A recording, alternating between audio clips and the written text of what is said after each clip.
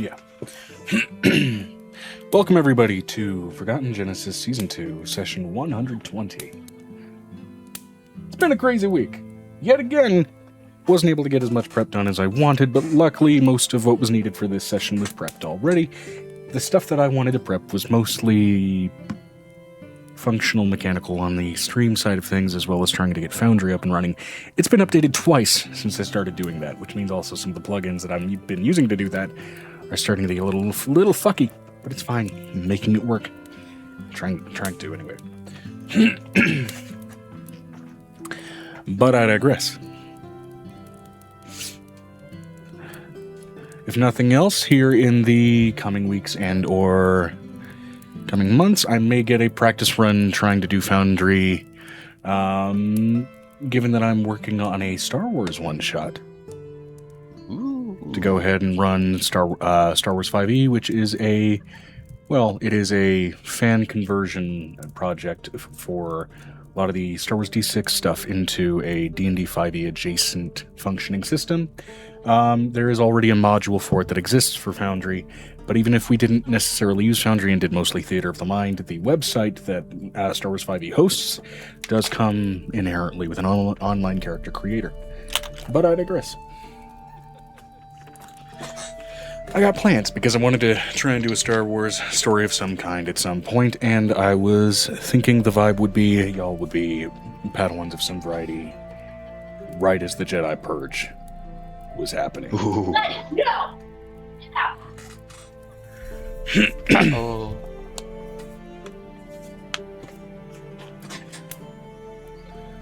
It would mostly be a one-shot based on just trying to get the fuck out of Dodge and stay alive. That would essentially be the end goal, but of course I still need to refine some things. I digress.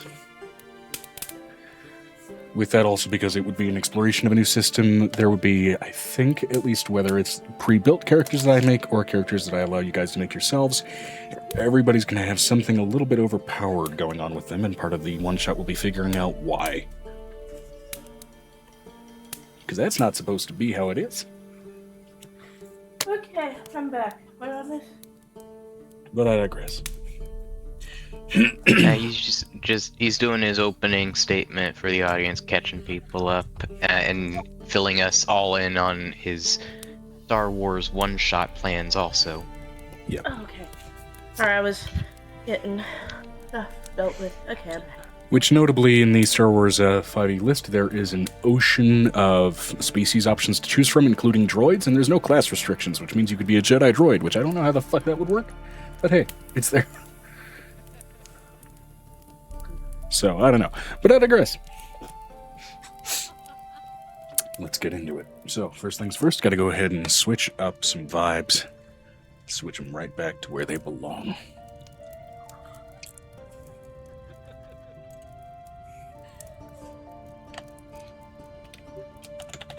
And once again, there is the Sirenscape player currently being streamed into the Discord for those that would like to listen to the ambiance tracks as they play. But I digress.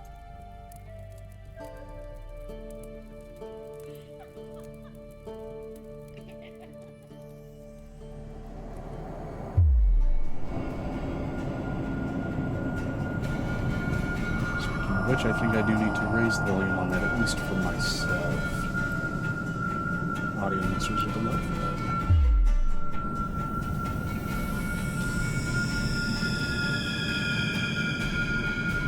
Prepackaged in that Sirenscape subscription, by the way, did come a sci-fi version as well as a board game version, which had some preset ambiance packages for a few different popular board games like Catan and what have you.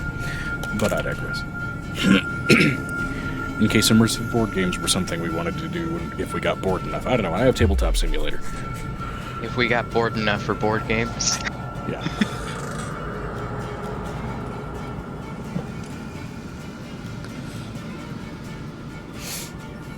But all the same, let's get into it.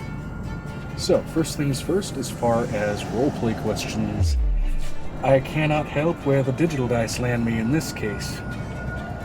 Because this is not 100 questions, it is simply a selection of 59.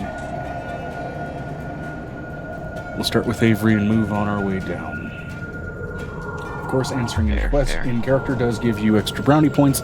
In this case, a d6 that you can just go ahead and throw onto an addition to literally any roll, which could also include death saving throws, which could be the difference between a failed save and a successful one. But when was the last time your character failed? Now, as far as the intention of this question, I suppose we're going to preface this as a grand personal failure rather than, oh, I simply failed to unlock a door, or something simplistic, a failure that weighs on your character. Fucking easy. Yeah, like, again, kind of funny timing on that one specifically. Well, you see, I attacked the people trying to help me because I'm not sure of myself. Also, some demon voice was speaking in my ear, but I'm hesitant to blame it all on him. Also fair. Alright, you get your d20 and a d6 for that, for answering that in character. Moving that on to Piper. When was the last time that Piper failed? Oh. Sips cup of coffee. Honk!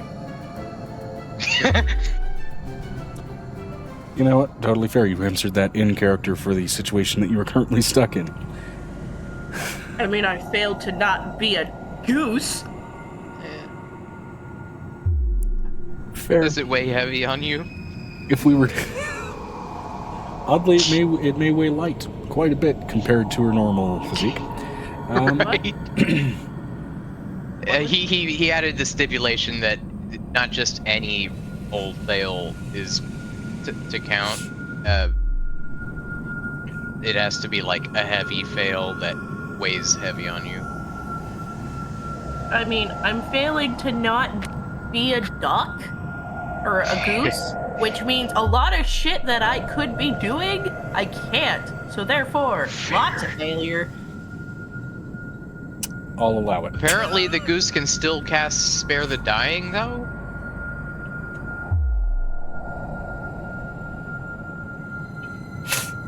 Wasn't it Piper that used Spare the Dying? 𝕲𝖓 said Piper does have surgery to do on Ilya, and the Spare the Dying was a mirror. Oh, okay, Yeah. Sorry, I got mixed up. I can't hold a scalpel with feathers. And holding it in the duck bill invites complications. Murder goose vibes. Well, a murder is for crows. Ha.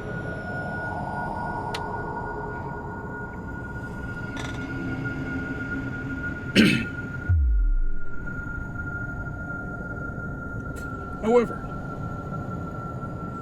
we'll go ahead and forward that question over to Bruce.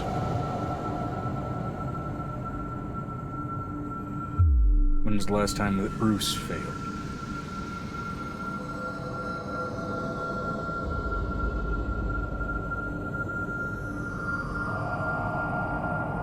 Hold on, I'm thinking.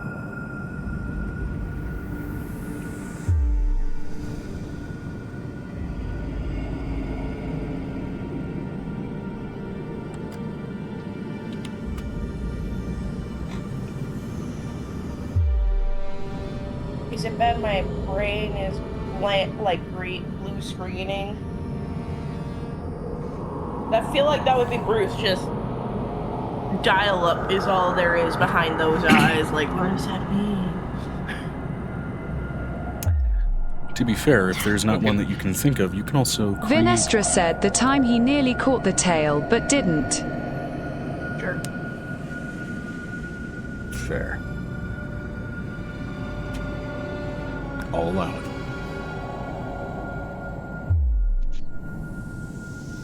You said it was 1d20 and 1d6 inspiration? Yeah, D6 for answering properly in character. Get it. Then finally for 𝕲𝖓.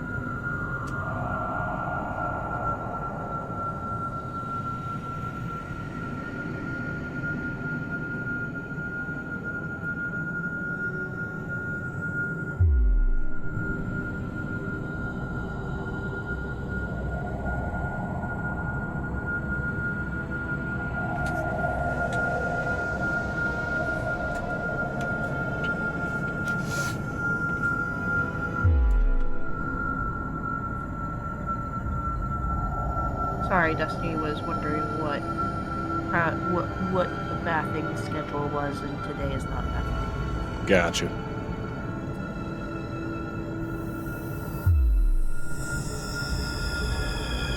Vinestra said sent it in text and stuff. Fortunately.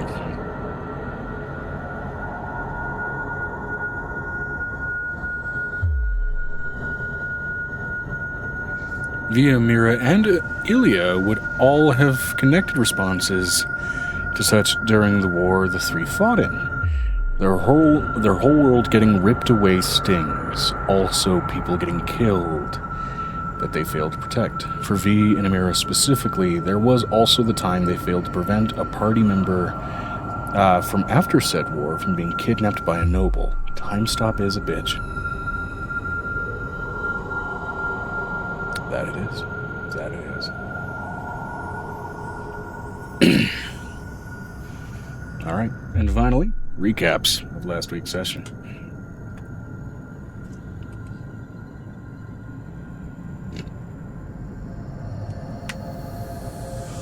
So, buckle up, because I did my best to condense this, but it's still, like, a good, 5 lines long. That is okay. We backtrack and then venture in the direction of my parents. Aegis is being targeted by the Demon Lord, but somehow manages to hide it. We see void crawlers, and we send a sentient weed plant to get them high, causing them to tear each other apart. The weed plant evolved into a humanoid weed roach, and we continue. The terrain was confusing, but we eventually find Avery's mom in one of several gibbet mimics surrounded by imps and a void seer, which is feeding off her nutrients. The Demon Lord of Obsession successfully possesses Avery through his insecurities, being useless in combat,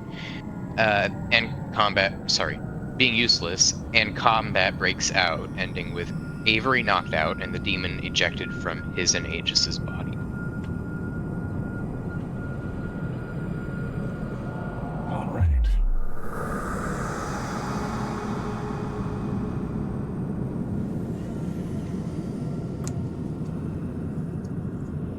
I will paste that also. Solid, solid, solid. Now, I believe, Amber, you were not present last week because you were moving. Yeah. Very cool. All right, so you get your D20 there. Amber, you will not, in this case, not necessarily a penalty, as again, the inspiration is just a bonus. So. Hola. Hello. Welcome in. All right, we'll get to Vinestra's recap, and then we'll get around to doing all of those from you, Megan. Great. Yeah, Weedbud finally got to blaze. Avery got corrupted by the demon of obsession and chose to attack the party after his mother got freed from a mimic gibbet. Avery got knocked out, and we learned the whole area is the demon of obsession. That was not strictly stipulated one way or another. I think that is simply voicing a theory.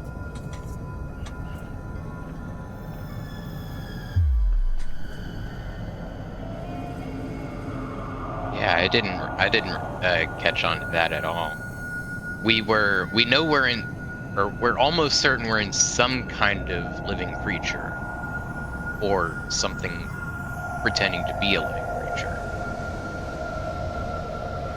But that's fucking, as far as I knew, all I knew.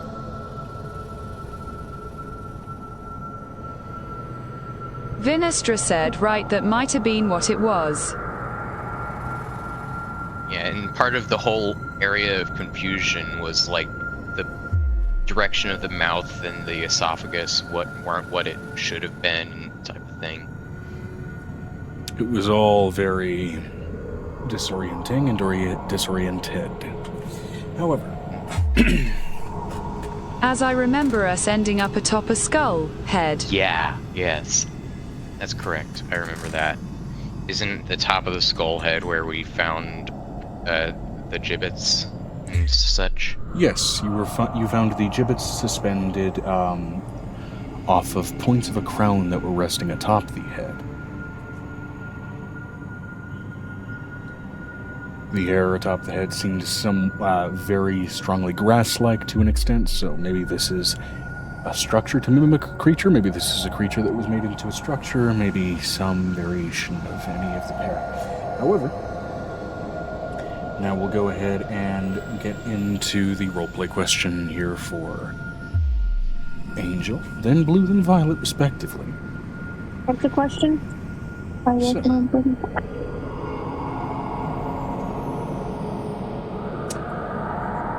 What is the last time your character experienced a failure that weighs upon them heavily?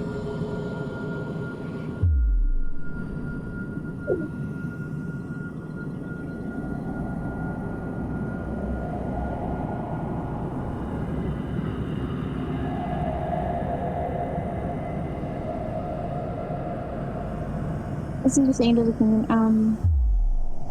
Every day that children are dying and being tortured across the entire world without anybody saving in this war that we live in, and all those who've been put into slavery and slave trade still exists, and not in a good way. Even because of the society we live in and the time that it is, and not that we don't have indentured servants in certain places, but the person can't earn an easy wage. I think that's a failure every single day. But they can't be free. All right.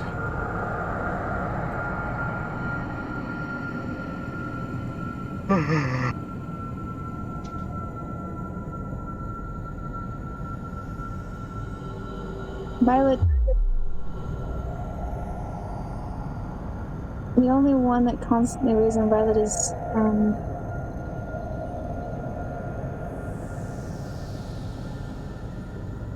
currently, I think not being able to save my parents and have a cohesive family, I think, is the failure that I carry with me at the moment.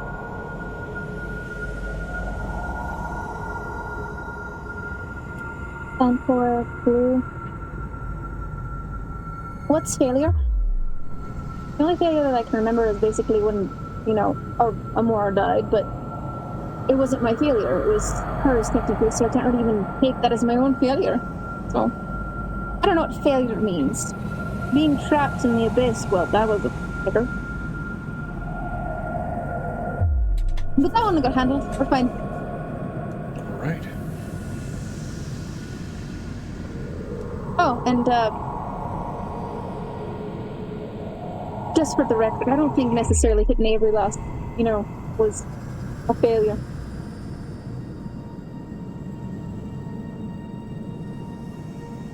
Is anyone else having a hard time understanding Megan? For me, it kind of sounds like she's speaking through plexiglass. Hold on, let me...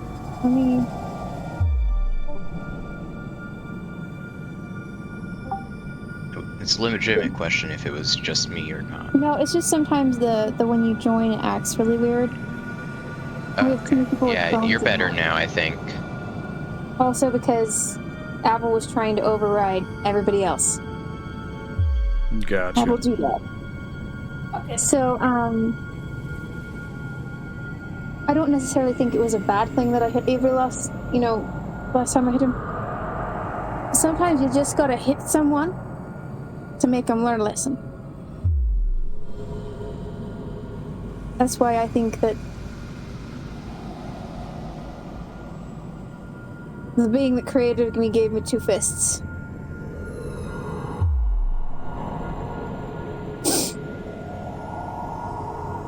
She looks at the blood on her hands. It's a good day.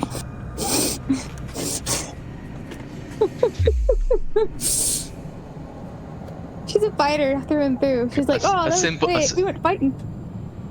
A simple creature, but that's not a bad thing.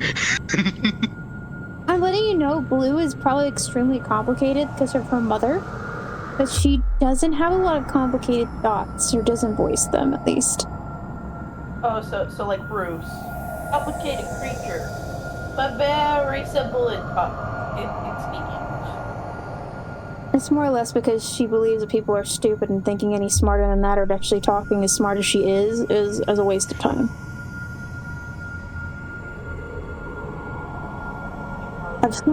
Absolutely ignoramuses. We don't have time for this.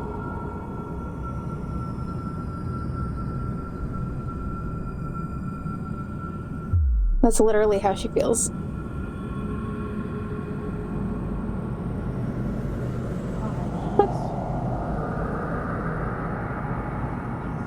All right. And then finally, recaps from your side. I'm gonna give it for Blue. I'm gonna let Blue say this. I beat the crap out of Avery. You know, it's great. Tired of watching that little twat not understand how much money he'd spent. Violet? Violet was like, oh, this is gonna go great. Wonderful. Glorious. Two egos Money sitting on I the wall. spent. Are you talking about when I bought that medal for Aegis? With my own money? Blue is a big fan of Amora because they were friends for a long time. So basically, Angel's like her technically secondary deity. Not that she worshipped Angel. She's trying to keep her internet up. It's just the new internet. You're probably gonna call from her husband. That's probably what happened. Because that's what's been happening every time she's trying to do something. He's like, why do you have to call right now? So she looks over at, she's gonna probably look over at Avery. She, like, you have to understand, Blue is like, it wasn't a bad thing at all. I mean, in that little, he didn't understand that basically Angel's been kind of footing the bill for this entire party for a long time. And that includes me, so I always say thank you by paying back when I can. But, you know, that's where we're at. I think he now understands that everybody likes him and he needs to quit being a twat.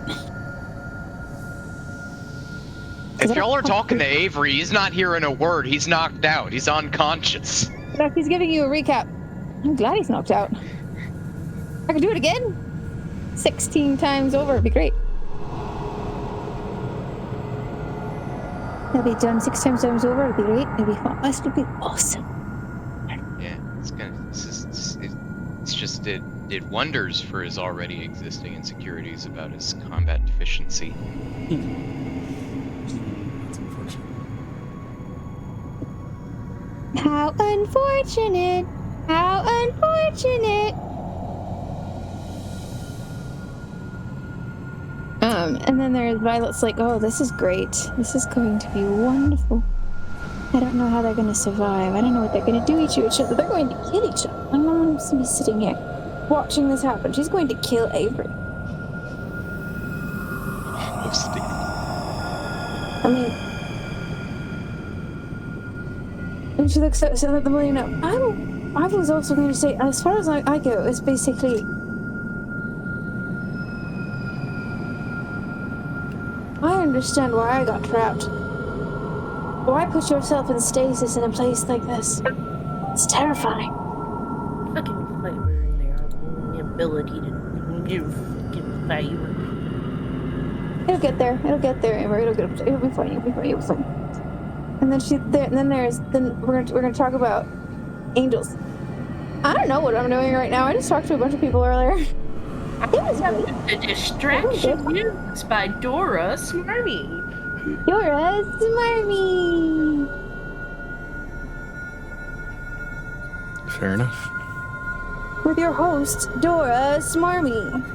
Tornadoes spin at a kilometer rate of blah blah blah blah blah blah blah. So let's go ahead and kick this off.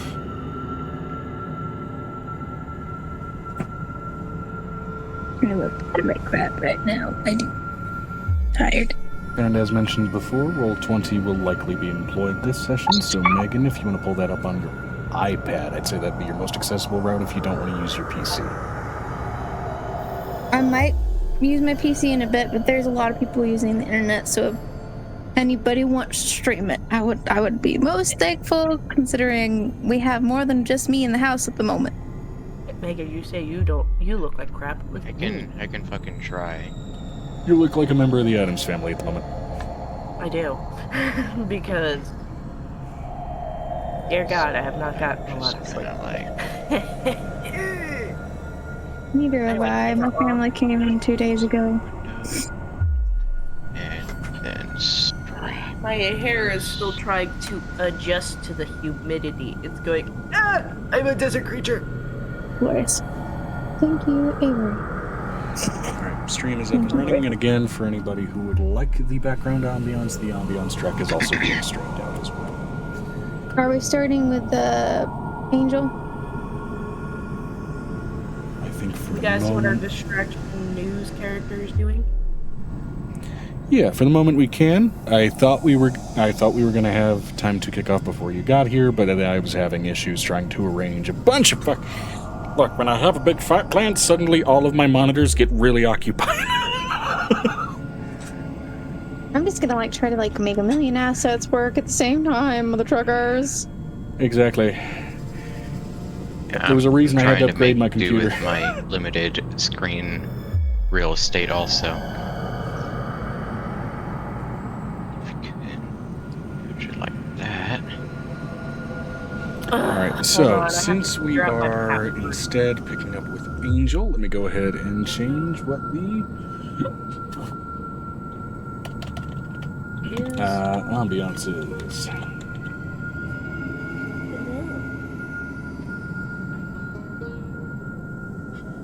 Turn my Bluetooth on.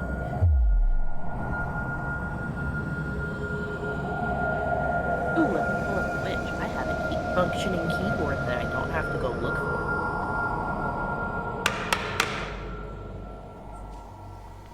That'll work.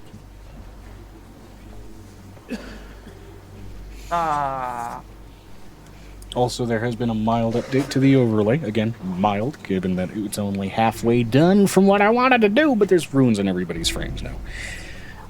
Those will eventually be lighting up, and the nameplate will be replaced entirely, and the cameras will be bigger, but I digress. Hold on, I have not logged into Twitch on this computer yet.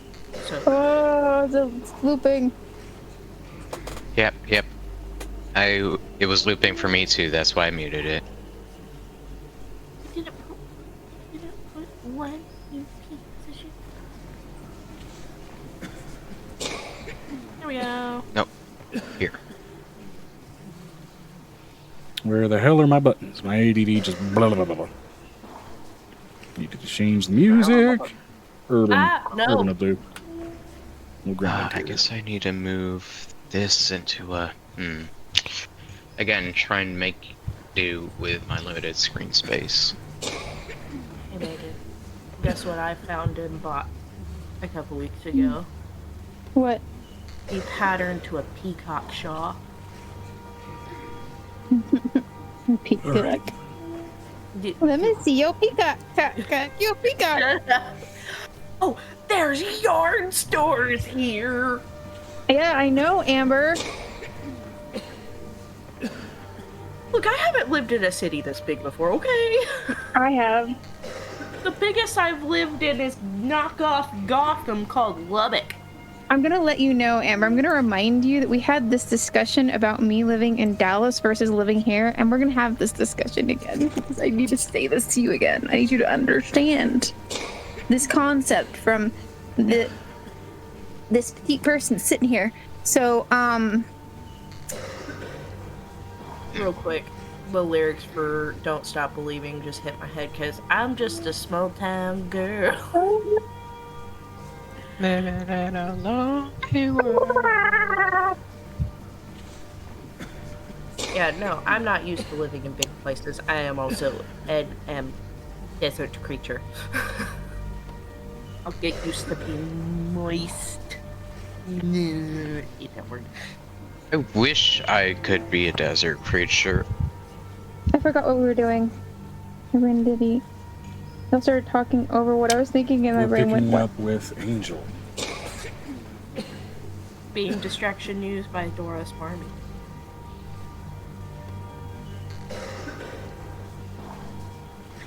I am reading that situation right? Mm-hmm. Okay.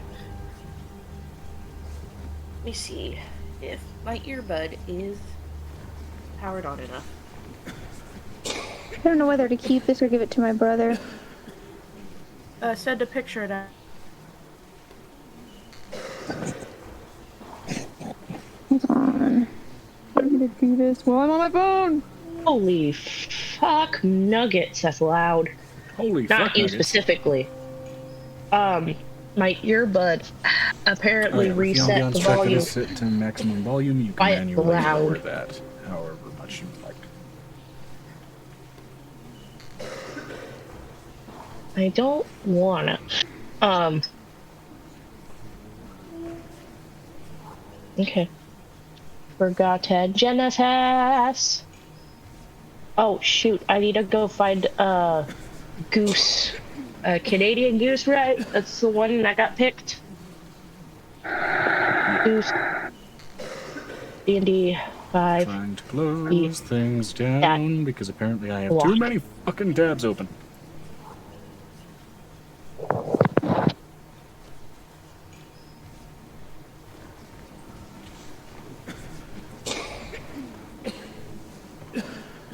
I can't read what it says.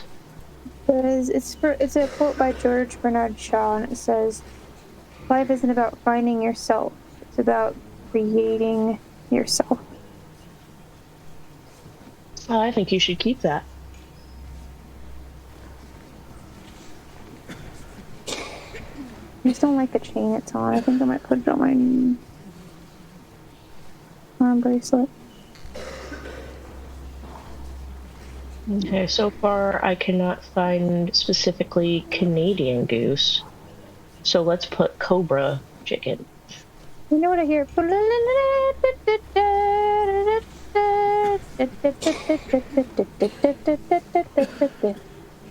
Is that the soundtrack for... It's Nutcracker. Yeah. No, that's just a chicken. Fucking hell! Oh. I heard the chicken dance when she did that. Da-da-da-da. Da-da-da-da.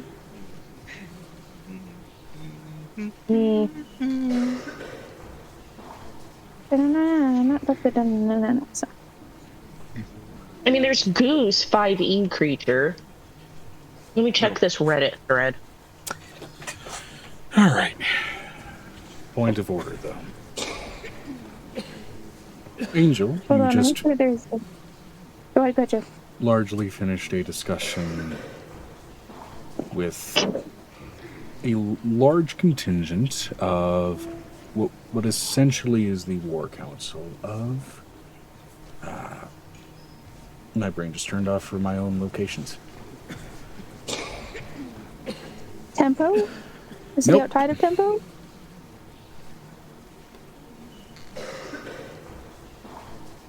Or wait, yes, you were dealing specifically with, a war discussion specifically with Wingstone and the council therein. Largely doing your best to kind of provide initial distraction for the leaving of your companions and their absence. That's it. They've not gotten back to you. They've not sent out any messaging of any kind, which means they are still absent, whatever that therein entails. Which means, for better or worse, you have to maintain the role of dancing monkey for a moment. I'm great at being a dancing monkey.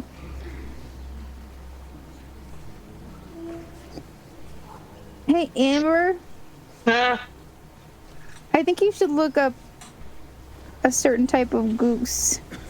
I swear to God, Viper. I swear to God. Somebody speak, please. Hello. Words, things, stuff, people. Okay. Look up what? Look up wing spur geese. Wing. Spur. You mean spurn wing goose? Yeah. Oh yeah, no, I might be. Yes, I am that goose. It was either that one or the red-breasted goose. stat block. Alright, so again, the council members that you are currently dealing with, you have 𝕱𝖊𝖓 the Convicted, you have 𝕱𝖓𝖓 the Archdruid, you have 𝕲𝖊𝖓 the Rat Lich, and you, of course, have 𝕱𝖊𝖓 the Harbinger of Industries. So, we've adjourned to eat. If I remember correctly, we're all sitting and eating. Yeah, which is not necessarily being publicly held in the hall. It has been notably diverted to the larger guild hall within the Dragon's Ward. While it was once an in-house and has been repurposed largely to be sort of this mass guild hall and in its own right this sort of trade mall, it does still have a lot of the inn functions, sort of like this centralized food court where a lot of kind of dwarves are running exchange. That said, for official meetings for nobility, there is an isolated portion of it that is a little bit more heavily guarded and a little bit less openly social, purely because, you know, this is where the important people are and so need to be logically a little more paid attention to in case anybody with the wrong idea were to approach with bad intent. Angel looks at all these people. I don't know how much these people know. Did any of them approach Angel while she's sitting there, considering they all technically have like a something to do with the city? Because Angel's just sitting there at this moment and breastfeeding Amora's and Henniker's baby at the moment, trying not to get herself bit at the moment. I understand that you got teeth earlier, and you got the sharp ones first. It's Oh not God! Oh no, I knew a bit. Amber lagging out a little bit. I love you, Fiverr. As far as Fuck you, things they don't Fiverr. know, this is where everybody's stopping to eat. This is where sort of political discussions are for the moment ending, where people can kind of refresh themselves, speak plainly amongst each other, and kind of peruse and mingle effectively. Angel pulled out her female coverall and basically has one of her children and has like clearly had like a face like, oh my god, why did you bite it? Yeah. To which you are not necessarily looked at with any sort of level of disconcertion while you do this, as even looking out into the larger guild hall while you are kind of on an elevated balcony, essentially, where your part of this is taking place, particularly among these council members. Down below, you can see there are children running around among that sort of mass feast hall. There are dwarves and people and handling children in some cases very much like you are at the moment. This is a populated place where people are just kind of doing what they will and what they must. I have a question. Do they question which child that is, considering he's like got the rusted? She doesn't have much of the rusted wings on her on this baby. Because she has a little. There's one of them that's a boy. I think this is this the boy or the girl? This is the little girl, right? This is Joe. Was she a boy or a girl, or is she no gender at the moment? I don't recall. Hello? I know we probably wrote it down. Hi.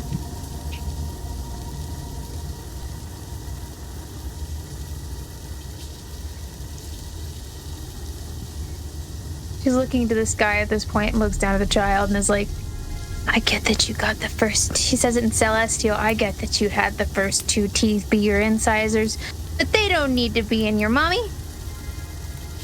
Ow.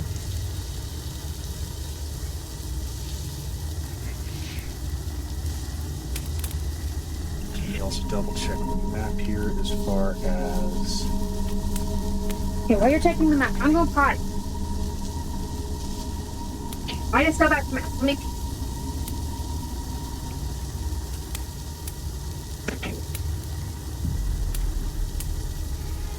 Double checking the map was specifically for a part that concerned her. Okay. She had to pee. Yeah, I know.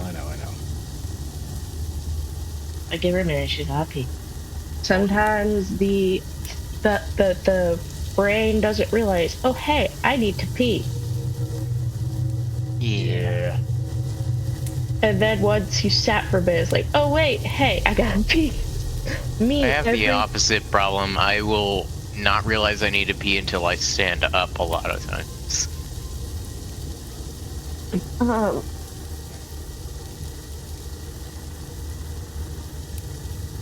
Should just get up and go pee first thing, even if I can't tell, because that's not good for your kidneys. Like, at all.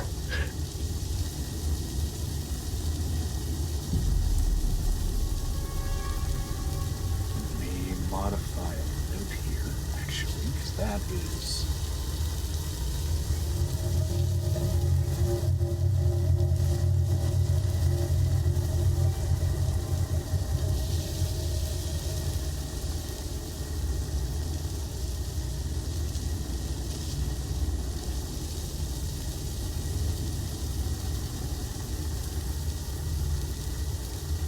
How did I add modifiers that added a text to this fucking PDF I made? What the fuck?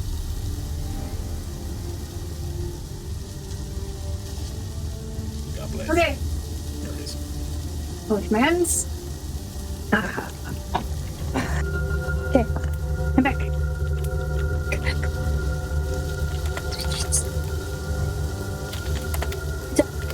What's up? There we go. Pop my lower back. Are you ready, Joe? Yes. You wanna Promotion. Alright. I'll be out there in a minute. Doesn't matter if it's cold, I'll come get it.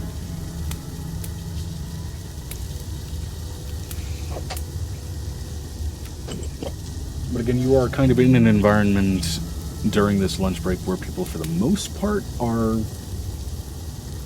kind of paying attention to themselves, and your children, wild as they are, while there are a number of the council that are still, and you're insightful enough to realize they're kind of trying to adjust to the oddity of the situation best they can, there are still a couple, notably in,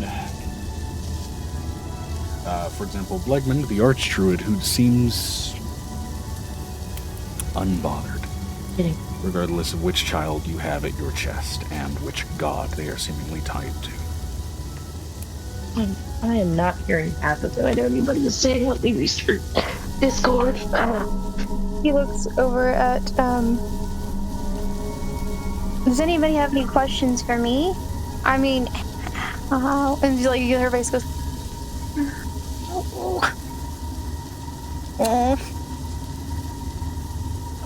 To that end,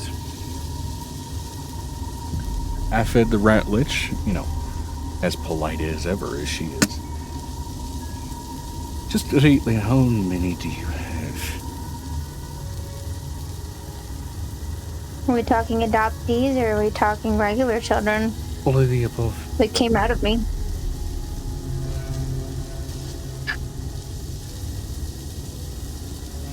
The ones that have come out of me were approaching 200. With the adoptees were already there. Ow. Well, goodness. Mm-hmm. Hello. Hello. Words and stuff. Okay. She looks over at, the rat lich. It has been a very busy year ever since I turned 19. Has it? But I was gotten some. Yeah.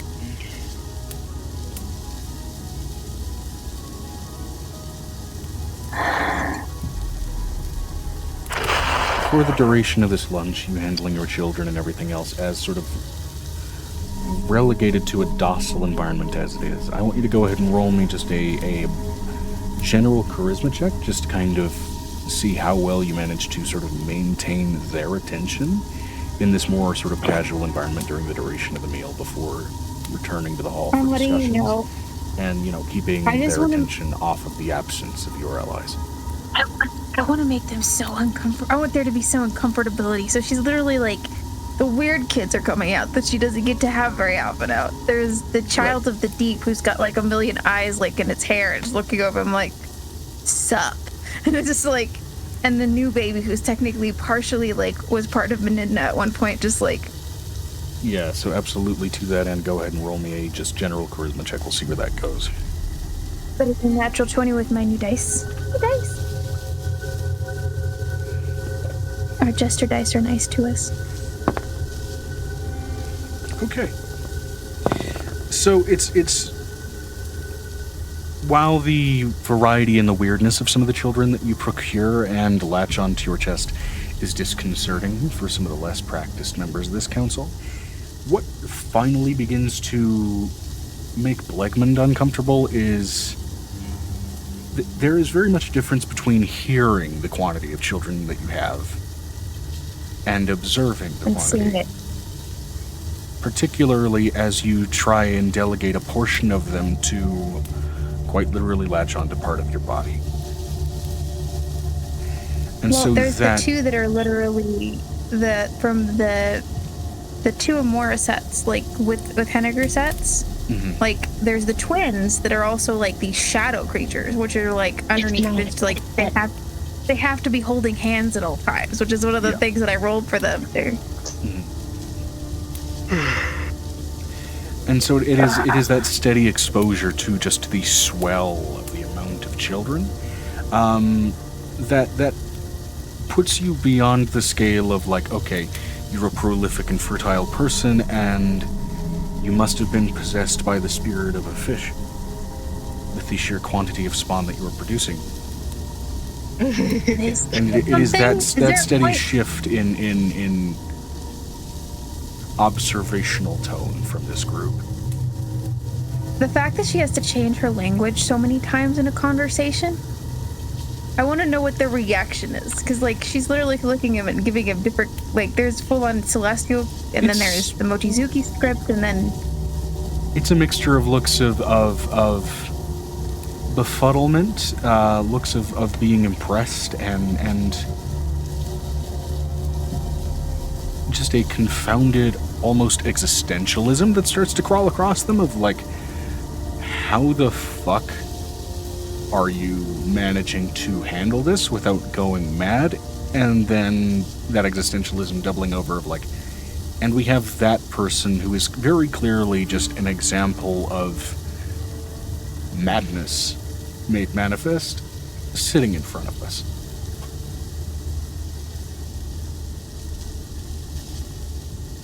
I'm asking, does one of them say anything? One of them has to get bold enough to say something. One of them's got to be bold as brass, because considering how much that rat lich was like, I'm just expecting one of them to be bold as brass and be mean, considering how she's handled this. Yeah, again, the only strictly mean one here is 𝕕𝖓𝖓𝖓𝖓, which she's getting just steadily more and more disconcerted. And you're reading this kind of shift and tapestry of emotions steadily move across her face. As I will say again, with that roll and with your charisma modifier being as high as it is, as the hours pass by of engaging in this and them not realizing that, hey, time for the lunch break has ended, because at this point they're realizing you've got to go through the cycle that you've got to go through with your kids, and it's going to take a while as it is, and they have not even remembered that they need to resume normal operations. Which is where 𝕕𝖓𝖓𝖓 in particular, being punctual as she is as a wizard by nature, is the only one really kind of noting a level of impatience, kind of suffused with the shock and the existentialism that everybody else in the council here is kind of experiencing. So I'm asking you, what does she say as this happens? Because this is hilarious. This is one of those moments of, God damn it, why are there so many? You're like, is there like, there has to be a reaction at some point. Are you just spawning them into being to waste our time? Like, what is going on here?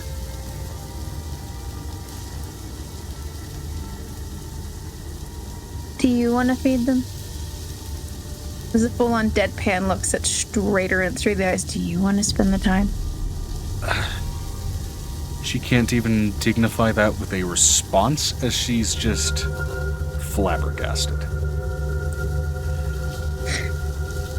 She says in full Celestial and I'm gonna let you know she asks for a bottle and gets 10 at the same time, and then hands them off to each baby, and then hands the babies off to each one of the adults. Yeah. I would like to resume the conversation. I am waiting for resume. Nicodemus, can you bring me my soup in a can, please? Which he promptly does, and again, after a course of hours and an afternoon that does definitely stretch into evening, the shock finally sort of settles, and you are invited back into the chambers for proper discussion, as also your children are finally also, once again, brought back into the necklace to not be at your hip in that environment. We don't bring out the adoptees for a reason. That's what she currently says. The adoptees stay at home at the moment. That's what she says out loud to everyone. I don't bring them very often. I only brought them to show you for like 2 seconds, and they're back working on their stuff for school. Because they still go to school. I have a question. At the mention of school, does Aphid look at me like, you send them to class too? How do you afford this? Yeah, Aphid is the most outwardly just confounded by everything here.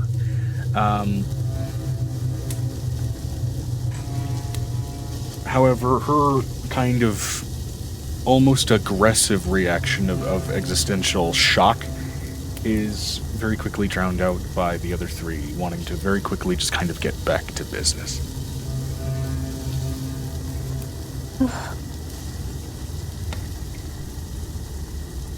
So, we were talking about the volcano options of basically the two worlds crossing over, and I don't think I informed you that the Abyss almost took down a lot of stuff earlier. I don't know if we discussed that. Did we discuss the Feywild almost losing its fight to the Abyss?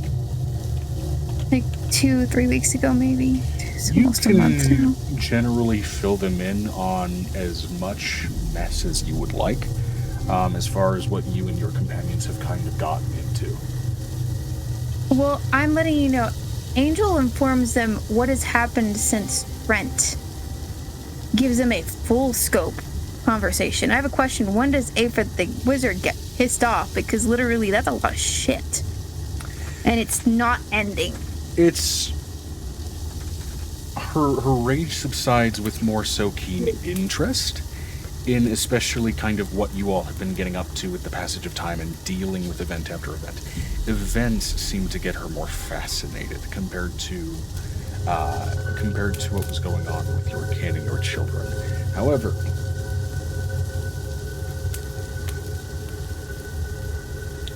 let me see here.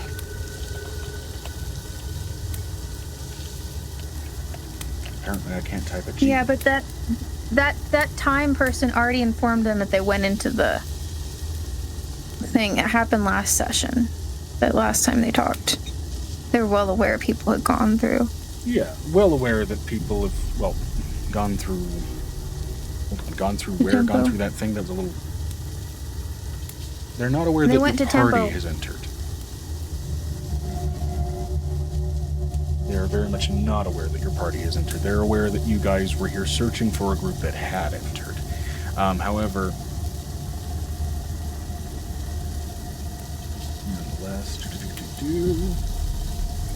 Hey, Joe, can I have Angel do something really weird while they're talking at her and asking her questions and she's answering questions? Sure, because at this point Can I- it is mostly them especially trying to get what they can as far as a breakdown of events for what your party has gotten into. And for that especially, I'd say go ahead and give me a charisma check plain as well. Because I will say this, there is consequence to this discussion especially. Because this will grant your party overall some notoriety. You guys have been very poignant about not being public about what you guys have been doing. Yeah, I'm doing this on purpose because as far as war goes, we have to have people knowing what's going on. Yeah. It's a 16 plus her charisma, which is really high. So it's like plus, if we're gonna talk persuasion, it's 20, but like if we're talking normal charisma, it's a flat plus charisma roll. 15, plus 18, maybe. That would be with your saving throw modifiers. This is just with your flat stat, which I believe is a +8 modifier at the moment. With 8 modifier. On the sheet, it's a plus 12 with my bonuses.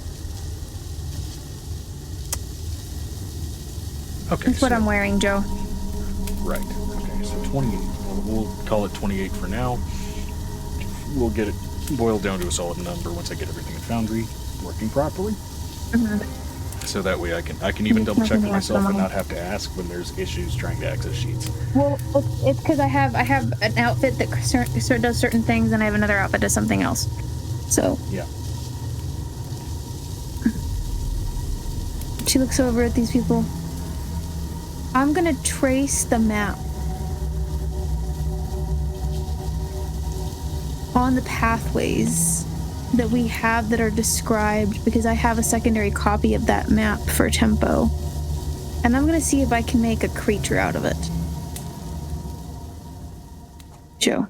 All right. Like I used to do with ropers and spiders when I was a kid. You want to try to make a creature out of the map to Tempo. I want to see by the pathways, if I trace them, if they become a bigger creature.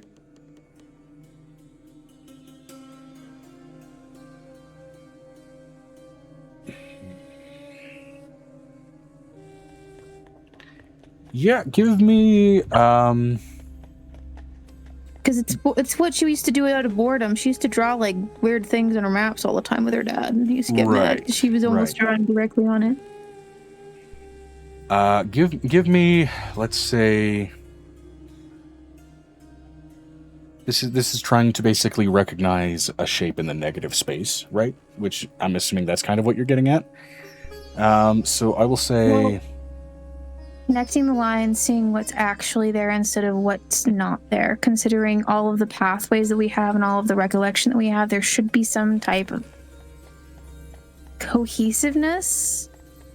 Even if they change and alter, there should be eyeballs or something that pops out. Like, yeah, if just it's like part when of she first Limbo, found out that the rope was vague. However, I will say, go ahead and give me, let's say, an investigation check for this. 19 plus 12. No, plus 14 right now. 33. Yeah. All right, trying to trace out and see if there's like an identifiable notable, like sort of creature shape to the place. That is a little bit difficult. You kind of track over and you notice there does seem to be more so an organic structure to even the roadways and everything else, rather than like, yeah, sure, it's broken puzzle pieces. Tempo itself as a town might as well be shards of glass that have been packed together to kind of form like a misshapen bit of like stained glass artwork that even itself is like insane and not proper artwork. Where the pathways and the roads go and where there seem to be cave patterning, it does seem sort of organic in its nature, like it's sort of being filled out. And with that, you do notice, while you're not able to necessarily kind of easily track where your friends are and what they're doing because of the way time passes in there, you are noticing that there is a disconcerting organic nature to all of it that does speak to at least the environment itself being held in something living. That is what I will give you with that roll in excess of 30. I do have a question. Do any of them get curious because she's sitting there answering questions while she's drawing? Yeah, I'd say particularly Blegman, the Archdruid, is very curious because, you know, something living but of not a identifiable form usually speaks to corruption of nature or something extraplanar or, you know, something otherworldly. Even if it's not necessarily, you know, multiversal, it is something that is not necessarily of the natural order. I would say when she starts to notice the shapes align as like some type of organic feel to it, she stops talking. They're asking her questions and she's not saying anything. Yeah. It's like the lines, as far as the art, is compelling her to finish it.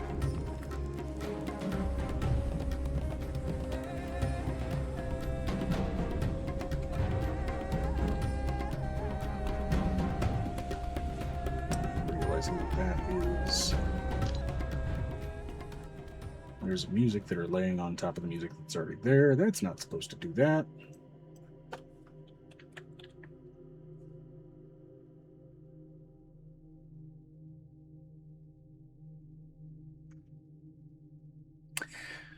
But yeah, your silence after they've been questioning does kind of get them also to zero in and focus a little bit more, particularly again with Blegmond and in particular 𝕕𝖓 here being the more sort of accomplished. These are the two sort of casters, explicitly speaking, in the actual council here. Whereas, I mean, where they all do kind of represent this massive, essentially guild city in some capacity, they are the two that have some capacity to understand the greater naturalisms and particularly from 𝕕𝖓, unnaturalisms of the world. She's going to take that tracing paper that she has that she puts on top of maps off to see what it looks like when it's put to the light. Yeah.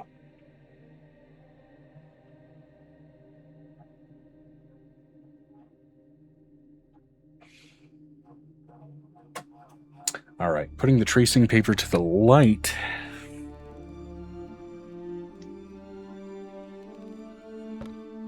Isn't going to do much in the way of affording you... Well,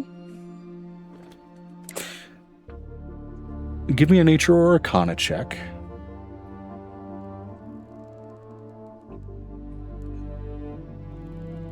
+18 +12. Arcana. Okay, 30. All right, so with a 30,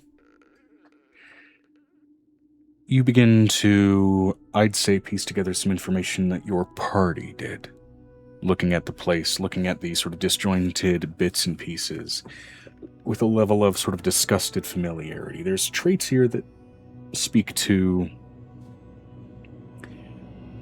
abyssal corruption, as well as just the scattered, broken puzzle pieces of other planes of existence in limbo. And you're realizing that you're looking at either some massive chunk of the abyss that is floating freely in limbo, or you're looking at some transitive sort of fugue plane that exists between the abyss and limbo itself, something almost void-like in its presence, which does lend you some clarity that, again, your other party members have, but you didn't up to this point.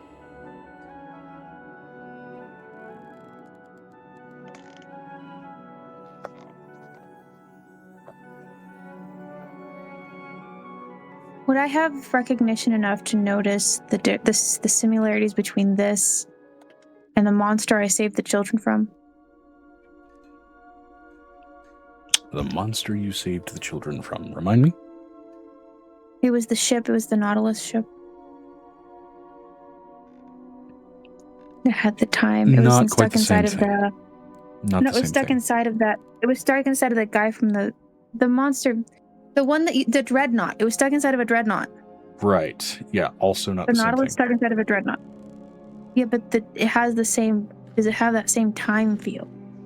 No.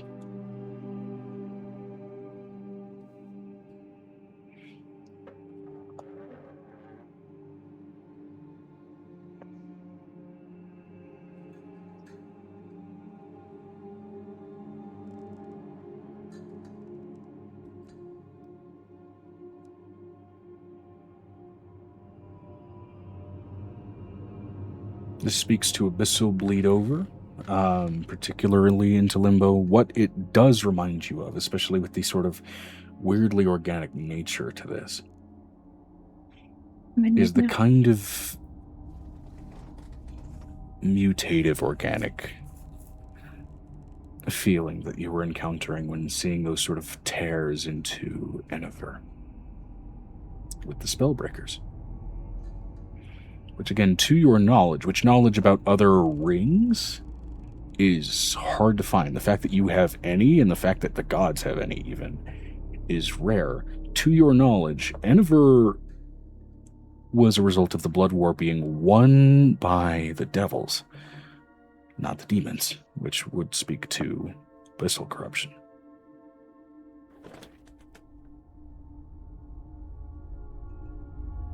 But the feeling there is remarkably similar.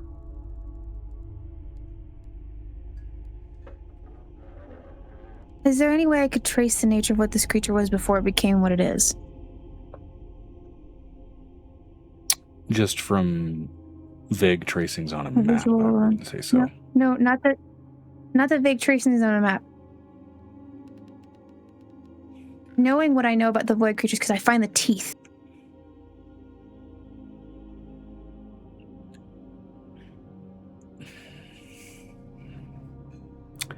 Backtracing through the map, best you can. I'm assuming you are trying to backtrack to see if you can basically piece together through the map, eventually finding where the party was going through that body, essentially, right? Okay, this is what I'm getting. If it's a creature, because like if you're thinking about it, like if say you stuck a great old one right through 𝕲𝖊𝖓 and then through the hole that they did before, like they pulled it through the hole. If this is a great old one that got pulled through 𝕲𝖊𝖓 through the hole, it's opened. Its body is completely shredded like the other ones were. We've been through one of those bodies before. Now I've crawled through one of those myself. Razor sharp teeth, almost getting killed multiple times. My question is, when they pulled the what do you call it, the beholder through the hole and its body's open, and when they pulled the dragon turtle through the hole and its body was opened, can I see the shredding from 𝕲𝖊𝖓? I'm thinking because of what this is what Angel's thinking, right? This is Angel's thought process. It looks like 𝕲𝖓𝖓. If 𝕲𝖓𝖓 got pulled through the hole,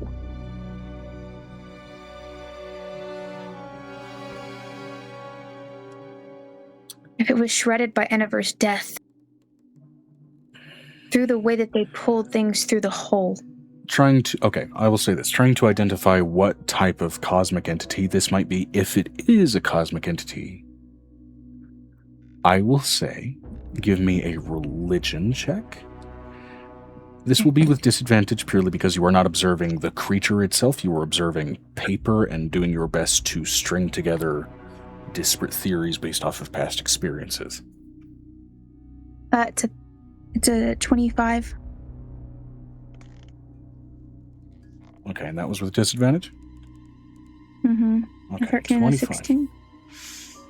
So 25 won't give you everything, right? But it will give you something.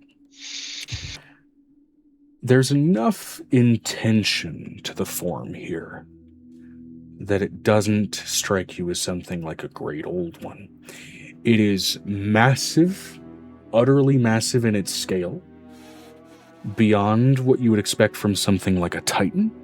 It is strongly organic, based on the way it moves, based off of the way it structures, based off of the way it's twisted around. It still speaks to that level of corruption. And so you run through your mind, thinking through what kinds of creatures this could be that could answer that type of mass that don't really fit the bill of like a formless idea made manifest like a great old one. And the only thing that you could think of that basically would be a creature of that mass and size to be squeezed forcefully through a pinhole in reality to come out this broken. Something celestial in nature could be the only thing that still holds this much form at this kind of size. What type, you don't know. You did not roll high enough for that. Knowing what I know and who I know, did he pull his son through the hole?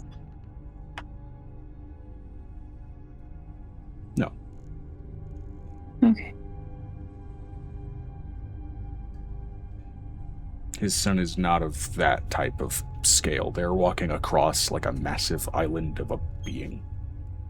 Like a planetar? Bigger. Significantly bigger. They were...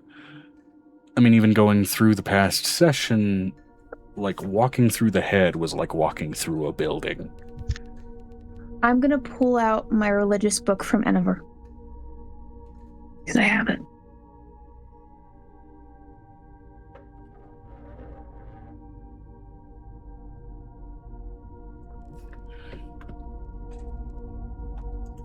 It makes me feel sick to touch it, remember? Yep.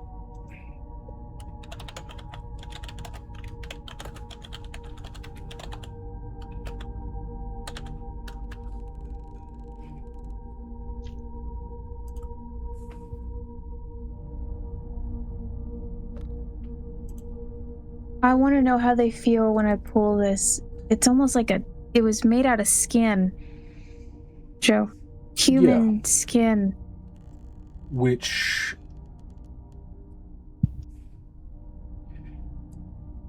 Did you ever roll to kind of figure out why, or did you just accept, oh, it's from 𝕲𝖊𝖓 and therefore creepy? No, we didn't get a moment to do that because nobody wanted me to finish that. I was gonna ask you, is it right if I do it right now? Yeah, sure. Go ahead and give me... I'll say... an intelligence or a nature check? Like a broad intelligence. This would be for, like, if you're not focusing on any specific subject. Nature, if you're trying to go into why is this humanoid skin that this has been bound in for leather. 32. 32. Okay. This is For less nature. kind of feeding in... Okay, for nature specifically, yeah. That's well in excess of what you need. This is you kind of having an epiphany. While it's not a confirmed answer, right? You don't have someone who is just telling you, like, why this book is bound in human skin. This is you having an epiphany through enough context clues after having this thing on your person for so long. The paper in this book is levels of magnitude older than the leather that binds it.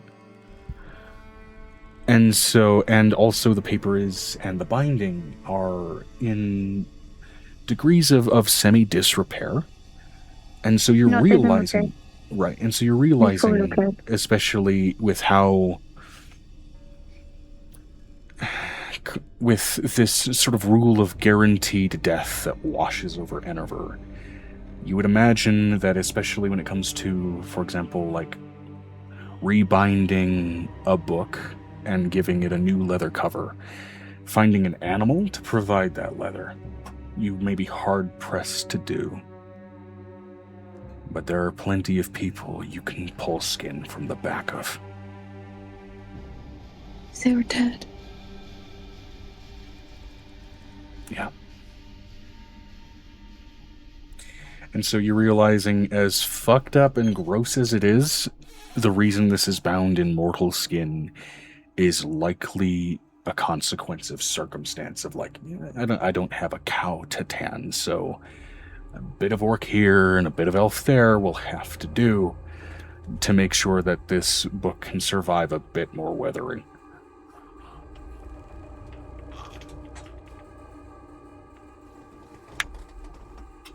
She looks... I have a question. How do they feel when she opens that book? She puts it on the table.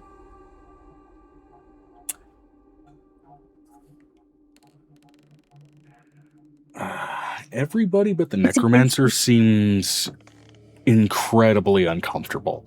And at that, I mean, you're assuming that it's probably just a virtue of her occupation, right? That she's very used to seeing and being around the grotesque.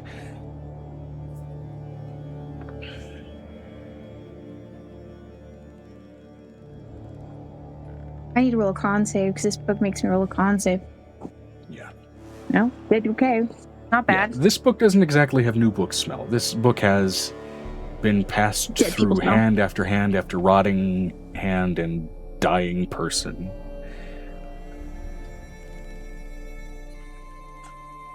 She's gonna look for a god or celestial that disappeared within the book. This is the death record of all of the gods. Well, the suggestion, right, is already that kind of every celestial disappeared. So this is going to be, you're looking for a note of, like, even before the disappearance of the gods in Iniver, a note of some divine of some nature disappearing sort of ahead of schedule. Yeah. Go ahead and give me a, let's say, an investigation check to go ahead and roll through the pages here. 16 plus... You said religion? Or investigation? It's a 20... You know what? I'm gonna give myself a reroll. We'll do one of my... You know what? Actually, I'm gonna take my auto success from a couple episodes ago. Because I have 2 of those on file and I need to get rid of one of them. Okay, you want to use an auto success. Cool. Give me a bit order for you. I do. I'll be right there. Give me a minute. Un momento. Hold on, guys. Yes, I'll be right there. Amo. Y'all are trying to clean up. We're trying to finish the scene real quick.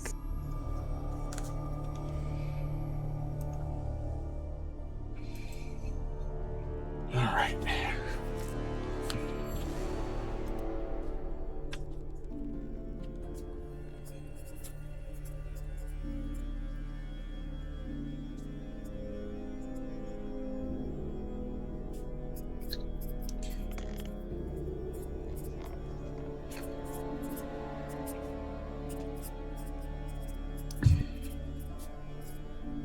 Gotta write this down because you are finding this out about what is largely supposed to be a background set piece, but background set pieces even still have lore.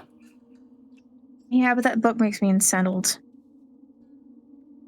Let me put it to you this way, books. This is the way. I have 4 books made of skin. 4 in total. 4. Yeah. I have somebody's dead skin. Elves. I have an elf book that's like got dead elves in it, and I got like this one, and then I have the changeling book, and one of the changeling books that literally has the anatomy of all of the Leyborn. There's the Leyborn one too. Yeah. So let me get into what you Leyborn find. one book. Let me get into what you find. So, going through the pages of this book, you kind of immediately get that sense of, like, you know, when you peel through an old book, that sense of history of, like, who must have touched this? But it is through that, the uncomfortable feeling of who must have touched this. And you finally land on, through disparate faded ink, trying your best to read through broken and disparate entries of, like, incomplete lore. None of it's faded, Joe. We prepared this book. This is the one that we put a lot of shit into to prepare this book. This is one of the 4. We had the 4 skin books. The 4 skin books are really well repaired for a reason. Of notes of caution, notable figures and celestials of the history of Iniver, one of which strikes you as one who was simply lost, and the reflection of this tale, as it kind of goes down almost like a children's fireside tale, is not really in any way dissimilar to any of the stories you've heard of, like, towns and people getting lost in tempo, of, like, suddenly just something falling away and disappearing. And you read of the tale of the disappearance of Bacchus, the son of Penance. Bacchus. Bacchus. Bacchus. Right now his name sounds like Bukaki, but I'm just saying. There is no you in that name. There is no. Unbailey thine Laura, Megan. Hey, at least we think the same. God bless it. There's always a TikTok somewhere.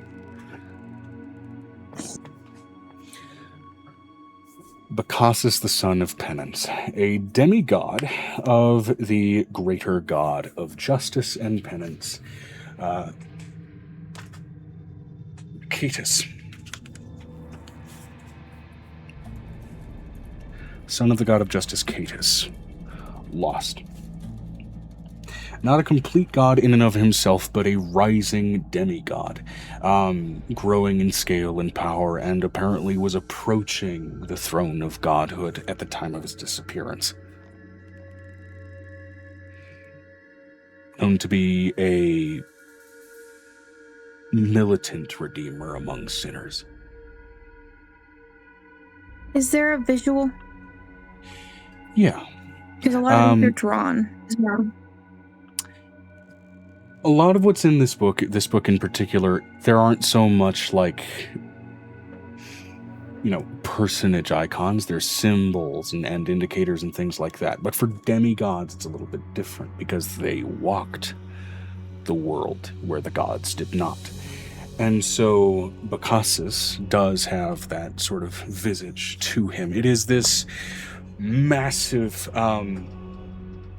like if a skyscraper were a person, massive behemoth of a man, where there is this sort of 7-pointed crown jutting up from his head, almost golden metal suffused into his skull like horns, a massive lash at his side, 7-pointed tails to the lash itself, a bare chest covered in symbols and arcane markings of all kinds, and it looks very much the part of a massive barbarian. But even looking at this person, it screams to you the sort of regality of a paladin of redemption, and yet looking into those eyes, there's an air of not cruelty, but almost venomous judgmentalism. This is a person who, even just looking in those eyes, saw the world in extremes. And as you even read the entries about how 𝕲𝖊𝖓 operated, his version of enforcing penance on sinners was, let me put you through a punishment that might as well be hell before you die and go there, so that your soul might find redemption and better nature while your life still remains. Can I trace the picture, cut it into pieces, and put his body where it goes, inside the picture, like I've done before with the deer that we had that one time? Yeah. Following along the artwork, there is, of course, a difference in angle, of course, to consider from the artist rendition, but there are, based on proportions and a number of things, traits that do clearly match, and parts where obviously the body and its anatomy got twisted and inverted and ripped asunder in this process. I'm going to assume the teeth in space there. I'm going to put the teeth in space there. Yeah. This, and notably, even in the artwork, his teeth were sharp, right? They did give off the nature of someone bestial, and almost demonic in his own right, or devilish, given the way in which he exacted justice. That doesn't surprise you.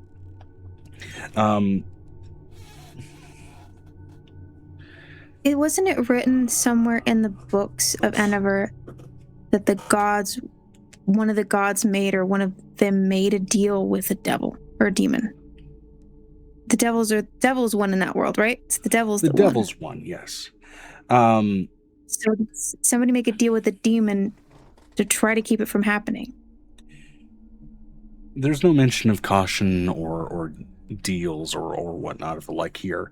There's theories and indications in the worship and cautionary worship of 𝕲𝖊𝖓 of like, worship him in the way that you would avoid the displeasure of a devil, where it's like you are worshiping almost a devil on high rather than someone who is just below a god. and yet the divinity of him throughout the entries are in no way ever refuted. And so this book in and of itself is still a tale of religion and its structure. Nowhere in there are there tales of like angels or celestials trying to make deals with demons. They are making deals on the regular with devils. The monster on the regular, the one that we're talking about, the one that started pulling things through, the one that was causing it, he had obsession as his characteristics. Yeah.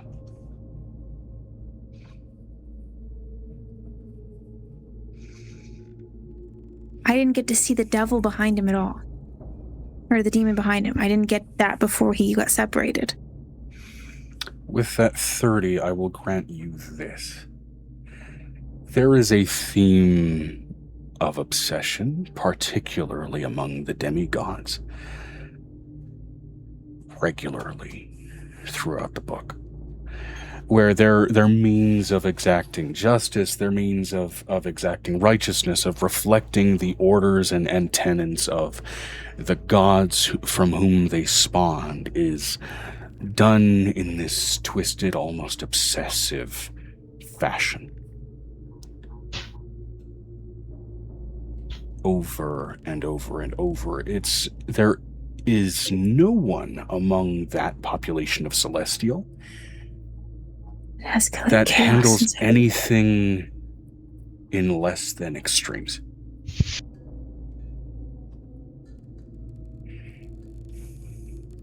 And it is taking sort of that lawfulness to its constant overzealous conclusion. To that end, there is a sensation in the way the gods are worshipped, just even through the influence of their demigods in this book, that it is reverence through fear, in a sense, for a lot of them. Not every single one, but even the better-natured ones, like the goddess of love, the goddess of marriage, the goddess of the harvest. While there's good things throughout, there's also prayers that are expressly cautionary and fear-bound in their nature. It reminds you in some ways of almost Norse mythology of don't anger the gods and they'll favor you.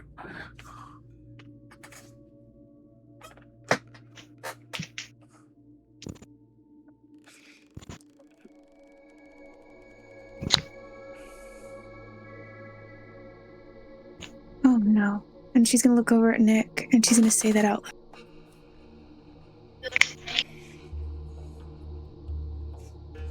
It's the first thing she said in about 50 to 60 minutes as she's obsessing.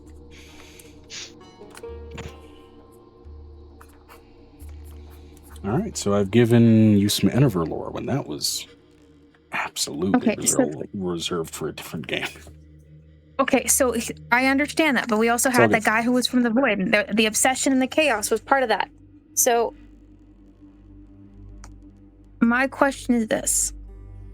In saying that, what do these people take in from what Angel's doing at this point? Do they see how she works?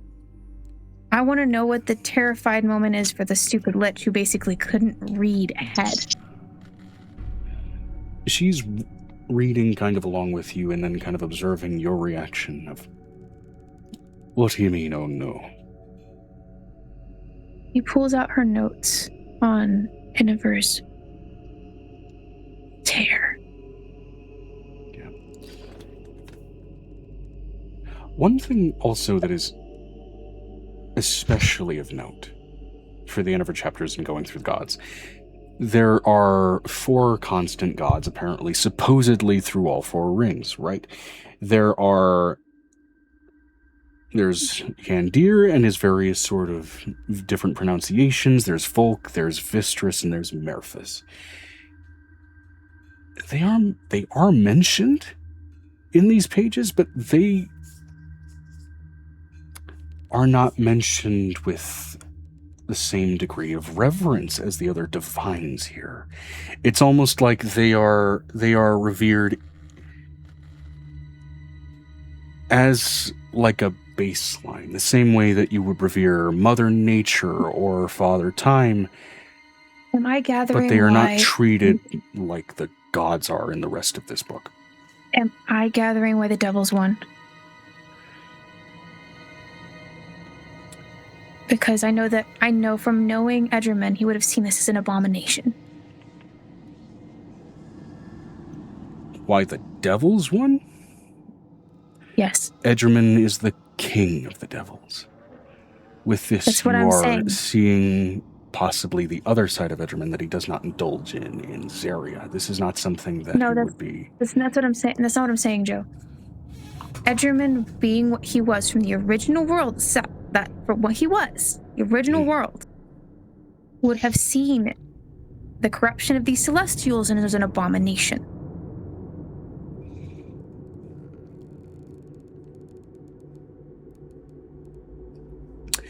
The corruption of the Celestials, particularly the obsessive nature of the demigods in particular, you would imagine 𝕱𝖓 may not have felt great about that. Well, noticing what the change was, considering what actually lives there, and one is trying to win over here. Yeah.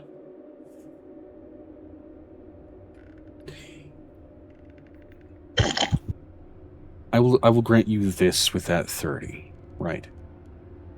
You're kind of getting an understanding for why the devils won, and particularly, you know, there's indications of the gods making deals and concessions with devils in this world on a regular basis too. In sort of repeated fashion, it's always tales of keeping the peace with the hells, making sure it doesn't spill forth, and yet the devils won, which means there must have been ill-paid attention to details in those deals. Perhaps, maybe that was part of the reason.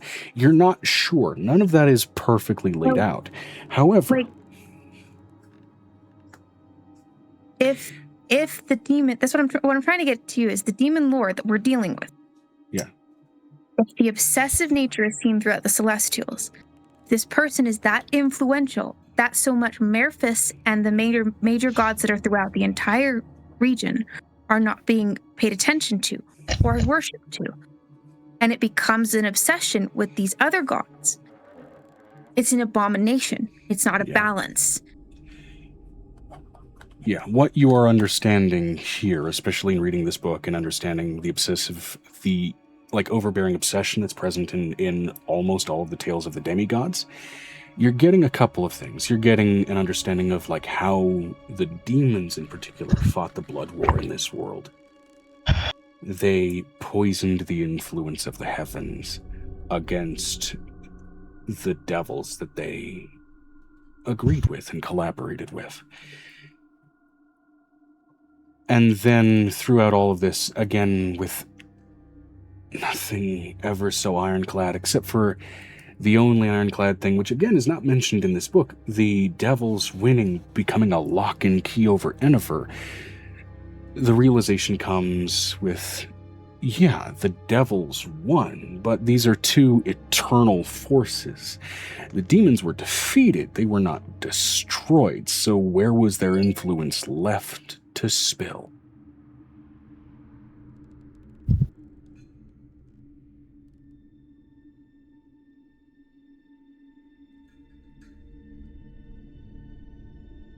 Understand why I died.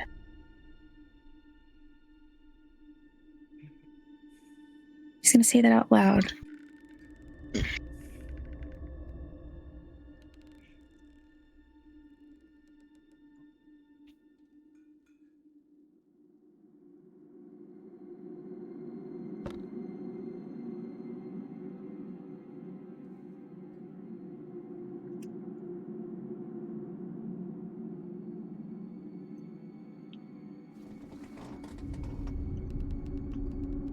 How much do you know about the other rings? She looks at the Lich specifically. Very few even know they exist. It's not common knowledge. Rightly for a good reason. However, even in her saying that suggests, yeah, she knows about them. But I know about them. 𝕱𝖓𝖓𝖓𝖊𝖓 knows about them. As such, the other two do as well, but I know a good bit enough, particularly given the mess that's that had been going on in the past few years with the Spellbreakers and the bleed over from the world of the dead. By my occupation, some of those energies match, but I don't much like corruption spreading like an untended disease into the place where I lay my head to sleep. Lanterns. Spread. What's happening?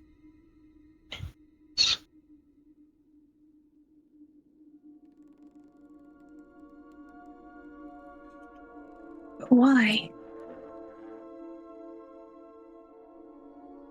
If it's a dead celestial, it's a celestial. That's what she says out loud. Her brain is running 3,000 miles a minute. It's a dead celestial. Why? The obsession makes sense. The keeping things makes sense. The chaining things make sense. Justice. Punishment. All of these things make sense.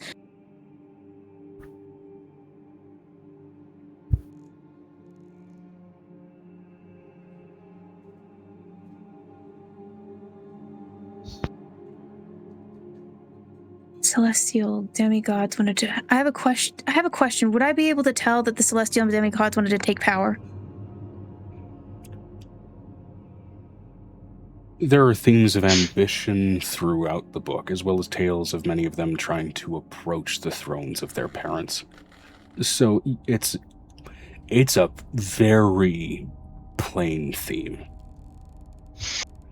None of them are ever recorded to rise to a seat. Ever. Which you would imagine only worsens that sensation of spite and obsession.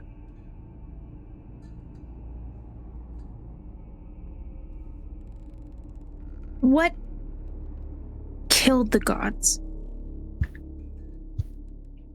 That's the one thing. Would I be able to tell from the book what killed them? Or is there any hint of what killed them? No hint of any of that in this book. Can I gather anything from that, considering what we just read?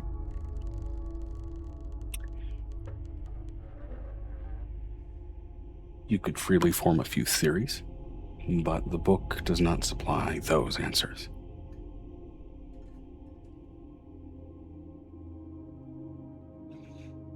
And it's still not strictly certain as to whether the gods had simply disappeared or whether they died.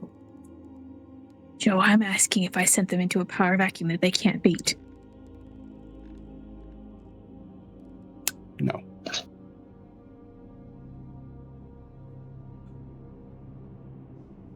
𝕲𝖓𝖓𝖓𝖓𝖊𝖓, Zat, I need to know if I'm sending them into a big of a power.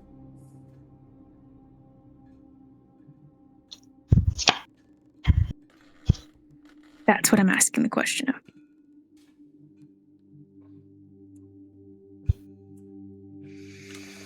How big of a power vacuum did I send them into?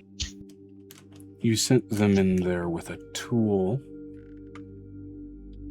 in the purified blood of 𝕲𝖓𝖓𝖓𝖓's son that will act as poison to that being. That's fine. Not the issue. As far as if it's beyond the pale for them, you don't know. Every single one of you are already yourselves cresting into degrees of power that are beyond mortal nature, comparable to some of the entries about demigods in these pages.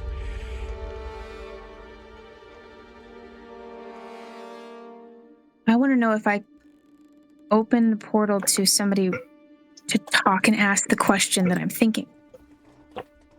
Can I get my answer? Or can I use my Fae phone in the hells because I don't want to piss him off? You can certainly try. Which again, there's no guarantee that the devils will have that knowledge of their otherworld counterparts. The only one who does is Edgerman. Even he only carries it in snippets. Oh.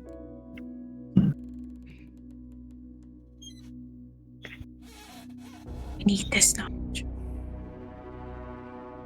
I need to know if I took him into the power back. I know that nobody else gets what I'm putting out, but like, if this man crossed over the portal and is using this thing because he hid from one world to another, he's just piggybacking and eating as he goes. So what specifically do you wish to ask 𝕱𝖓, King of the 13 Halls of Hell? 14 now. I need to know if 𝕱𝖓𝖓𝖓's father is the reason the gods are dead.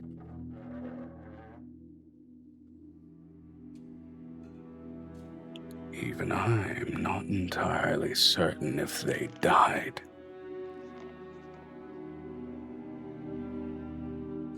Maybe they did. But that's information that even I am blind to, and I'm quite frustrated why. As far as whether 𝕱𝖓𝖓𝖓 was the reason, 𝕱𝖓𝖓𝖓 divided a house against itself. I divided multiple houses. He was not It's not just one. He was one of a number of reasons that divinity failed in that ring. I know why you brought it down. We put an entire world under lock and key. On purpose. On purpose. And you pushed your seed into it. Pray that that does not act as a bridge. While you still have enough of a mortal soul to pray. And not be the one that answers.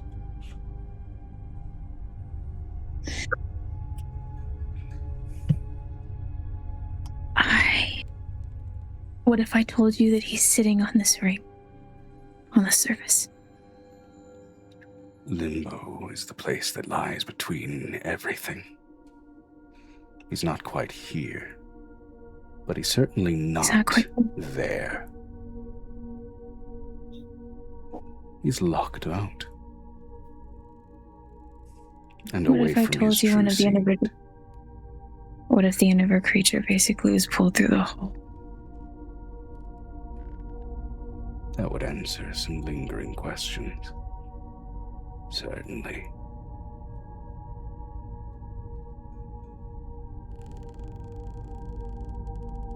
I'm going to give you 411. She looks over at this lich. When Endeavor was pulling things through the void, it creates a tear in their psyche and their soul and their body. I touched a deer and tried to keep it breathing, and it could not even... It tried to bite me. Devour me.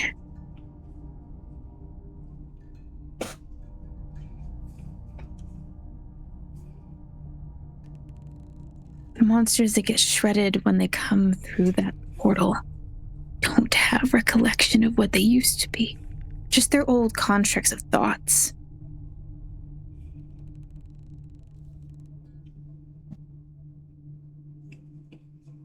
The Celestial doesn't know what it is anymore. It's like a raving lunatic. It has its concepts, its principles. It explains why nobody's ever left Tempo, and she's going to say this out loud. It's chaining them. You won't let them leave.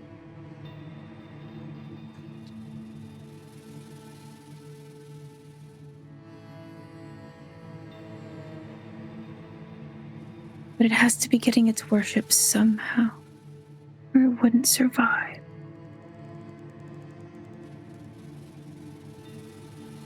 That's not how gods worked in 𝕲𝖊𝖓.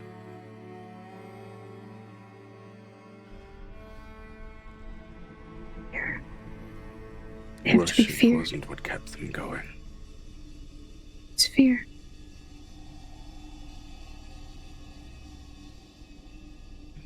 And with that information and that realization, we will take our break and come back in tempo with a realization and epiphany that now your party doesn't have about what they are walking on.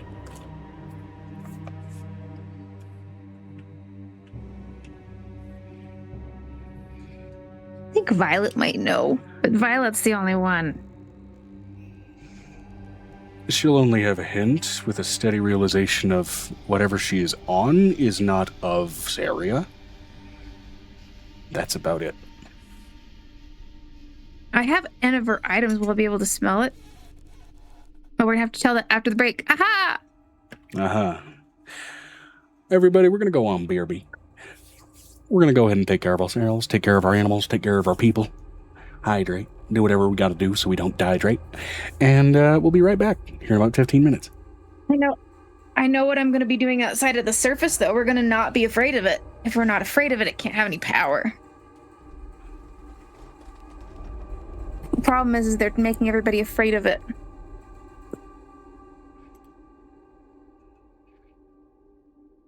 $10K forbidden knowledge for divination spell, Lord Starlight. What is the idea? I'm curious, because for $5K I have chaos magic, which is a D10,000 table wild magic effect.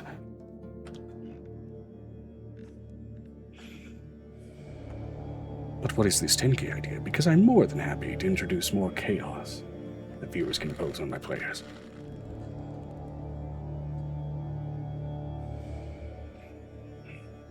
𝕲𝖓 said, so what was the reveal? That the disjointed, disoriented body that you guys are on, and this was research that Angel did after looking at a book while trying to basically continue to supply distraction for you guys. Let me hit the BRB button. Where's the BRB button? There we go.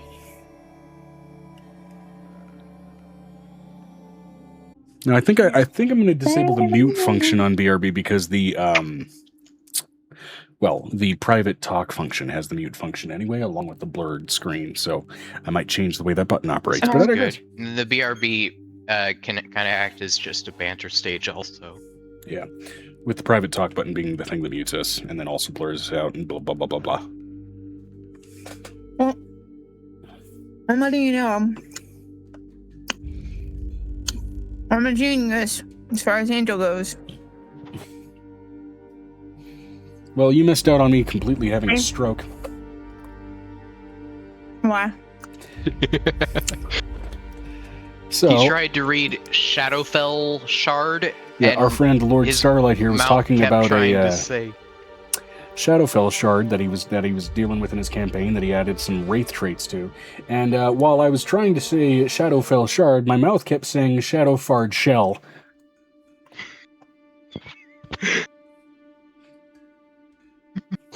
Whatever. You know. I know you got this, bro. Yeah. The fact that my left eye started hurting, like at the same time that my grammar was starting to die, doesn't matter. I didn't have that context. That's hilarious. But I think I know why time has stopped there now, considering the lock and key of 𝕲𝖊𝖓. That could certainly be a factor. Oh Yeah. no!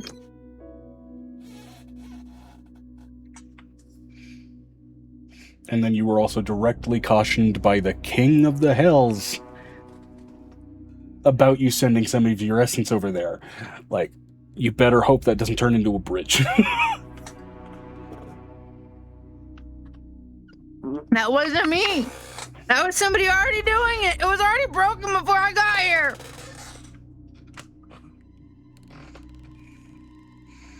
You don't throw duct tape into a fire in hopes that that'll put it out. It wasn't my seed. My character's already got some creatures that are going to be in stasis over there until everything kind of gets stable. Yeah. You gotta call me that. And stasis. I can't even be touched.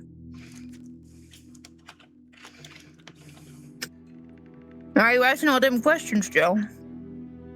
Yeah.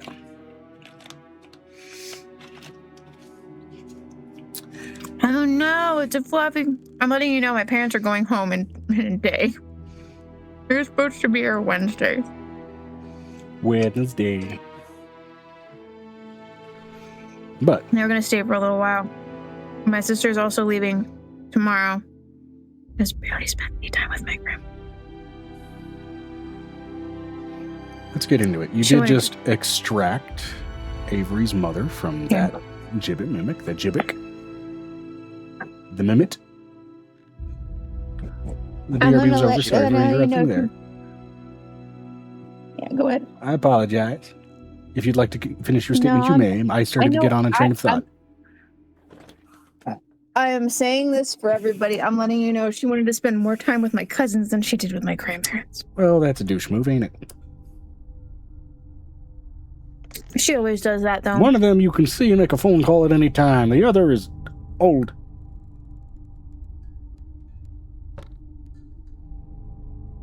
And in need of contact of other people to feel like they're still human sometimes.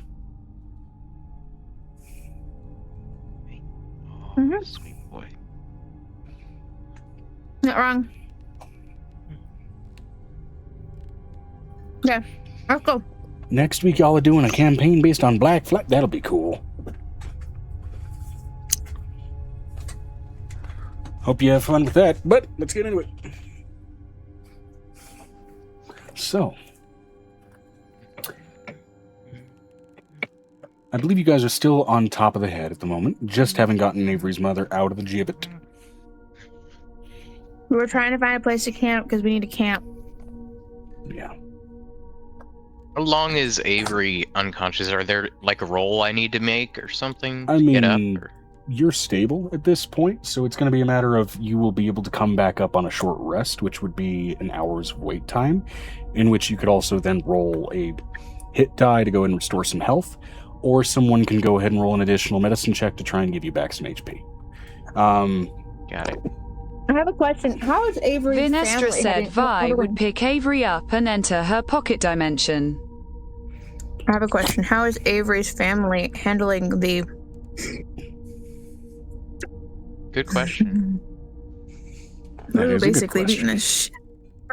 Did Aiko even come in with us, or did we leave her No. somewhere? Uh-uh. Okay, good. We Good, left her good. with Angel. We left her Good. with Angel. Good. She's in the necklace. Are you kidding me? She's not going anywhere. You're allowed to deny me this, Joe, but above board, who was this undisclosed feminine voice that Avery failed to perceive? For right now, I will simply say don't worry about it. Okay, I had a feeling you might choose that. I have a question. As far as Blue goes, how is Avery's family handling the fact that... Don't worry about it is my third favorite Yeah. phrase to say as a dungeon master. This is not a don't worry about it situation. The family's with us. They Yeah. insisted on coming. They're here. They insisted on coming. They've been here. So, let me see here. Just refreshing myself on some personality traits because I wish that I wasn't The as sister is the one that hates him. susceptible to... Yes, I know. I wish that I wasn't as susceptible to ADD and brain damage as I am as far as remembering characters that I even in some cases played 5 minutes ago. But I digress. I have some notes on them. There we are. The brother is the one that would have been pissed off. Yeah, the brother was the one that was kind of a dumbass, but got some He got some mental upgrades. Some mental upgrades. There was one sister that hates me, one sister that kind of cool with me. But they're both actually kind of cool with me now, but one more so than the other. Looking for their names. Yeah, you have Anna is the older Anna one and that Selena. hates me. with Colin, your brother. Yeah. Yeah. So, first of all, Colin was about ready to start knocking out your teeth himself to try and knock some sense into you because, you know, it's kind of what a brother do. Kind of their job Yeah. when their younger sibling starts acting a fool. That said, a punch-happy fairy kind of got ahead of him on that one. Which is funny because your brother's also a pugilist.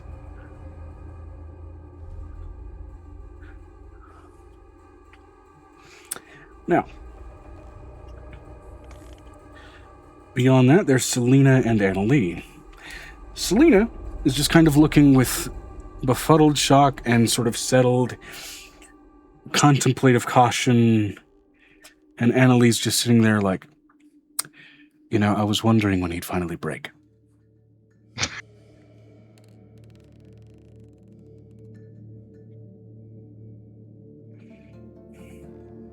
And Raven, Confused. the mother, is she even, confused. What how the- conscious is she right now? Or she's in bad I'm shape, letting right? you know. Okay, I need to inform Piper what happened. Okay, give me a minute. Hold on, guys. Okay. So basically, I'm gonna do short story shortened. Okay, ready? Amber, you hear me? Okay, so Avery went kind of cuckoo bonkers crazy with the demon influence that basically is 𝕱𝖊𝖓𝖓𝖊𝖓 dad. Okay, so he got like, Okay. oh, everybody. Basically, his insecurities were like way worse, and so he decided to start hitting people. And he started hitting, basically, hit Vanestra and hit Violet, and then there's Blue was like, He started I was it, waiting for you. points at Aegis. and it's like, I was, and Blue was just like, I was just waiting for this to happen. And then Blue was like, I've been waiting The punch for my my chance. in the face. Oh my god. What is this demon feed on? Insecurity. Oh, we're fucked. Oh, we're fine. She looks over at, like, Paula. She's like, Selena's like, Bruce is like, you know, like insecurity. Oh, he's totally fucked. She's gonna look over at, She looks over at Piper. I did it. I am not upset. And she looks at the goose. I hope you're honkin' happy.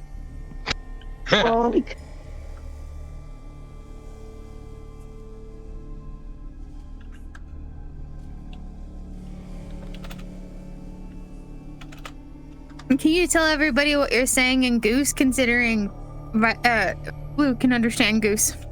Oh, it's just okay. It was great. She looks up at Avery's siblings. You want a piece? We could go. Joe. What did they Who's do just to gonna look deserve at- that look- threat? No, she's gonna ask. She's like, do you want a piece? We can go. We really can. She's like, What? Why? Why are you She's- threatening them? I'm going to remind they're- you. like, they're why- not. She's not threatening them. She's offering them a piece of you. Oh, their unconscious brother. They want a piece. She's offering a piece of. Yeah. Okay. But you're gonna have to chase after the tall one. Here's the thing. But let's. They're siblings, right? With that comes a little bit of shitlord impulse that every sibling naturally has.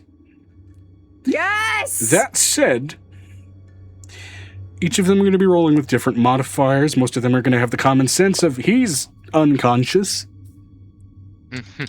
And so most of them are going to be rolling with advantage. Some of them are going to be rolling a flat roll. One of them is going to be rolling at disadvantage. Which one is which? I'll let you guess.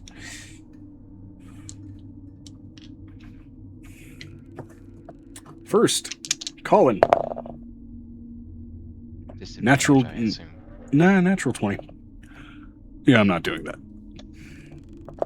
A natural 20 with I'm assuming he's not the one Right. with advantage. No, he was absolutely the one with advantage. Oh, okay. He was going to knock some sense into you, and you're already knocked the fuck out. Okay. Who's like, I'm had a really good day today. We could make this so much worse. I don't think I have any problems with this. You're gonna fall off. But literally, the only thing keeping you on my desk is my body. Next, You are pushing against my keyboard. Selena. She gets a flat roll.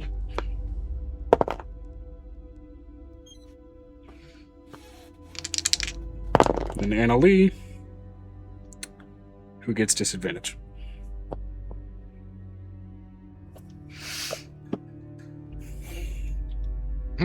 So both of your sisters walk to either side of you and promptly both at the same time kick your unconscious body in the ribs. Now, Vinestra nice. said Vi is carrying him. She did carry him out. okay, then both simultaneously cold cock you in the face. I'm going to be nice, okay, and not say that this, first of all, gets you re-rolling death saves and then immediately has you fail too, like normal combat rules do.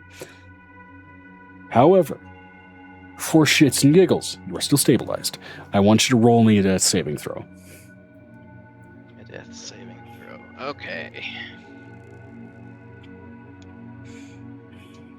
Hey, dude, get down. Thanks. That is a flat roll. Yeah. And it's a kind of a high or low situation. It is a d20. On a base 10, you succeed. Below that, you fail. Nat 1, you fail 2 death saves. Natural 20, you come up with 1 HP. Yeah, it was a 13, so I think that just means I succeed. Yeah, you succeed, and you're still stable. So I'm just kind of... It's exactly what they sound like. They kicked an unconscious body. It behaves like you expect it to. yeah. It just doesn't. Now that said, I'm going to ask: are you guys going to attempt a short rest on top of this head, or somewhere back within the depths of his skull? Are you going to attempt a short rest somewhere here, or perhaps even in one of the various pocket dimensions you have access to between each other? I'll give you guys the floor to discuss one of that. the Pocket dimension to do a... It's probably going to be a pocket Vinestra dimension. said, I did say V entered the pocket dimension. Oh. All She right. actually specified that she brought Avery in there, but I'm guessing to allow for that role play, we said that is happening after they slap Avery. Well, we could say that this is in the event of everybody following in and your siblings up to punch you, while currently bathed in tropical sunlight. But I'm letting you know, as we enter in, she looks over and she's like, yeah, I did it. I don't regret. I don't Which is to care. say, let's go ahead and switch the music to coastal for a moment. And I'll go ahead and just turn off the ambiance. You should be in my closet. Close up. Actually, I can stop putting close ups so you can go to sleep. Why don't we Okay? relax and turn on the radio? Would you like am or fm? camping ambiance, and then there is a beach camping somewhere. The Prindle. That was the latest. The Prindle. What's the Prindle? The PRNDL. Can you get my phone at least, please? Yeah. I don't remember much from that show, but I remember that scene. What? The I was Prindle. asking you what? No, it's an armadillo. Oh, asking someone over there. Okay, so you guys are going to be afforded an opportunity for a short rest. During this time, you can spend as many hit dice as you would like to go ahead and recover some HP. This will take the duration of about an hour in here to do so. Now, during that time, you, in order to actually maintain it as a short rest, are doing essentially what is considered minimal activity. That said, discussions can also fall under that baseline, in case you guys would like to take some time to talk, or if you want to simply shoot forward past getting through that hour. you guys are, at least for the moment, in a safe haven.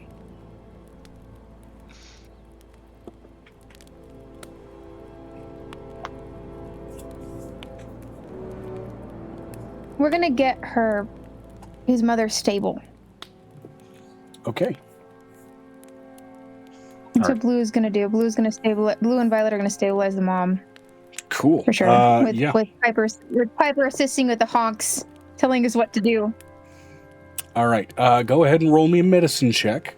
Now, between Blue and Violet, who's proficient in medicine? Both? Okay, roll with advantage. I will say, unfortunately, honks...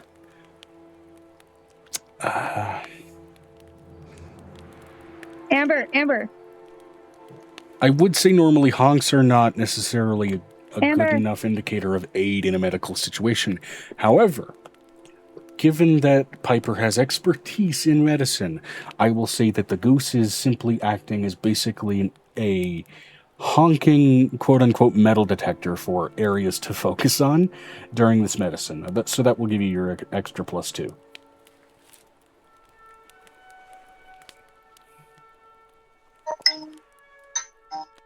Hey, Britt, can you pause the feed for a minute? Because I can hear it through your browser. Oh fuck. That's what I thought it wouldn't. I thought it wouldn't come through with it being in a separate window. I know. window. It's being dumb. She looks. She looks over at. I rolled a natural 20 for Violet, and for Blue, I rolled a 14 plus. So again, this is a situation where one of them is just giving the other advantage. And we're listening to the honks of Piper. Right.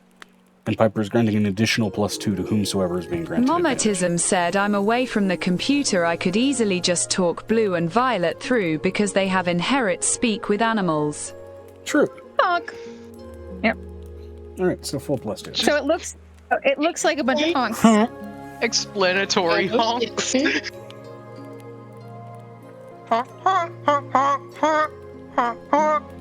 Okay. Honk, honk. Okay.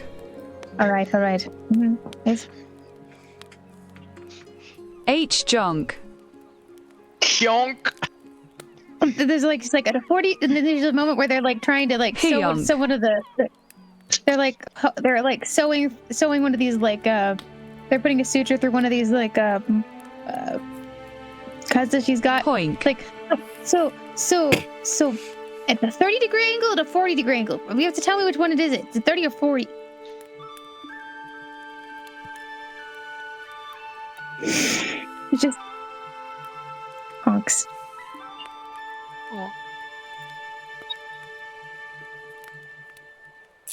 I will say, all in all, this takes probably the 𝕲𝖊𝖓𝖓 said, duration furious flapping hyonk. Yeah. I will say, all in all, that takes probably the duration of the hour-long short rest to go ahead and get her fully patched up and starting to get her some basic nutrition that is good for someone who is severely malnourished and damaged, which does not include moon cookies as something you should start someone on fresh after being that fucked up. She's got some broth. Yeah.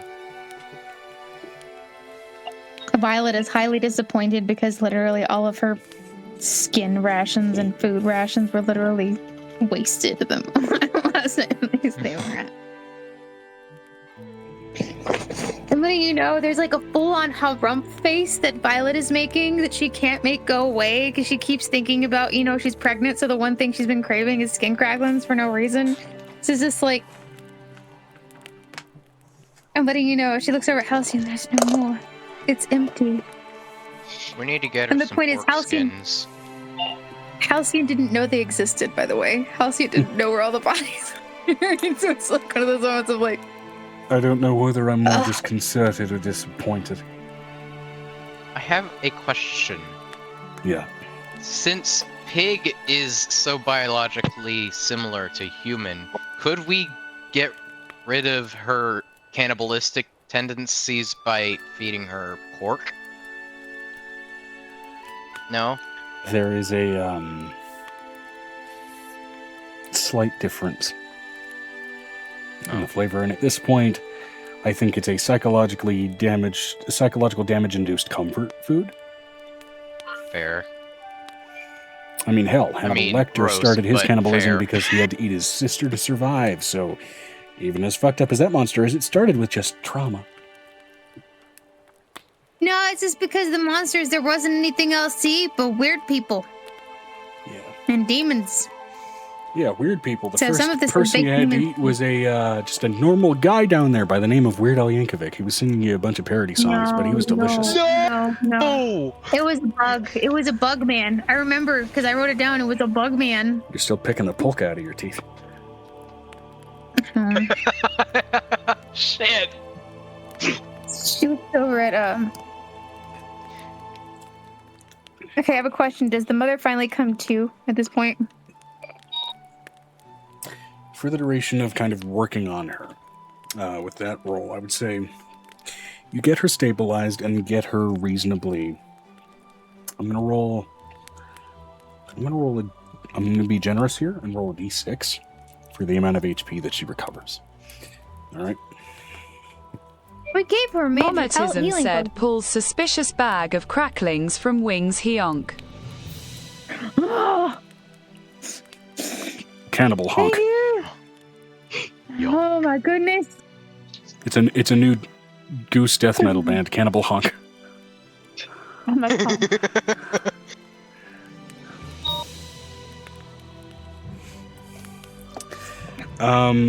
You said you gave her a healing potion? What kind? I gave her a major healing potion.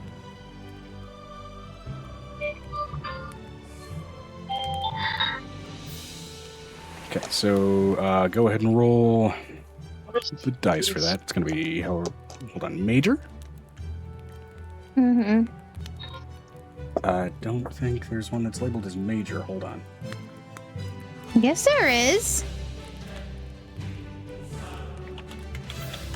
If there's gonna be a minor healing potion, there has to be a major. Ursa minor, Ursa major, Joe. Yeah, not quite. Hold on. So there is no minor. It's potion of healing, greater healing potion, superior healing potion, and supreme healing potion. What's the supreme healing potion? Because we've got 10 of those. 10d4 plus 20.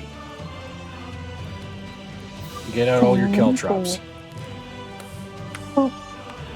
Boop. Boop. Get out your bag of super Legos. Boop. Boop. Boop. Be sure to accidentally drop a couple on your floor.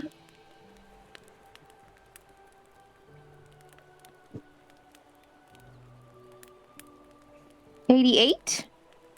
All right. 10d4 plus 20. 5 plus 5 plus 12 plus 5. Where are you getting the 5? Because I I'm never adding a 4 and a 1, Joe. 20 in the plus the Where's the 12, 1 that coming puts us from? at- There's a 4 and a 1 on a d4. Okay. 4 plus 1. 4 plus 1. But if it makes 20, that means that's 8 plus 9. Nope. 8 plus 9, that's Missed one. 17. Plus 20, so 37. Here you go. My brain did I can't do math. I'm multiplying instead of subtracting or adding. Yeah, I was Or this, confused. Well, I kept rolling 4 and 1 and 4 and 1 and 4 and 1. I was like, well, I guess that's 20.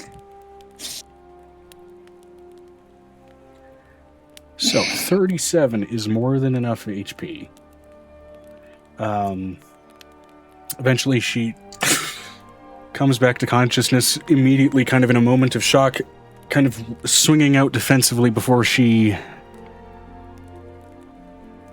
in a moment of kind of immediately being held down and held at bay by your siblings, is given a moment to absorb the world around her and come into focus. Oh no, the consequences of your actions.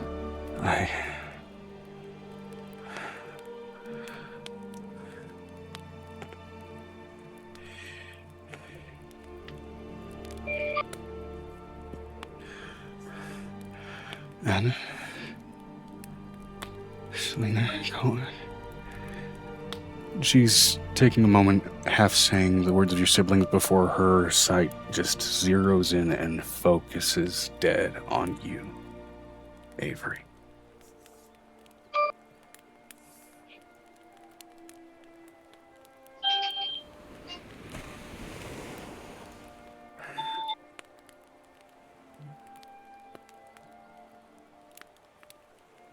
Don't tell me you came looking for me.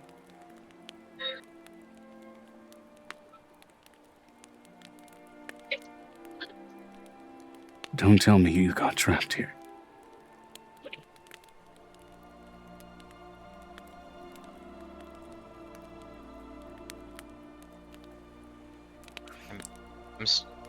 Have we already done our short rest? Yeah, it's the end of the short rest. We've got to. Yeah. Oh, okay. loosen. That's all right.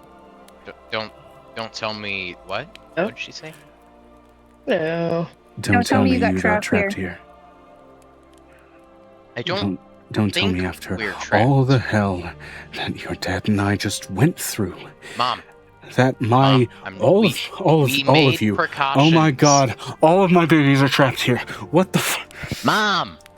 We made precautions. We have divine necklaces.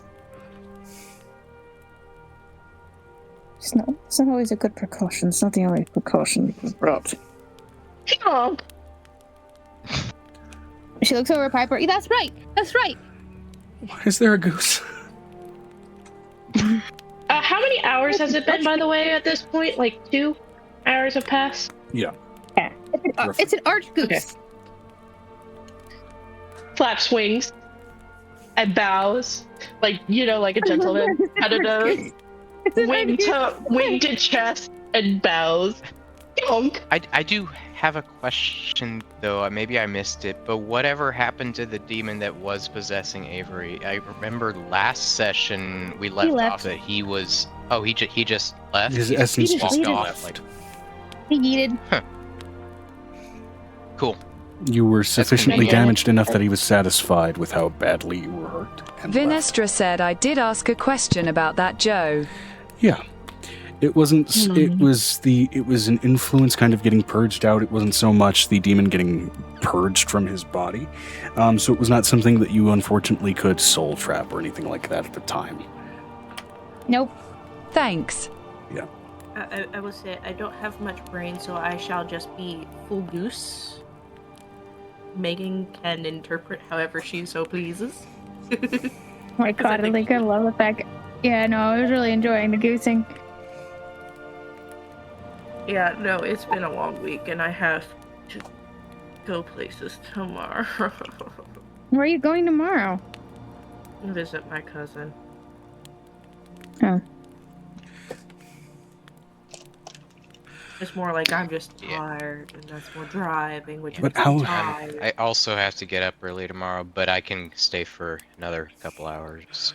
How did you all get here? How did you find this mess? How did you? I'm letting you know, Blue's just say the word. I'll smack her. It's fine. It'll be fine. It'll be great. It's one of those moments of she looks on Blue's face. Furiously puts her well wings enough in front that- of Blue, no.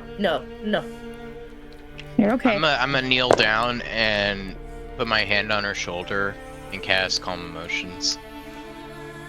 Cast chill the fuck out. Yeah. When you last saw her, you were not exactly an adept spellcaster. This is new to her.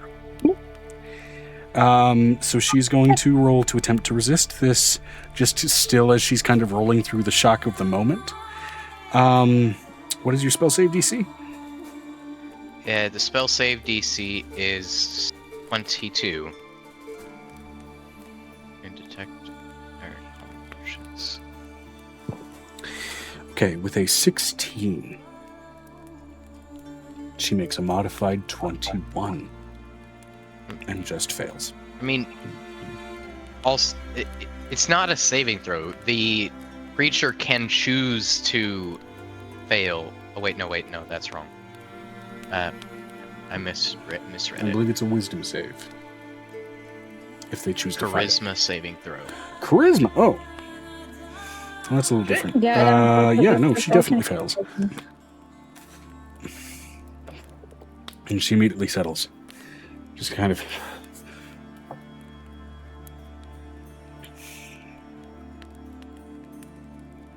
It's a moment where Blue looks over at Avery. No. It's a full on like, do it again. And it's the look that and we can repeat the last 30 minutes. And it'll be great. Alright, I'm assuming you guys take a moment to kind of fill her in on how the fuck you even got here and all of that jazz. I'm letting you know, she looks over at Avery, you tell her. Tell her what? What'd she ask? Piper just starts furiously gesturing with her wings and trying to explain, but it just comes out as, so, yonk. She starts translating as quickly as she can in Sylvan.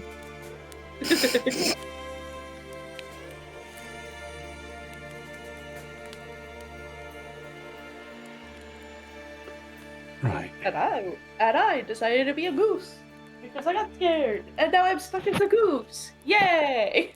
So through all of that, and then the message with your Ladies friend... and gentlemen, our resident 𝕲𝖊𝖓. Angel, and your father and I were Archgoose. together until we ended up getting separated by another shift of... Oh, your father. Yeah, he's next on our list. We just happened to find you first. Minor question from the Archfey. How well do you know your husband? Better than anyone else. Yonk. I know that you know most of him better than anyone else. Yonk.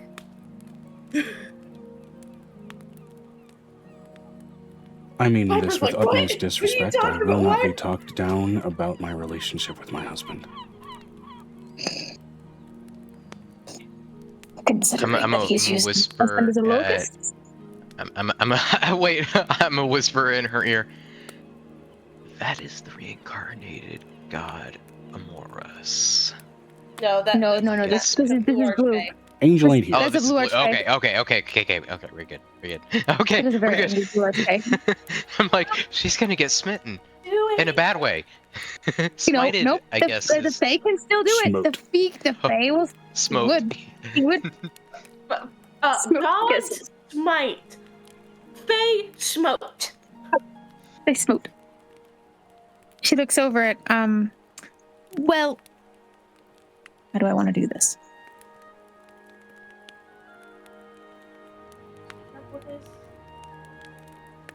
She puts her hand on the side of this woman's face. Sweetheart, I'm older than you or your son. I've seen vastly more things that are bigger than you. I'm not afraid of the big monsters.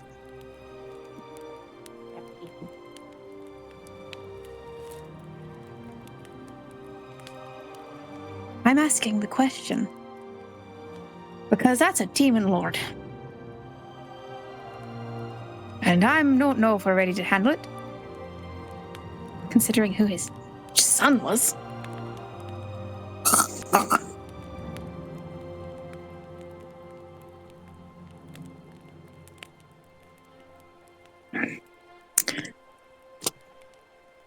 So I'm gonna ask you, lady. She was completely zoned again. She's listening.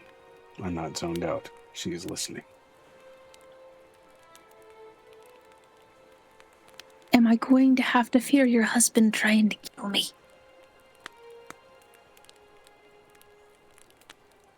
Considering your son just tried to beat the shit out of two of my friends.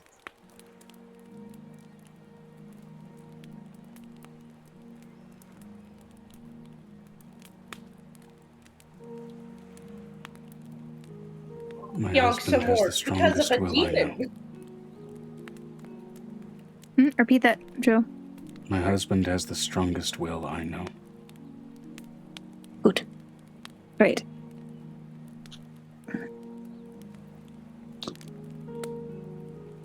And I kind of Who does mine? did. Next time I get scared, I'm gonna be a peacock because you know how they sound when they're honking. My lord, my lord, my lord.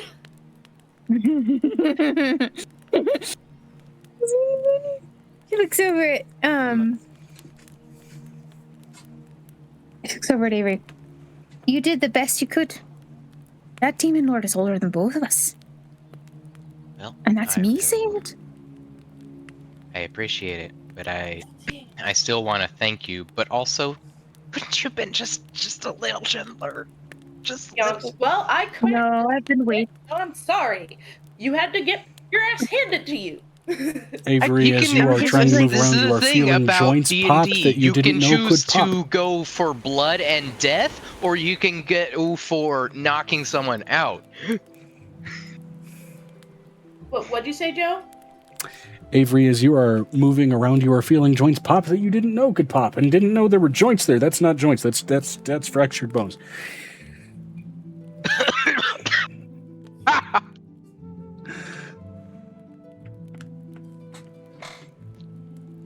I'm gonna say Not this, this Avery. mother. I have been waiting for this since the first time you looked at Angel and you disrespected her. Because I knew it was gonna happen. Yeah. And I was waiting for my moment, and I just got it. So, I don't have to do it again. Ever. I'm probably going to next time put my Do you mean to fingers say right you've back laid here. hands She on my points. son? Yeah. How do you think I got like this? This tempo didn't do this to me. No, the demon lord basically took over his body. So it was either knock him out or knock him out. And a chokehold wouldn't have done You it? didn't try to knock him out. You tried to kill him.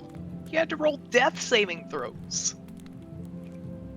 To be fair, once Monk hit, they have to hit 5 times, unfortunately. Sorry. Though I will say you specifically did not say you went for non-lethal. Yeah, that's what I'm saying. Like, you did not say that. I'm letting you know, Blue holds a little bit of grudge sometimes. Instead of smiting, she'll just punch him till they're like out and then bring him back to life. It's fine. Blue apparently was of a mindset where it's like, you know what, if ribs start piercing lungs and other vital organs, it is what it is. She's also an archmage. She does not. There are some things that she just doesn't care about. Piper You're flexible. would be Blue considered floating up. an ant. I'm gonna make your face a Jackson Pollock painting. God, you're not wrong. While in the Blue looks over. background, I'll More fix than your anything, face. this just kind of drove home how fucking useless I am. No, you're not useless. If you were useless, your family wouldn't have gone in there in the first place. I mean, this is the point where she actually gets him in his face. She's like, "I'm Wanted and useful are different things. I can be wanted, but not useful. Do you want me to put you back where you were?" Piper just flaps arms like this. No, ma'am. Just flaps his wings. Just like, He's just hey! he's just gonna kind of like curl up and kind of bring his knees to his chest. Okay, I'm gonna ask you. Can Just I to invade count someone's just a mind like you? little. Can I invade somebody's mind like you can't? I don't have the ability to do Your it yet. mother One day. stands up, It wouldn't surprise me, her honestly. clothing in complete and total tatters. As she does so, Wait. useless. No. On your father's side, you are descended of a long line of legends from the Feywild. On your mother's, Aasimar of a goddess of love. Within that blood there lies a lot of potential. You went treasure hunting and broke something in yourself. Of course, your father and I were going to try to fix it. Because we watched through your childhood you fight to find an identity for yourself that you were comfortable with.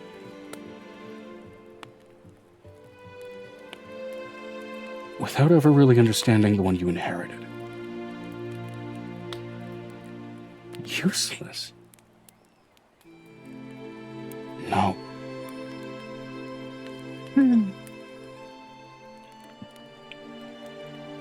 Broken? Maybe not after what your dad and I found.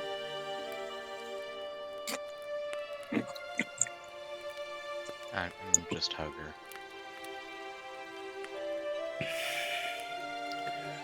She pulls you in and hugs you close, holding your head and pulling your head low the same way that any mother would when holding their child. I miss you so much.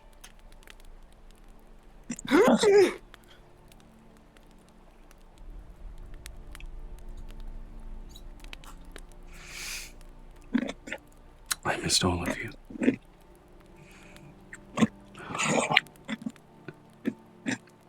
And my children, you need to stop being at each other's throats because as a family,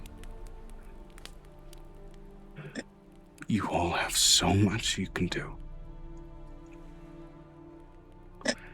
And you can feel her turn her head toward one of your siblings, despite the fact that your head is pressed to her chest and very much directed kind of away from being able to look around. I'm letting you know Blue's giggling. We can start by looking for Dad. No, not yet. Everyone needs a rest.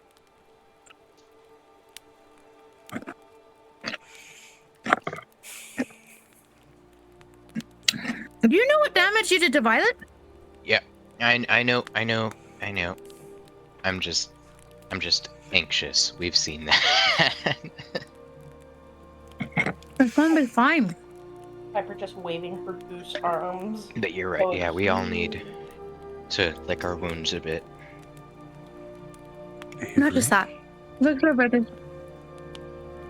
I have a question for you, sweetheart. Where's that Is it necklace you found?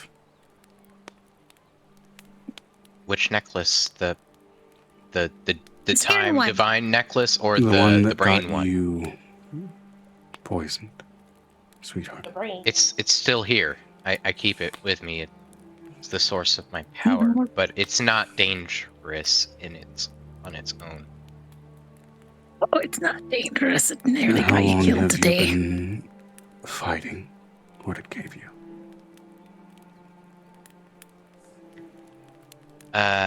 Fuck. How old was I?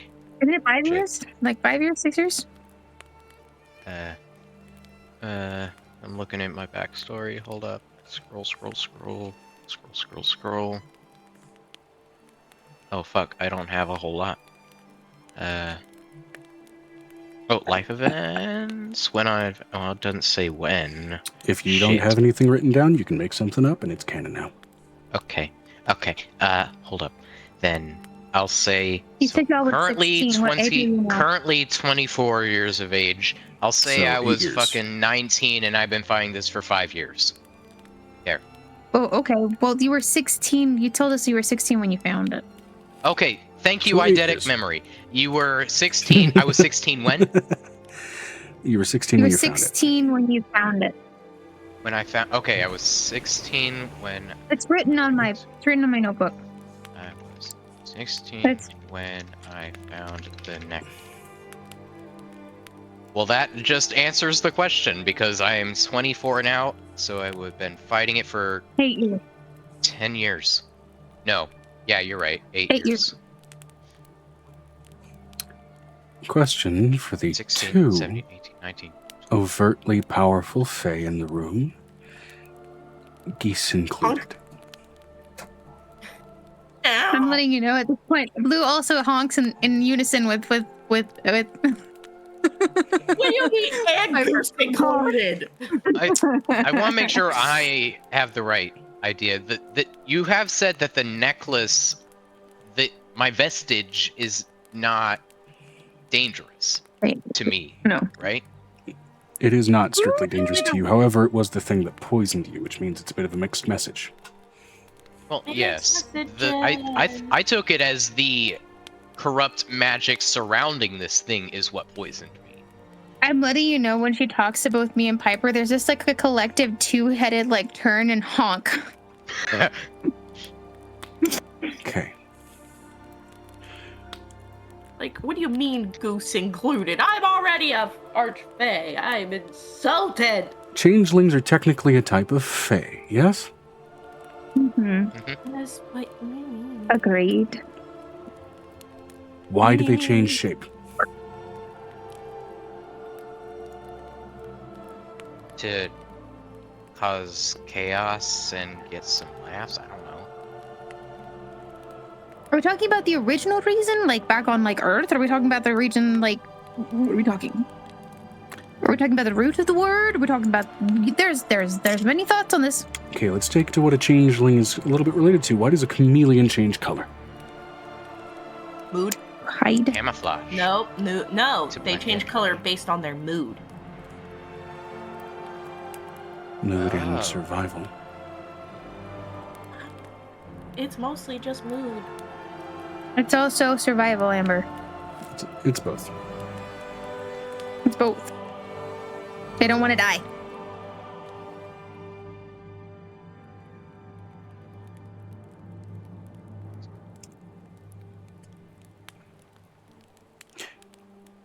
What mood were you in? What emotions flowed through you when you started to get poisoned?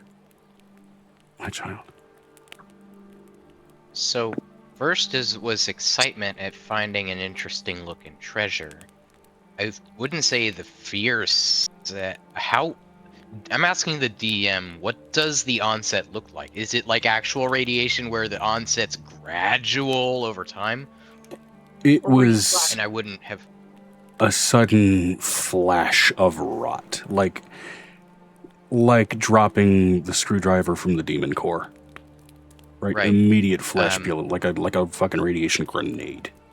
That's been progressing since. Right. So that would have been unnerving, but does my body immediately react to that? Like, No. is it flash, look down, and then cracked? Like, It was at first it was really heavy blistering. That once that subsided, there was that cracking sensation underneath. That since any further progress on it was just more of that cracking. Blistering never happened again. okay. I was scared. For me, or Aiko?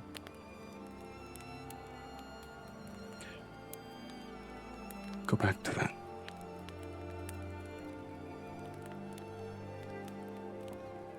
Go back to. If you're asking me to give up trying to heal me and No. my Go back It's the emotion. to that moment, that emotion. okay.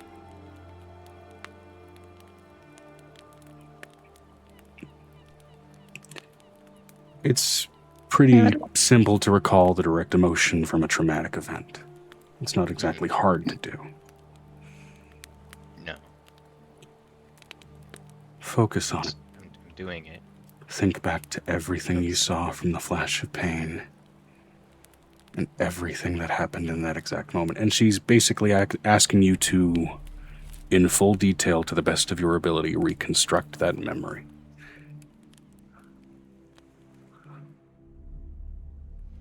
So with that, I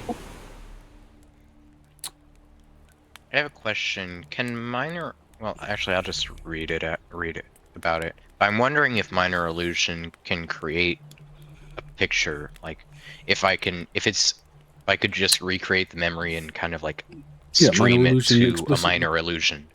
minor illusion explicitly can. It will only be the visual side of that memory. It won't be any of the other senses. Okay.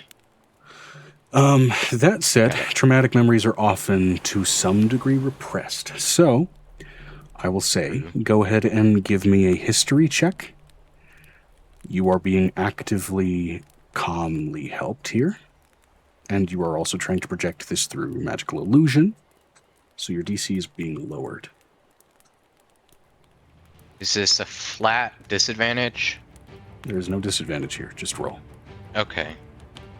Okay, well, it's not great as a flat roll. So 7 plus... What's my history? 5, 12? Does that do it? 12. Not quite.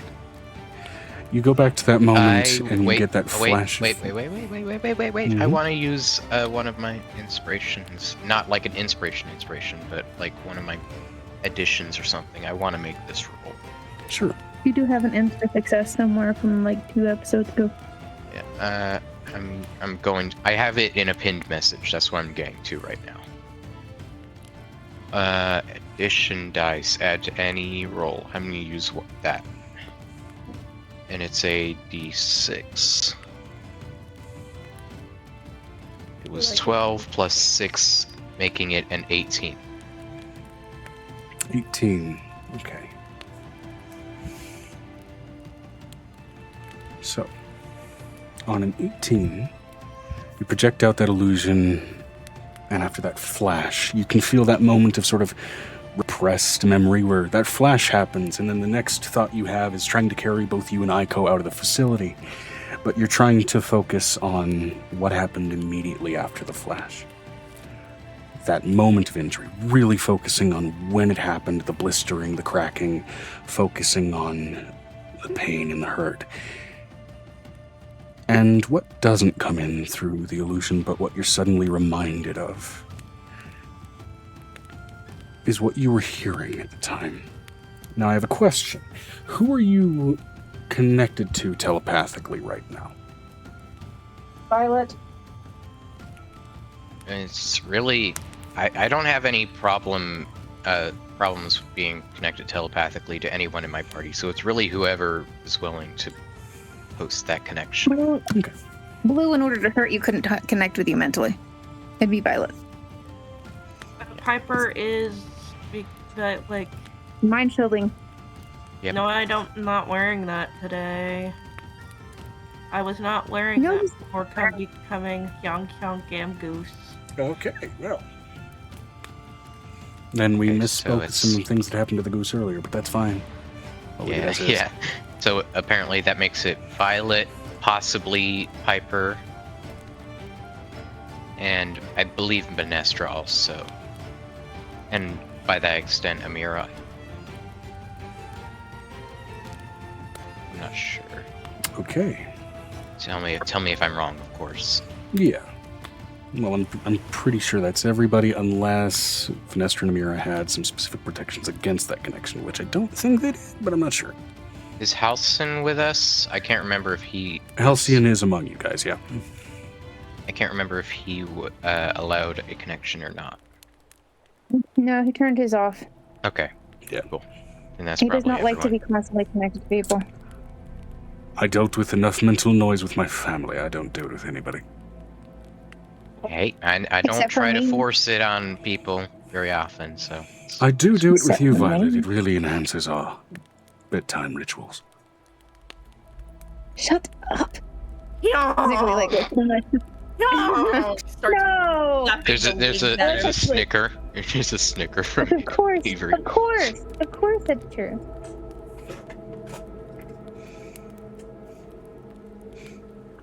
I get to know exactly how you feel when you're not able to vocalize it.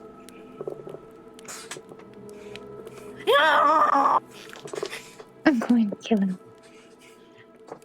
Reminds me No. of that one scene from Cyberpunk. You love me too much, and you love what I do at night too much. I feel like we're getting off topic. Yes, we are. He's always off topic. Always off topic unless I'm on top.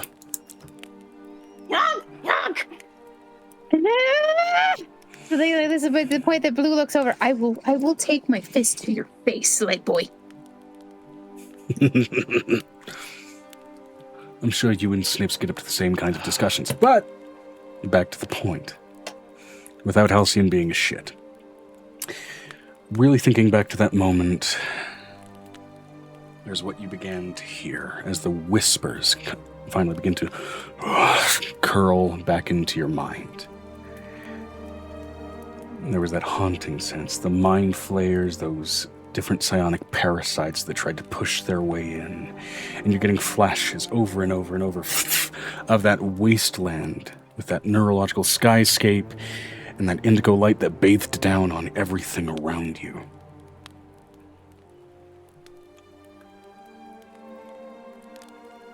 And I want you to go ahead, especially as you're hearing a separate set of voices through it. Let me know what you want to do as you're hearing that separate set. That separate set notably isn't giving you that visual of the wasteland.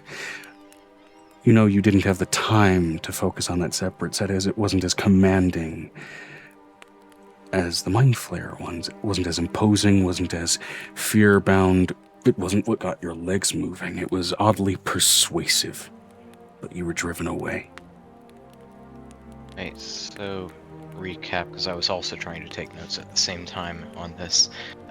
There was...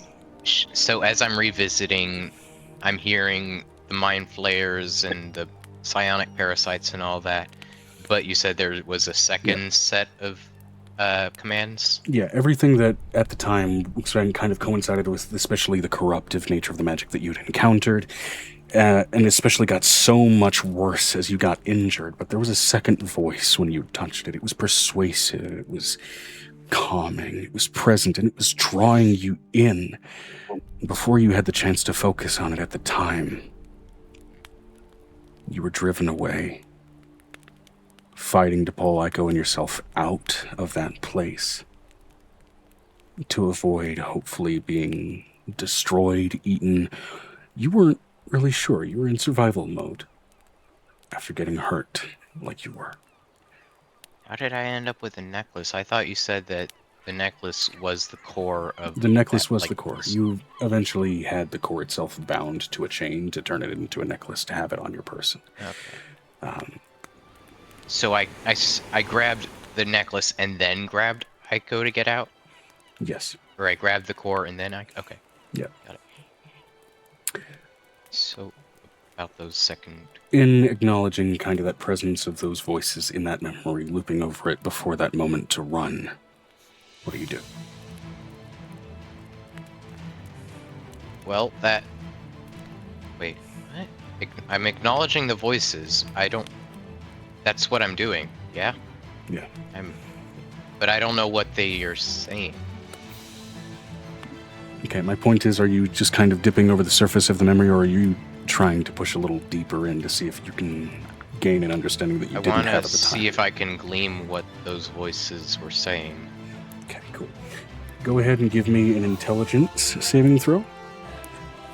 Because especially with the way trauma works, it's often the bad memories that overwhelm those sort of smaller details. Okay, not a lot bad of the time. flat roll. 17 plus the intelligence. Come on. Intelligence saving is 13, 17 plus 13. That's 30.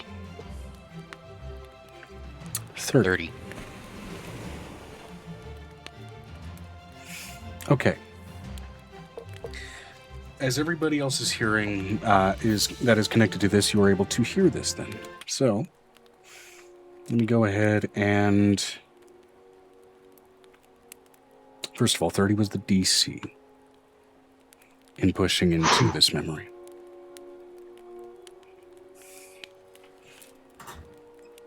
You push through the heavy and finally get through to the soft whispers, pushing the heavy, fearful rage, that return to that emotion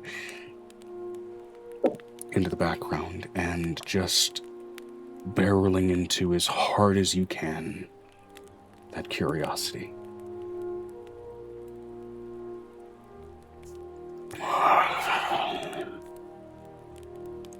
Avery.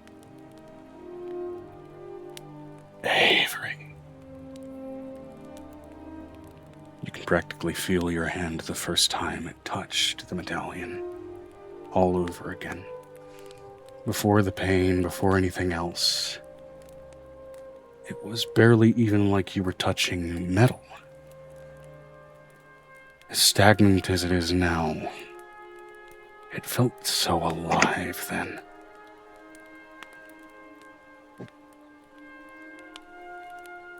Like something was grasping your hand back, trying to form some kind of, not even connection as much as it was an exchange, an agreement.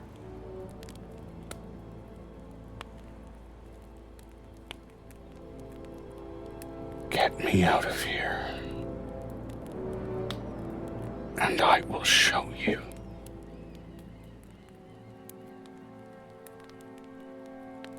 Everything that this world forgot about the magic of the mind.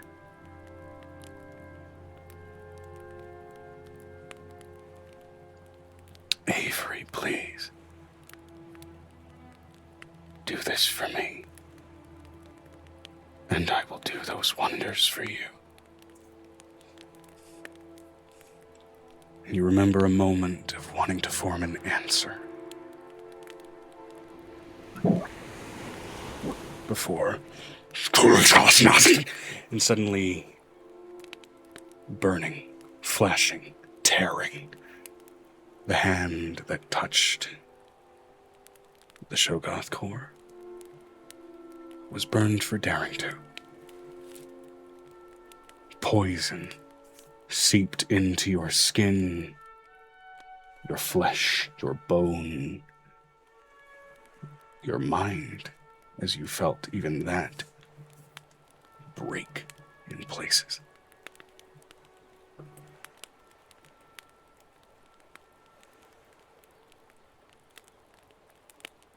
And you come back to the present moment. Would I know how to interpret this? I'm assuming that voice didn't sound malevolent. It sounded like I reached for the seemingly not too dangerous necklace, and in doing so somehow became vulnerable to other psionic attacks at that moment. Roll an insight check. And this is let's be clear, are you trying to understand what happened to you in that situation, or what the intent of the voice was? Can I do both? I'm just really confused right now. I'll say first insight for the intention of the voice. Based on that, will determine basically your DC for the other roll. Oh, no. That's a nat 1. It's kind of hard to reinterpret the moment. Cool. Roll an Arcana with disadvantage. You will also have a -2 applied to this. Arcana with disadvantage. Okay, that's... Or probably can't get lower than that. Okay, it's 4. 4 plus 5, 9. -2, 7. Oh, -2. Okay. What was the -2 from? An additional layer of disadvantage. Stacking advantage and disadvantage have, plus or -2 respectively. Mm-hmm. 7. 7. You've got a more detailed memory, and that's about it as far as what it means. Right now, you don't have much to go on other than resettling your muscles and unclenching your jaw from the stress of the moment, and even realizing that you're kind of shaking off, reliving some of the physical sensations of what happened.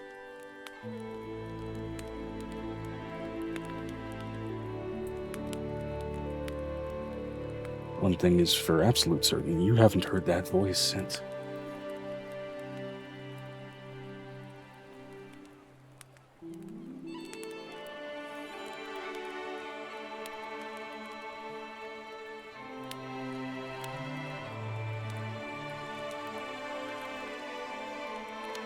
Yeah, because even when I heard the voice of my necklace, it was just kind of psionic feedback. Yep.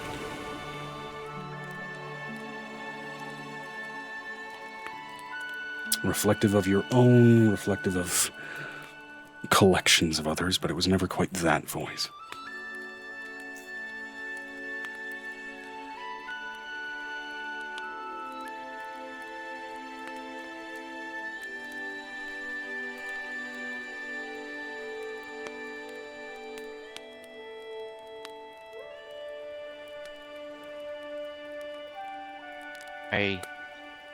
I remember there was a softer voice telling me to take it out of the runes and that it would, and I quote,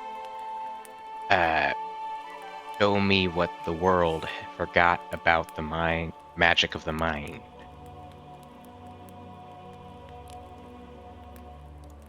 I don't know what it means, but that's what I remember.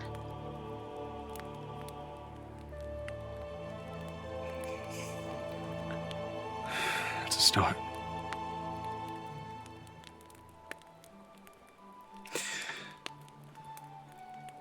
Notably, you feel that sort of itch of the dryness of your injury and your infection is a little bit lessened at the moment.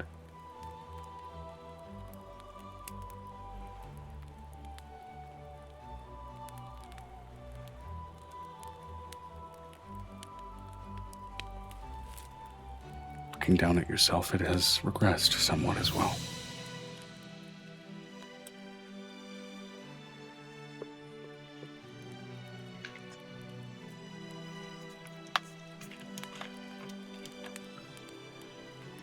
What in the...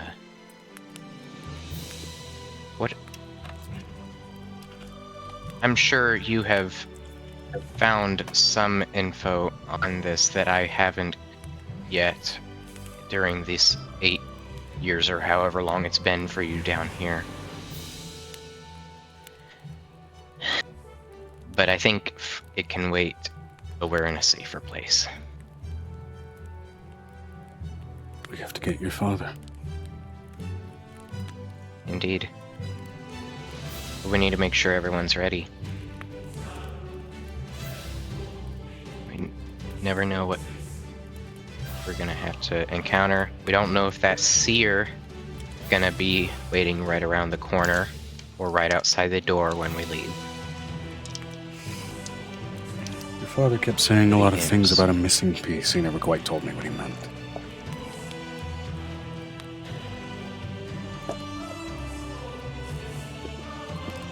Well, we've discovered that my astral presence is shattered. Yeah, I noticed, honey. Okay. See, I don't know. This is where we're going to have to kind of convene at some point and figure out who knows what. But not now. Okay.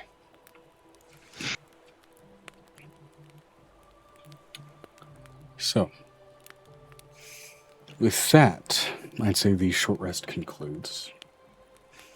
You'll get rested, and with that short rest, you can recover whatever you need to with that short rest that can, as well as roll any amount of hit die that you need to recover however much health that will allow you.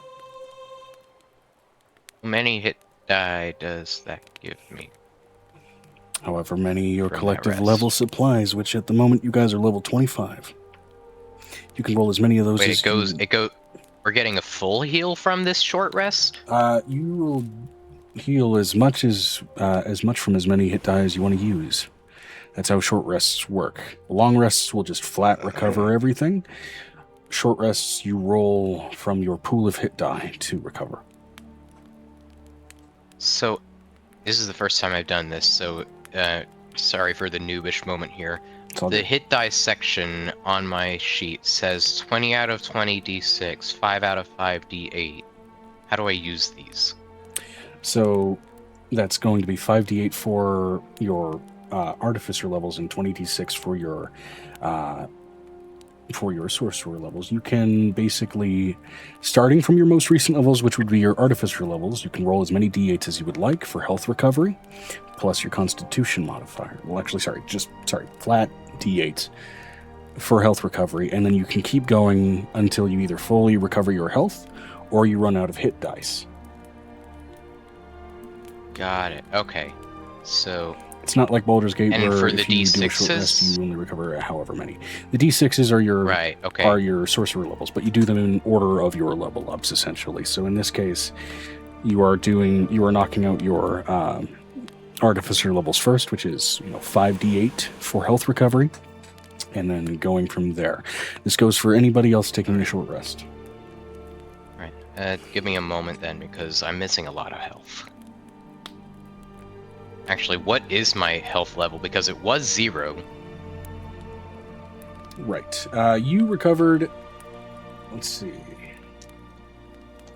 I believe on stabilizing you are at 1 HP. Okay, 1. 1 plus 3, making it 4, and minus 1 hit die. Plus 6, making it 10, minus 1 hit die. Plus 7, making it 17, minus 1 hit die.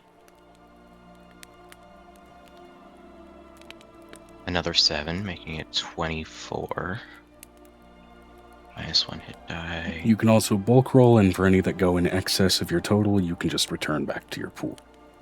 6 to 30. Okay, so after I did the artificer die, I ended up with 30.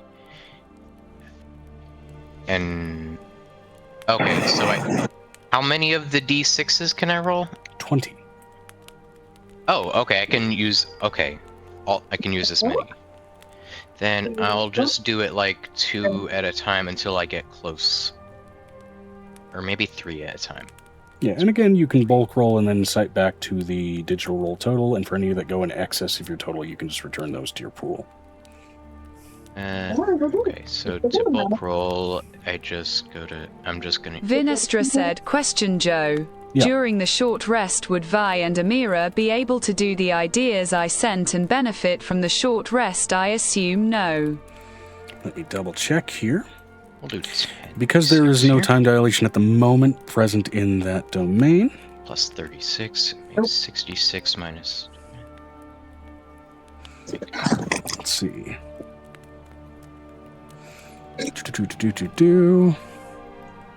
And I'll do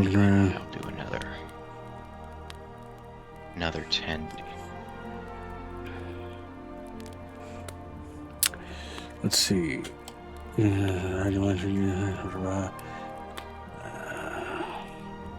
Another 31, so 97. Well, I'm not in imminent danger, but I am certainly not healed. Well, we were supposed to sleep. Supposed to be resting, eating food, getting things done. Trying to get situated. I will say this. How many aglomantic tokens have you built up? What are aglomantic tokens? It's part of Vinestra's vestige. Aglomancy is the magic of pain. Oh. She builds those up for instances where she takes damage for you guys and that kind of thing. And then they can be spent on like empowering damage and that kind of shit.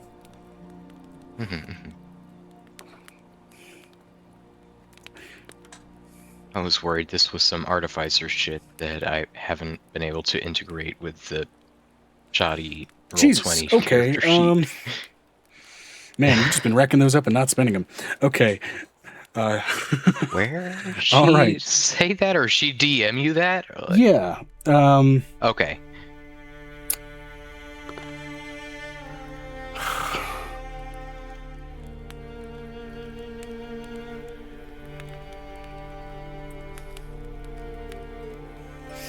Okay. You know what? I will say this.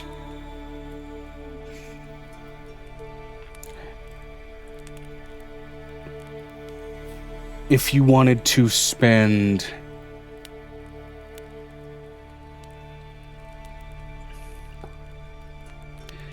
Yeah, if you wanted to spend 80 of those right now, I would allow you to convert that to giving everybody present with you in the party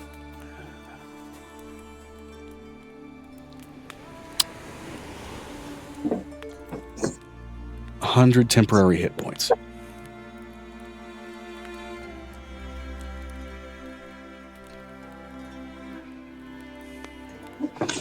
Alternatively, because everybody here's a caster, you can spend 20 points apiece to give everybody basically an additional spell slot.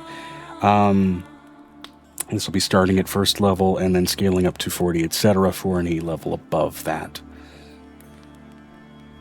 Megan said not everyone's a caster. Oh. Thank you. Right. Well, I would say then in the case of the monk, that would be key points instead.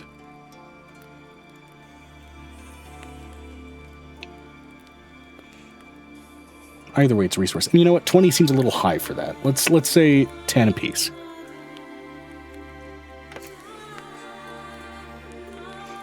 That might have fucked me, but I don't care. It's fun. Joe, I would like to rest. You guys are resting. This is what you're getting for that short rest. You can roll as many hit dice as you'd like. Rest for the rest of an hour. You want to do a long rest. We don't have a Joe. We really need to do a long rest. I'm low on spell slots, so if we can afford a long rest, I do also think that would be the best. Okay. Be aware, time dilation is not in effect in this domain here. Oh, while you guys are in proximity to tempo. I am okay with an 8-hour rest, Joe.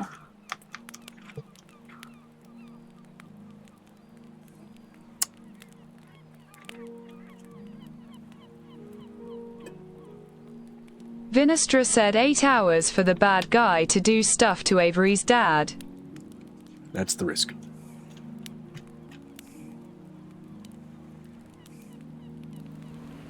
There's considerable risk.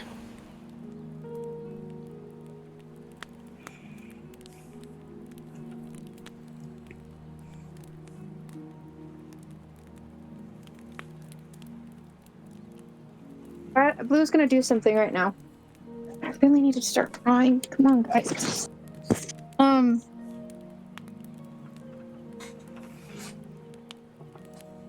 just gonna look over at Avery's mom. How wound in the Fae is your husband?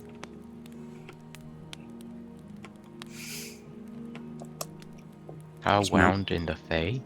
To be wound in, to be in something. From your father's side is where you get your bloodline attached to Starling and basically okay. Piper's family. Got it.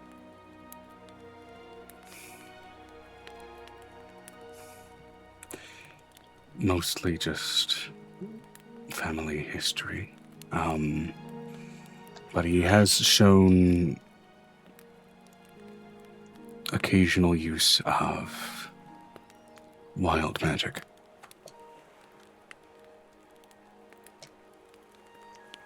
How many of my family members use wild magic? Oh, I would know that actually. A lot of them, actually, to be honest. And wild magic is also pretty symptomatic of just like sorcerers that were born a little too close to like the Feywild, for example, and so their magic was a little hunky-wacky.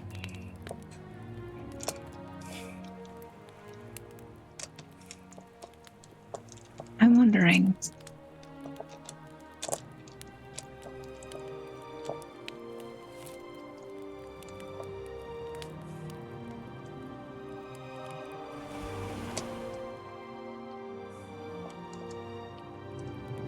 I'm gonna do something. She looks over at the baby's mom. I haven't done this in an age. Do you want to try to induce time dilation as an archfey? No, I do not want to try to induce time demolition. I want to do what Faye do. Clarify? I want for her to force her husband to summon me to where he is by using my real name.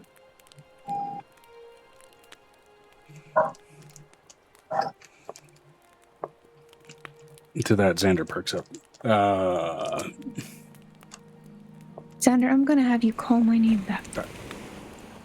Here I was feeling special. Sorry to interrupt, but I would also like to use the Fae phone. I need to ask Angel to check on Aiko because of everything that just went down. We'll get there. She puts her hand on Avery.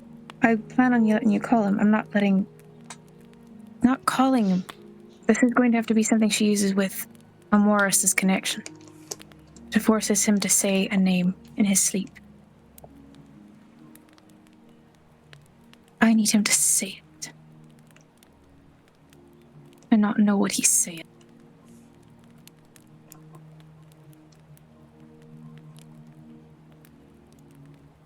She looks over at Avery's mom.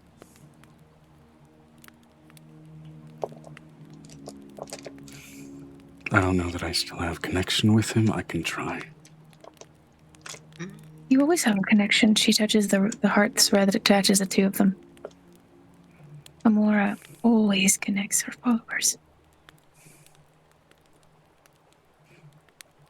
Pulling on the revived Amora priesthood. Good on you. Okay. I'm sorry. I know this isn't the best spot, but I really need to pee. Can we pause for just like 1 minute? Thanks. Go piss. No, it's gonna take me a minute to negotiate this with Joe anyways. Go. Okay. So what I'm trying to do, Joe, is extract him so the boss can come to us or fight us. No, I understand what you're doing. I'm also not against what you're doing.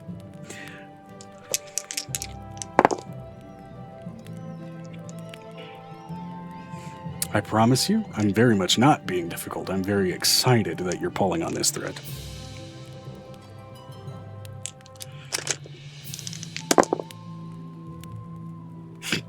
Jesus. Okay,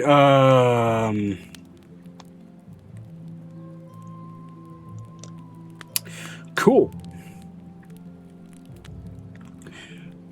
Megan, could you, as Angel, real quick, roll me a percentile?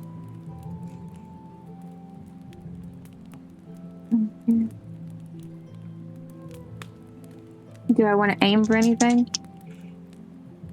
Just roll and tell me what the result is, but for a moment, while Angel is having her discussion and her distraction news, she feels a thread being pulled in the darkness between the stars. I love the 69 that I got.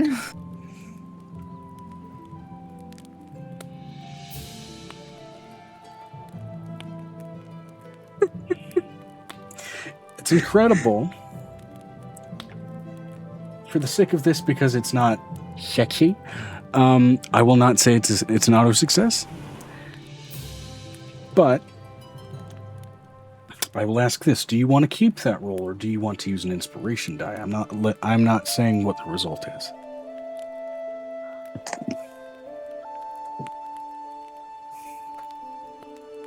I would like to go ahead and try again. Okay.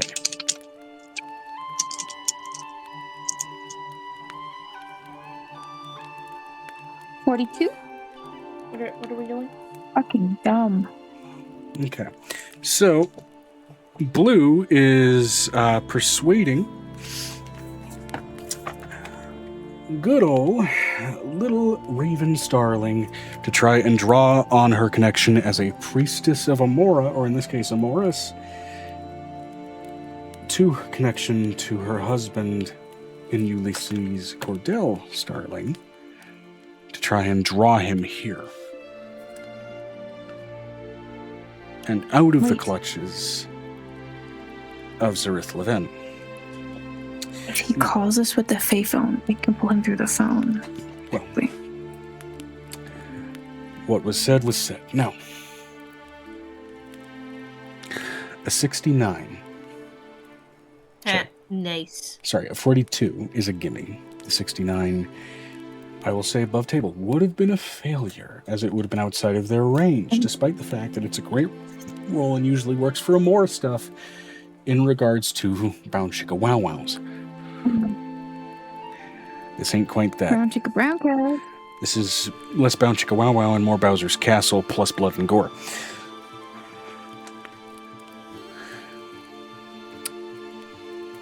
I also rolled a percentile on their end, and usually we're looking for a closeness in range of usually a ballpark of 10 on either side, right?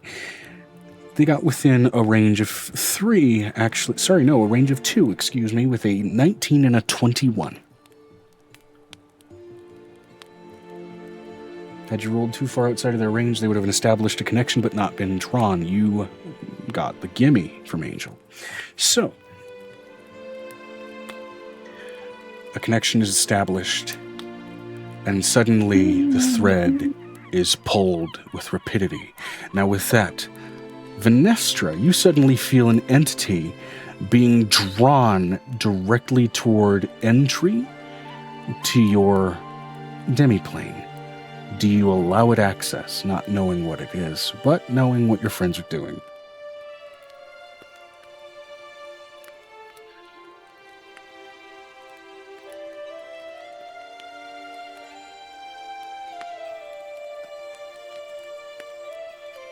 Venestra said yes, also did send you an extra question. Fantastic. I will say, given the condition it's in, that may or may not work, that question there. But, and that's to say the second of the two. However, as far as the former, it's a possibility. And as a mention, Venestra did spend 80 of her 𝕱𝖊𝖓𝖓𝖊𝖓𝖊𝖘 tokens, so everybody gets 100 temporary hit points.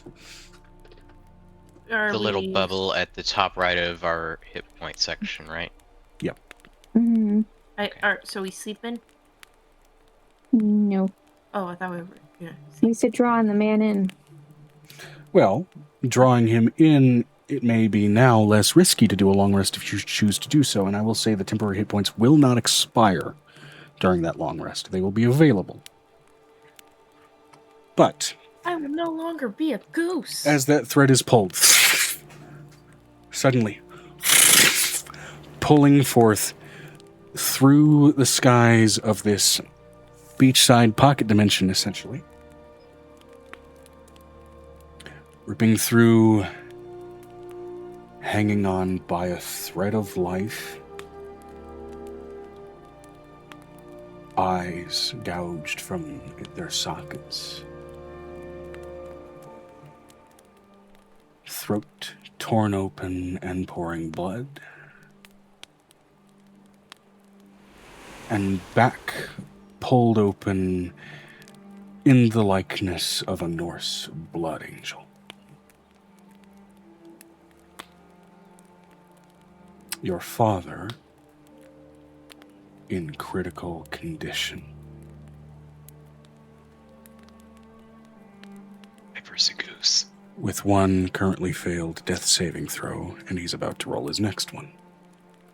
And your mother, on reaction to seeing the state her husband is in, despite the calm emotions effect she is under, you feel the magical effect shatter as she screams in horror. She was in bad shape. She was not like this.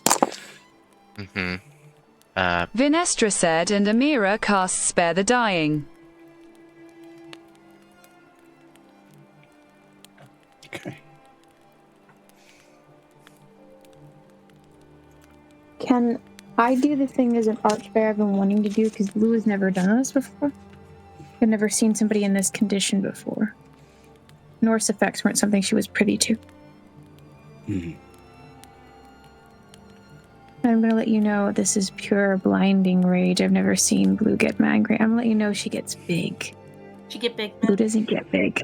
Get big mad. Which, mind you, just a racial trait of a fairy. After they reach level 5, they can go ahead and just go into the medium-sized category and become basically a human-sized equivalent of their fairy form. So is that effectively what happens to Blue? No. Blue becomes a giant. It's part of her archfaith. Mario's this shit. Gotcha. Beyond Mario's this shit. She quadruple Mario's this shit. Piper, meanwhile, panicking in the background, going, yonk, yonk, yonk, yonk. It's a me mongoose, this shit.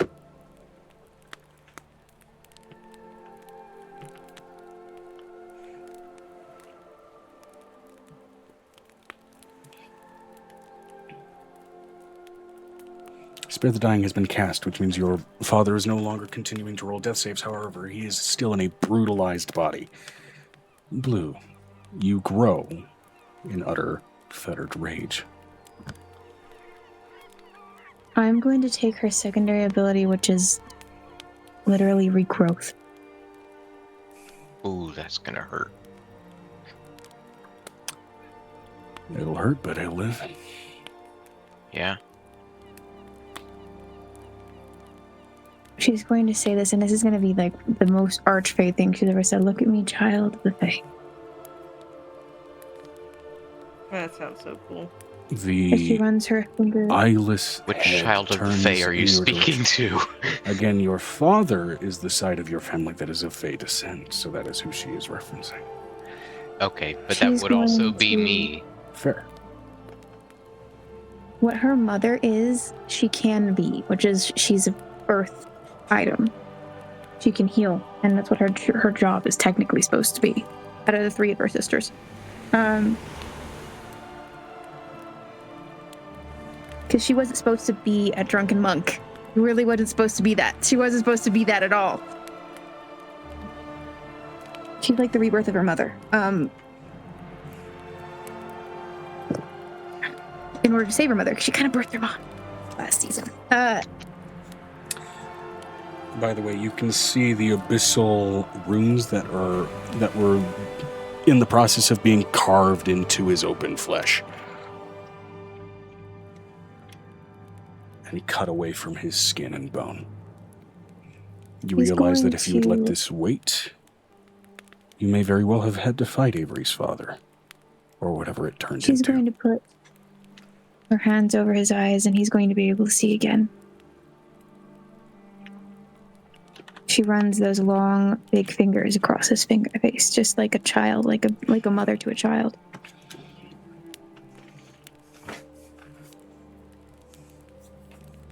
At this point, it looks like a sculptor with clay, because her mother is literally supposed to be Mother Nature. Mm-hmm.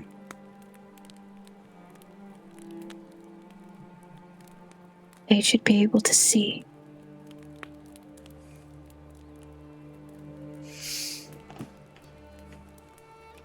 In an horrifically agonizing yet oddly beautiful magical moment of regeneration, as you watch his lungs get slipped back into his back, bones reform, flesh go back atop the cage, and eyes regrow in their sockets, along with dozens of other injuries reforming themselves. Eyes look upon you first. Continue. She's technically the blue fairy. I love that part. The fact that she's a blue fairy. Am I a real... No. She looks over at him. And a Fae should not feel pain, but they should laugh. No fear.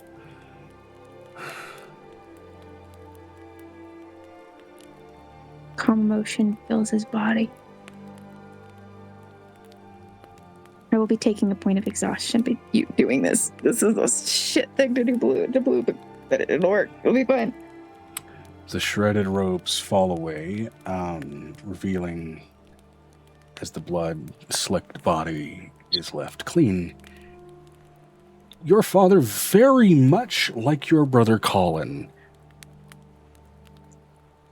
has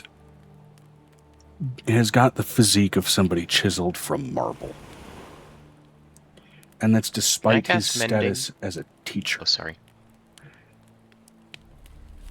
This is the history teacher who gets yoked on his free time. And she's going to blow what is fairy dust. Fairy should be clothed in nature.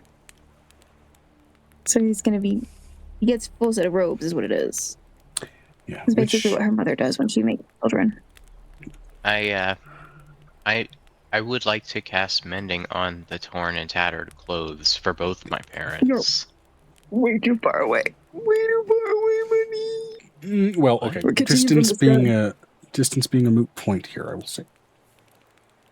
Both the mending and the generation of new clothes can occur here. He's in the air. She's catching him from the air. Oh. Big baby. Big lady now. Not a small lady. Yeah, but I thought we were on the ground. Sorry. Mm-mm. She's catching him in the air from a currently a gigantic size. Vinestra said, query, where in the dimension are we? As there is medical facilities. We're on the coast. She's doing this because he's dying. Yeah, it's rage because of death. I would also Who doesn't assume ever that get at the very injured? least you guys are close to that area, given who you were bringing in the first place. Even just among the people of Tempo being in various states of malnourished. I'm gonna let you know when Blue gets small, she may need to get some healing, considering she doesn't do this. And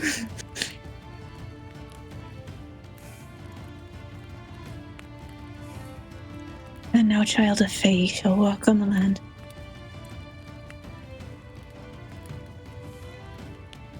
And the land will answer you.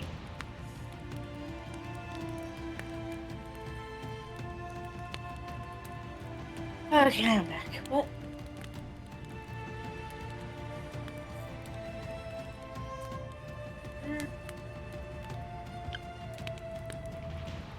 And she gently, and she's a big lady. She went from being this big to be real big, and then she gently puts him down right in front of right in front of Avery, and then Blue passes out. Full on pass out. Does not understand her full Fae powers. But there are certain things that enrage her. Just there's not very many things that I get to do, but that one is going to cost her 2 points of exhaustion. That's gonna suck. Well, now I'll let you know she we're passes even. out. I'm gonna look at you, and there's gonna be like, she's like, I wouldn't say that when she wakes up. That's what Violet says on your shoulder. Oh, I wouldn't dare. I would never. That's exactly how that sounded. I would never. Feeling a tooth in your mouth that's still a little loose. Yeah, I wouldn't dare. Considering. And she's like, Violet goes, considering that her mother kind of birthed an entire planet out of her hoo-ha, I wouldn't necessarily say anything like that. You punched me so hard, I think I felt a tooth fly into my ear. It feels like a molar.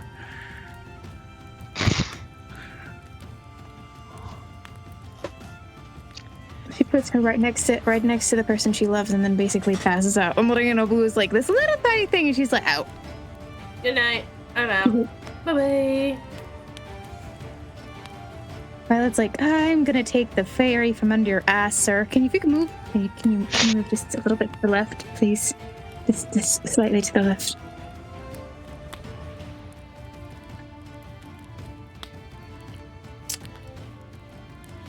I'm gonna roll a percentile for your sister Selena.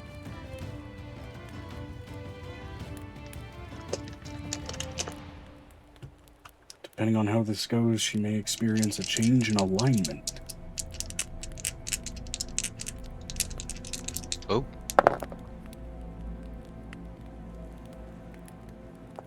High or low, Avery? High or low? Gotta make a roll. Figure out where you're gonna go high and low. Or you can simply call it. Wait, did you ask high or low? Oh, high or low? Yeah. High.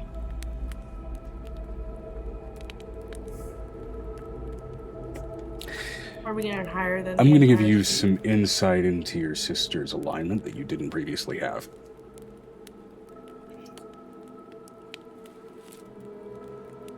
Selena increases her status of alignment to lawful neutral.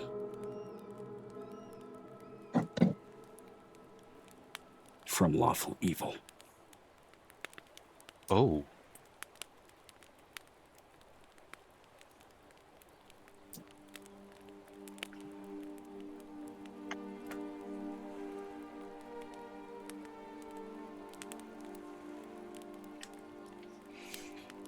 Looking at her parents both in such brutalized states, feeling shocked to her core.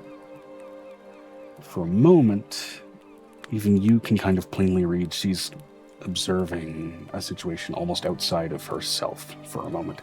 You've known her for a while to be very sort of self-centered and self-serving to an extent. Annabelle or Selena? Selena likes you, by the way, but you've known her to be self-serving. I have a question. Seeing Blue do that, considering Blue does not ever make any type of effort at all in case there are Fae involved.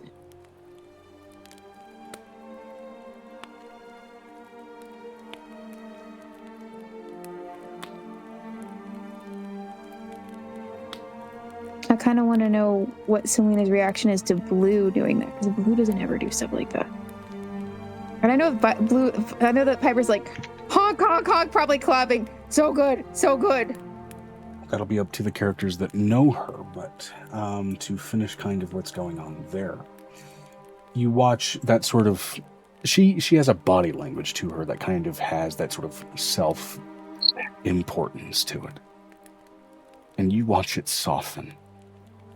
And it doesn't unsoften. It doesn't regain that rigidity. And in that moment, you gain an insight into who your sister is. Or at least who she was. She was a sneaky type. I mean, she always has been. She was also a lawyer by trade. She never talked about her cases.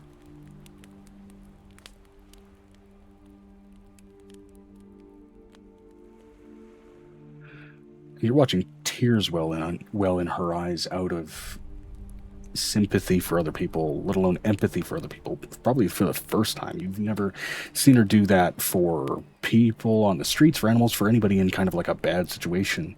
You're not surprised entirely to see it happen for your parents, but it's still shocking to see this emotion come out of her.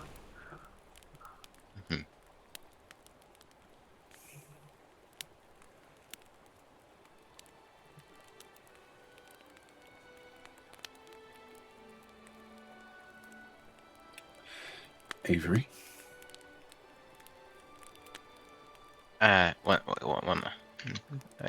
Sorry, I'm trying.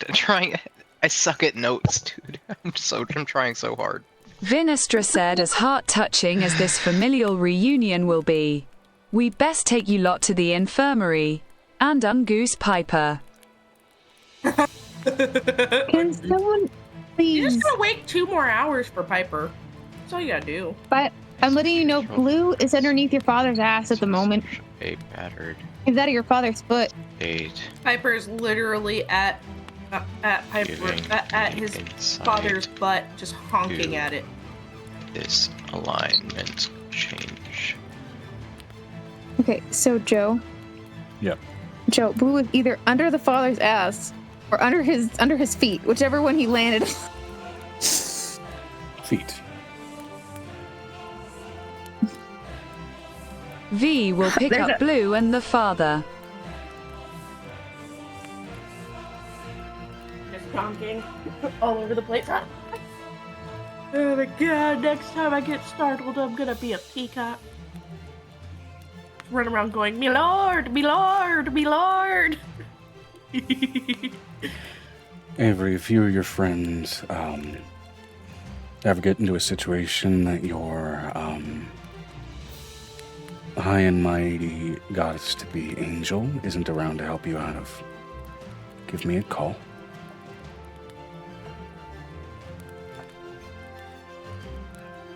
And if you ever need someone to go away with or without a red smear,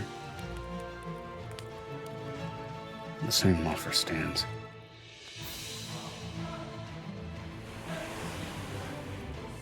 Okay, who are you? That's a,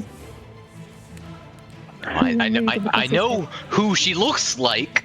This is still the sister What that are you doing, likes Mr. you, but she's never made an offer like that.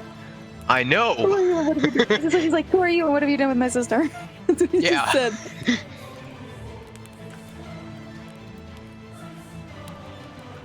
I will keep you in mind. No one's hurting this family again.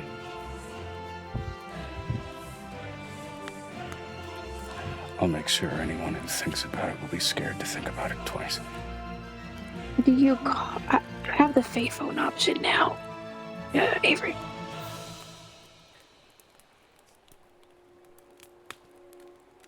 While they're, so we make it to the infirmary, right? Yeah. And while there, Avery can use the Fae phone. Piper, meanwhile, just goose and Cock. And seconds away from death. By the way, I missed Ish. I understand. Okay.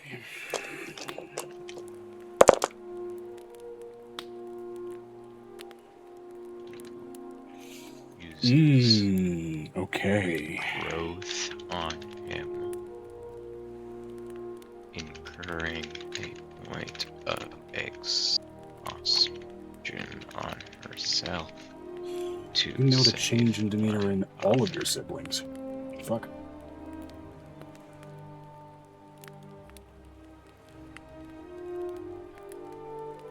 Vinestra said as an aside Amber, V and Amira do need Piper to perform surgery on Ilya to replace some prosthetic repairs.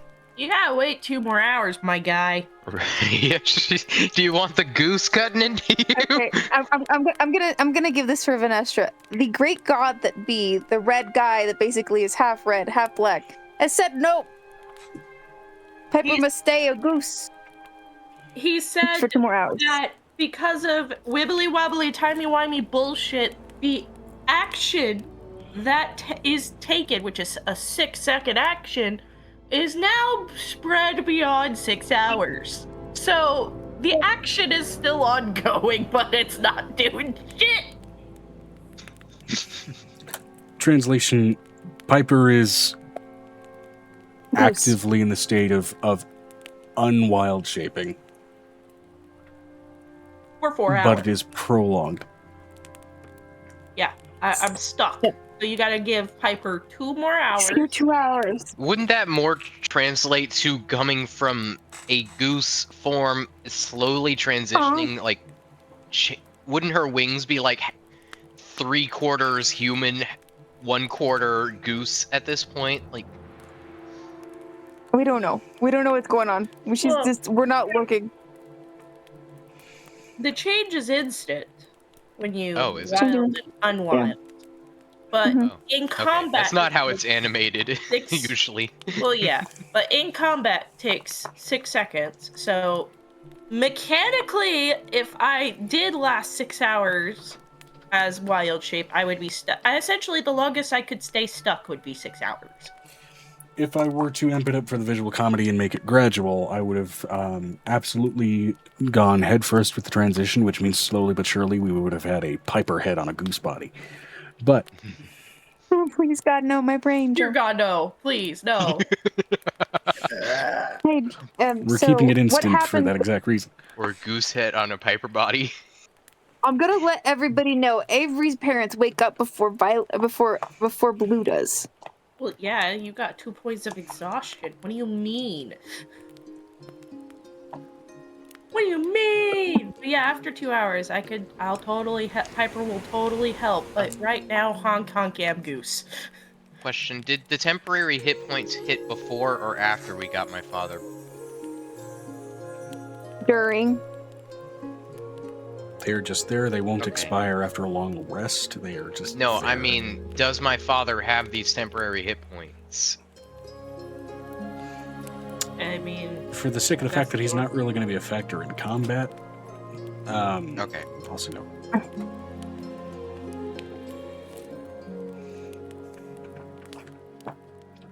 Nor will your mother. So I have a question. I just associated the hit points with like their health. Like, Yeah. I kind of want to know what Xander's reaction is to watching her get big, because she's never done that before. Like in front of people. So can all of you guys do this? And he looks immediately to the goose. I can do it to an extent, and I kind of just grow and shrink from small to medium, or whatever it changed. Can a changeling get to large? I can't remember. No. But, I looks at him. The answer is no.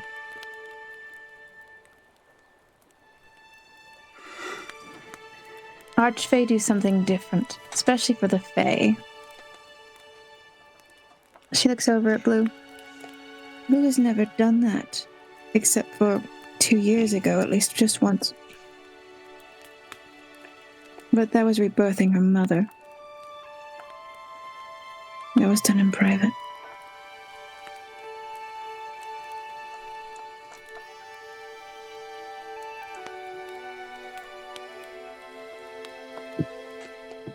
Blue doesn't have very many followers, but she does have very many fans.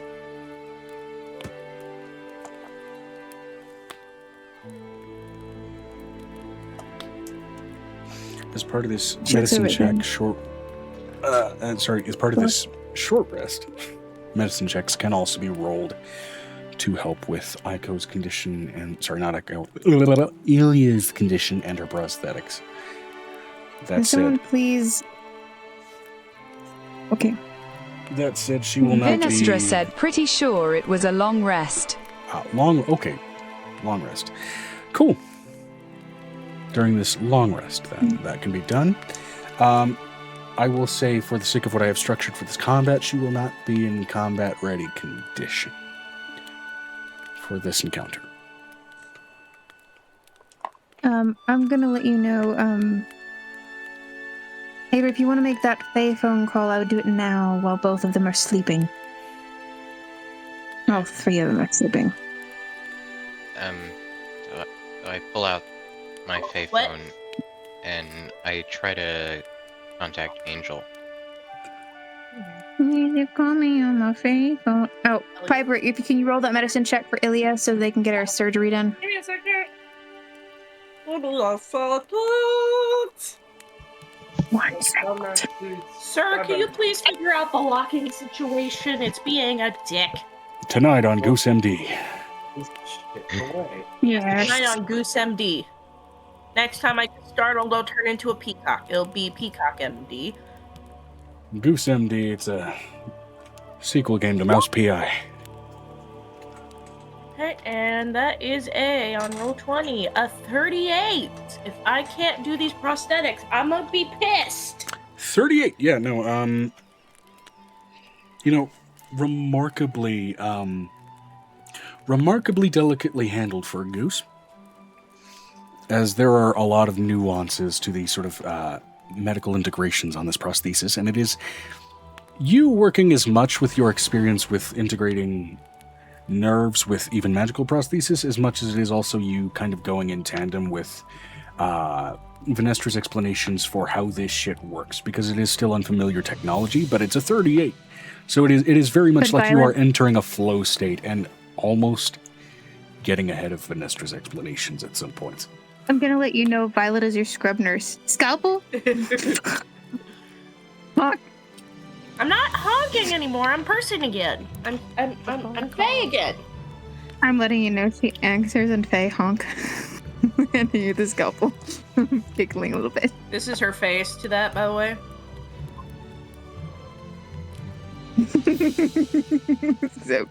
so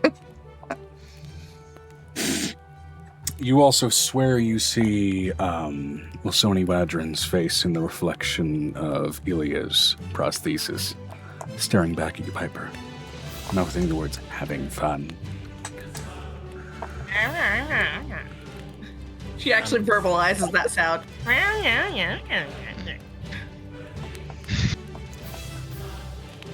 So, you call on the payphone. Angel's Yes. answering the payphone. You call me on my Pepper payphone. would have probably just been like, here, take my payphone. I'm in search. Angel, can you hear me? Can I hear him? The quality of his voice is like someone going through an underground interstate tunnel.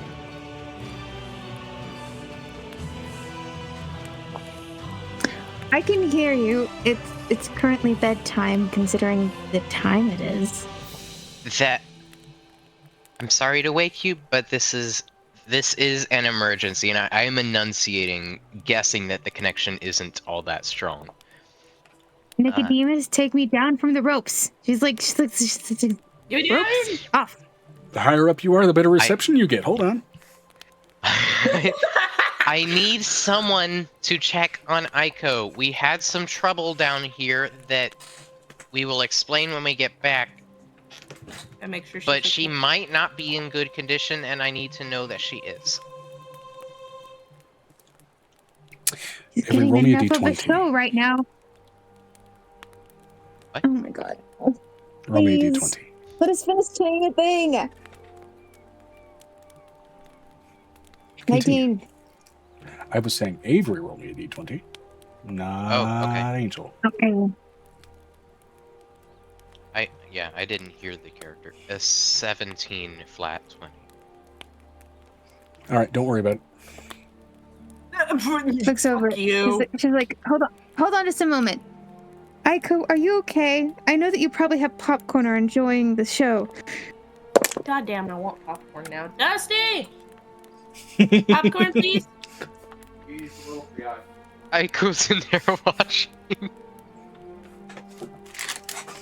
So I know you're awake. Aiko is in there Okay. watching. Are you Yeah, okay? pulls out his snacks. Do you have any type of body changes? Avery would like to know. Avery would really like to know that if you wouldn't mind. Avery, while you've had some of the crackling recede up your forearm, notably she's had some of the crackling recede away from her fingertips. Oh, so she's actually in better condition.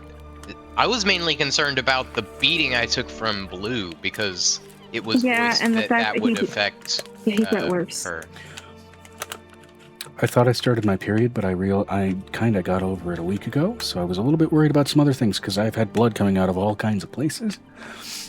Yeah, but you're also pregnant. So we're supposed to check. That's why we've been checking you all night long.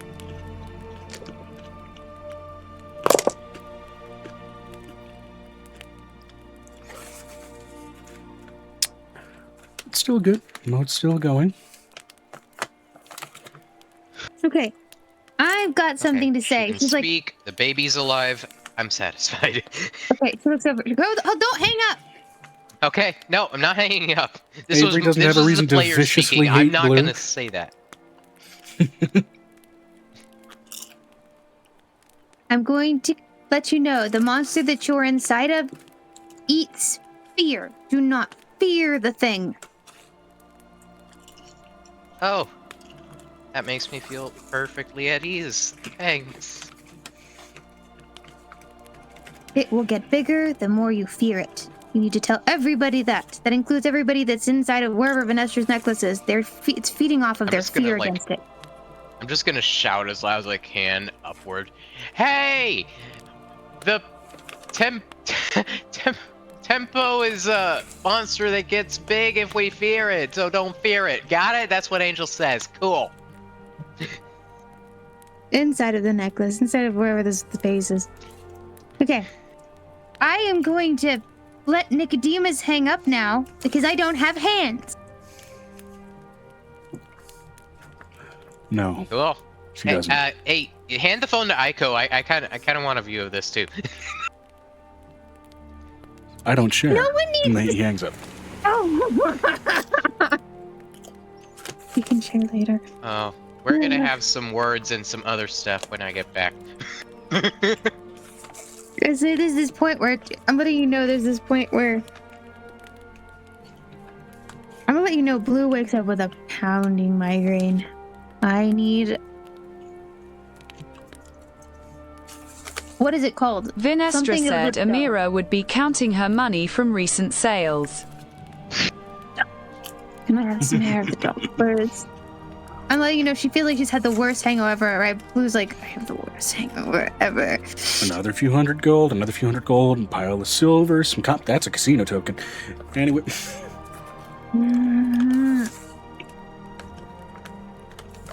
So, does Avery's parents wake up considering they're next to Blue? And Blue's like, I need a hair of the dog. Hair of the dog. Unfortunately, Bruce isn't here. Where is my... She's looking for her, like, flask. Violet I is, found though. my flask. Where's my flask? Xander walks over to this flask. Oh, God. Thank you. And she's going to... But, you know, she's going to drink straight absinthe from that thing. Notably, Blue briefly turns a shade of turquoise. I needed That's that. no good.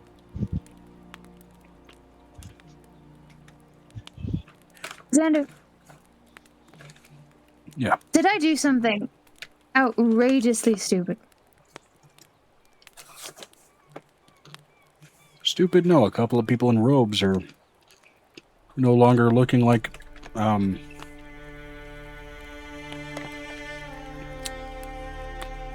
snuff in a Hellraiser film. They're clothed in the fake cloths like my mother used to make. They look like rose petals.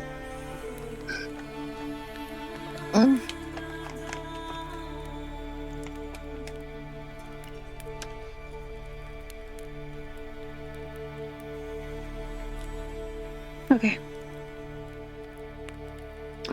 I got big in front of you, didn't I? I haven't done that in a long time.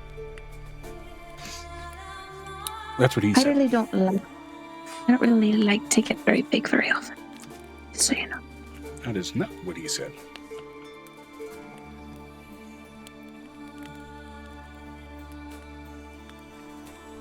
Xander, I haven't I had those get jokes the in a very fact long that time, you- and I don't know why I'm feeling an impulse to say them. Xander.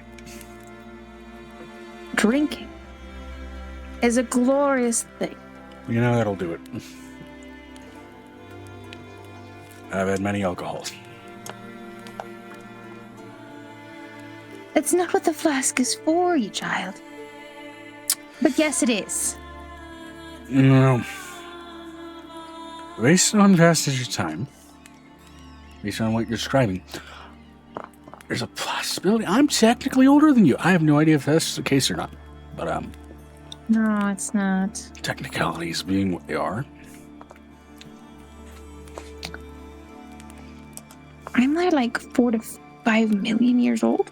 Oh, okay, that'll do it. But I'm Ooh, an that archer. tasted like bourbon.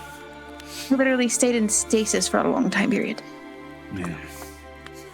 So, what we're gonna do, you and I, is I'm gonna teach you how to get undrunk real fast. Oh, I know how to Did show. you take that on? Okay. Just give me 2 seconds and watch me do a magic trick as I go behind this tree. She's gonna look over at Avery's family, who's probably all gathered around the other two. Oh, look, you're all awake.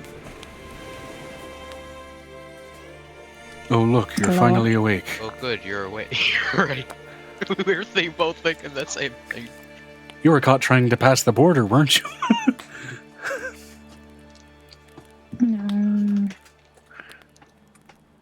She's looking over at Avery's Selena.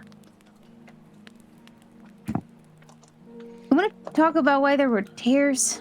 I remember All of your tears. siblings seem various degrees of shaken. Every single one of them got a shift out of that.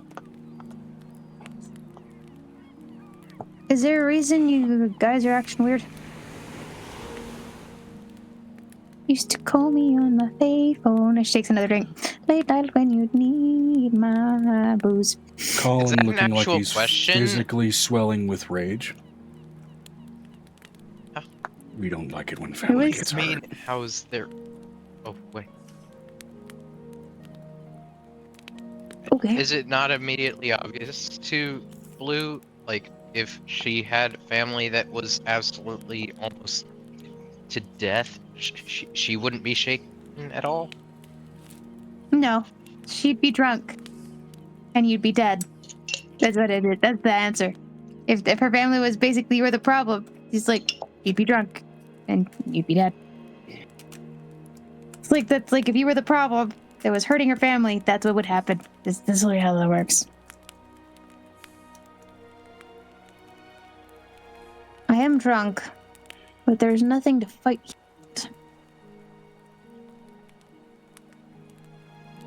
Do you want to explain to me what's going on between all of y'all? Because if you don't explain it,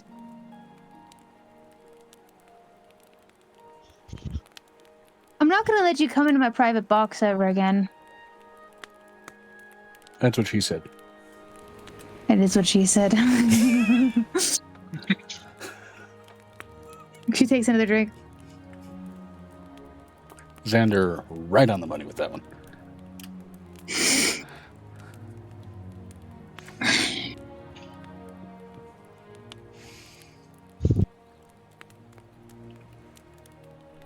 Are you people awake yet? I'm letting you know she flies over to his parents.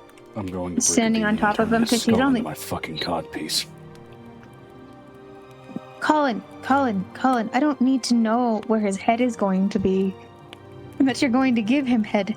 So, I don't need to know things. I'm Faye and I do too much. And you're Puts not her the hand on only his- one here who can punch something into wishing it didn't exist.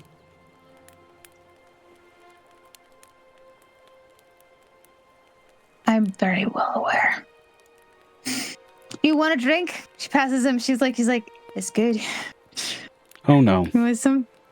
I'd rather be sober. Not me.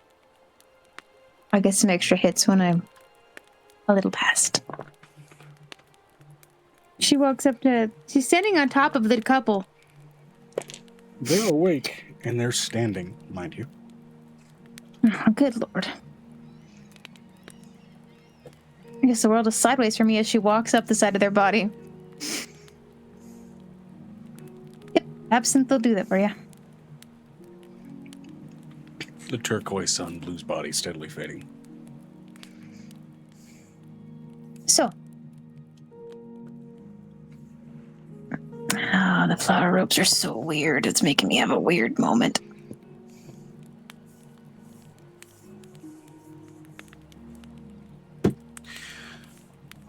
Are you gonna explain what you went through? She looks at Avery's dad. Because I don't know. If you don't know. That I don't know. Anything about that asshole. He's full on half drunk. I don't know. If you don't know, that I don't know, that you don't know. 𝕲𝖊𝖓𝖓 said, do you have any information on the one who captured you? He straightens himself out and then tries to straighten his robes like he would a scholar trying to straighten out a sweater vest. Oh, they're like these overly ornate blue robes. They'll kind of look like rose petals on the outside, and they're very pretty. They're very exuberant. Right, well, I'm sorry that I've been gone for so long. First of all, to all of you. Looking to each and every one of his children, looking to his wife, and looking to you, Avery. Second, I'd rather not relive what I just went through. Third, 𝕲𝖊𝖓𝖓 is the demon lord of obsession. Psionic magic, when done poorly and done with minds that are not equipped to handle it, often result in obsessive breaks, and at that, maddened mages that are driven by obsession in their practice of magic.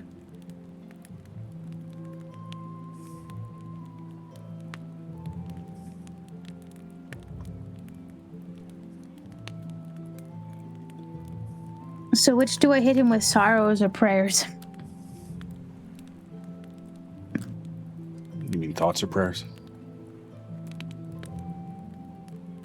No, I said what I said. My point is, I'm pretty sure he's the one that made you break, Avery.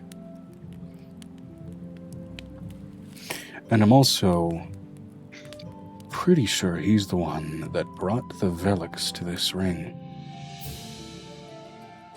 Ooh, now he's pissed on multiple people. Oh. I've got a phone call to make. Give me money, please. No. Like- It's not her business. Not until it's done. I'm not talking about her. Someone's got a bigger score than you. Bitch. She's gonna say it as kindly as she can. Hey, she's like, Griffin. What's up? People. I can barely fucking hear you. I'm hearing like every third syllable here. And She's gonna strengthen the connection by putting her hand over it, putting some magic into it, actually. Don't touch the phone too much, it's got a lot of booze in it. Pour the booze over the top of it to make it stronger. Oh my god. What was that? Own boobs? Booze!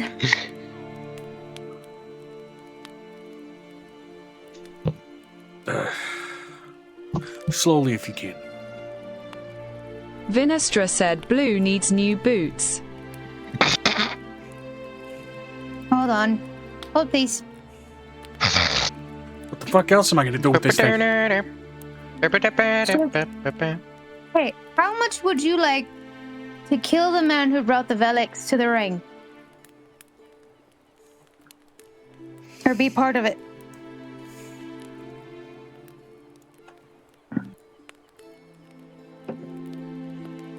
There's a long pause.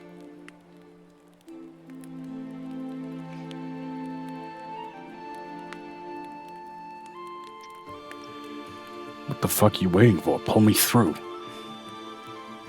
Okay. She puts her hand through the payphone. Come on.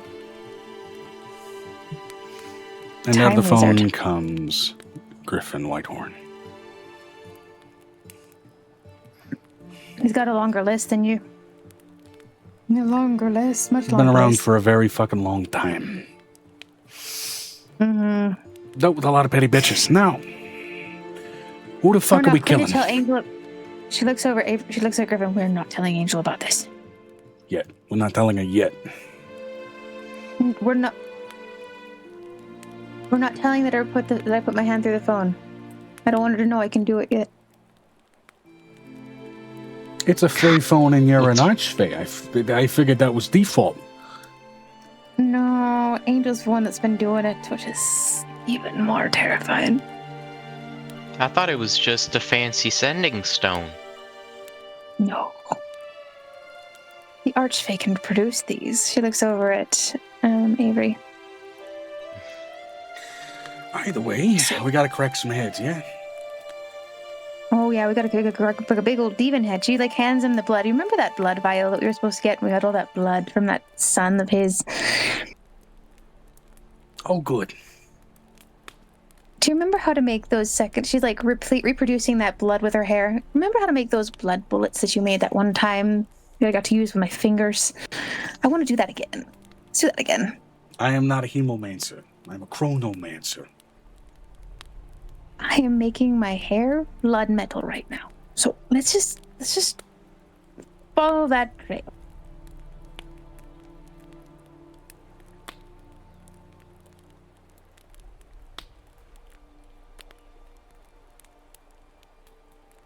There should be a sort of baroque song, blood metal.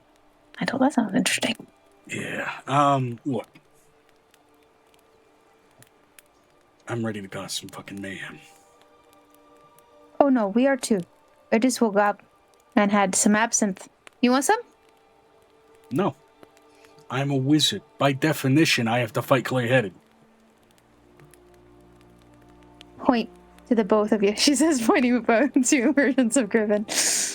We see that both of you. One of them's a wizard. The other one's Griffin. You're a wizard, Gary.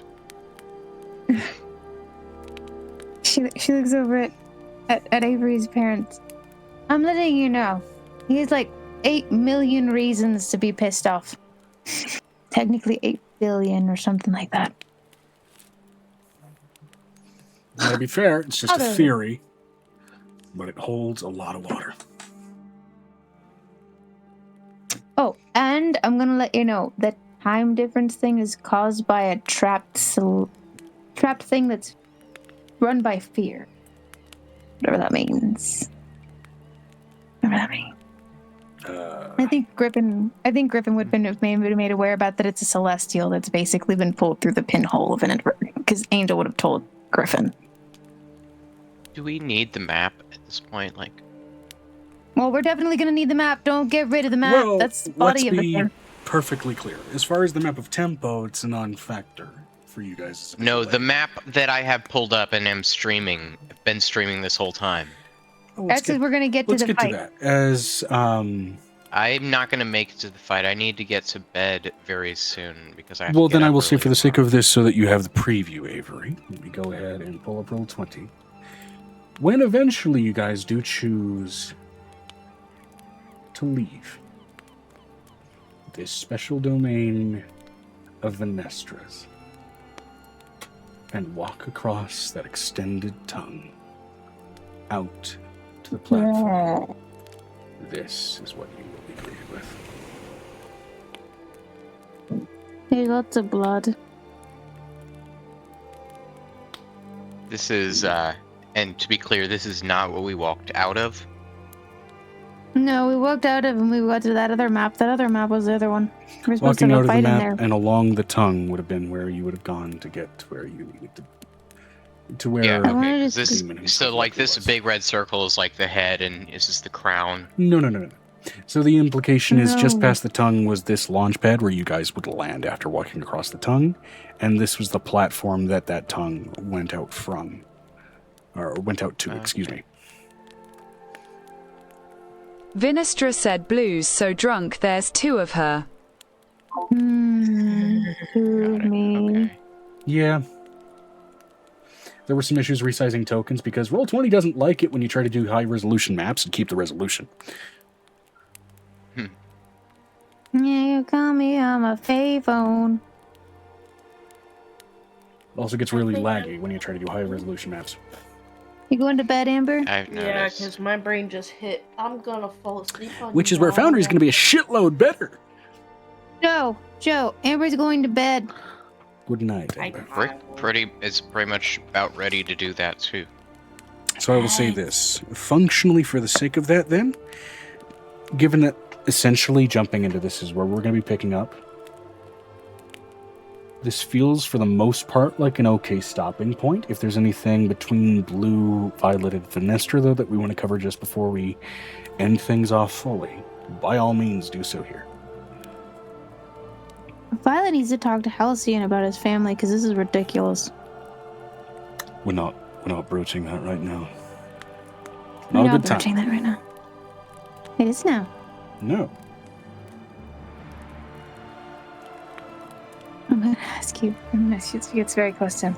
Do you want to? She's like gonna point. She's gonna put her hand on his chest. This is the most assertive Violet has ever gotten to him. Just put one finger on his chest, and she's got the most intimidating look Violet has ever gotten before. Do you want to continue sleeping in my bed? Continue being at my side? If so, we need to have the discussion.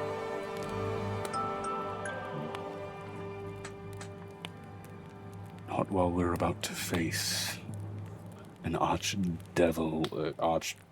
demon lord of obsession.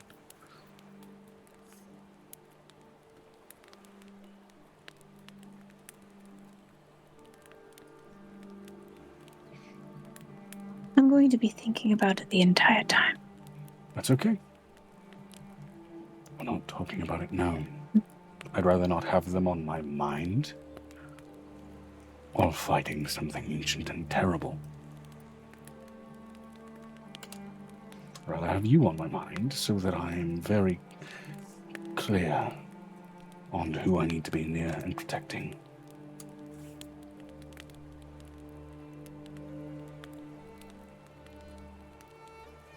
Fine. And she puts her robe back on. You can sleep by yourself.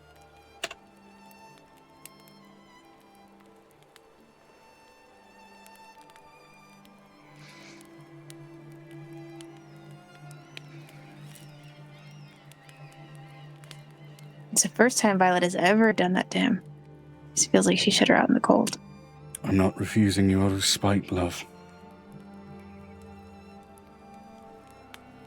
I just can't talk It about always it. has being like.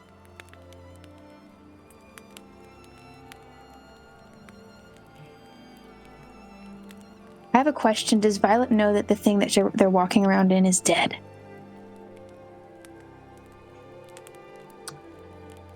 Roll me a...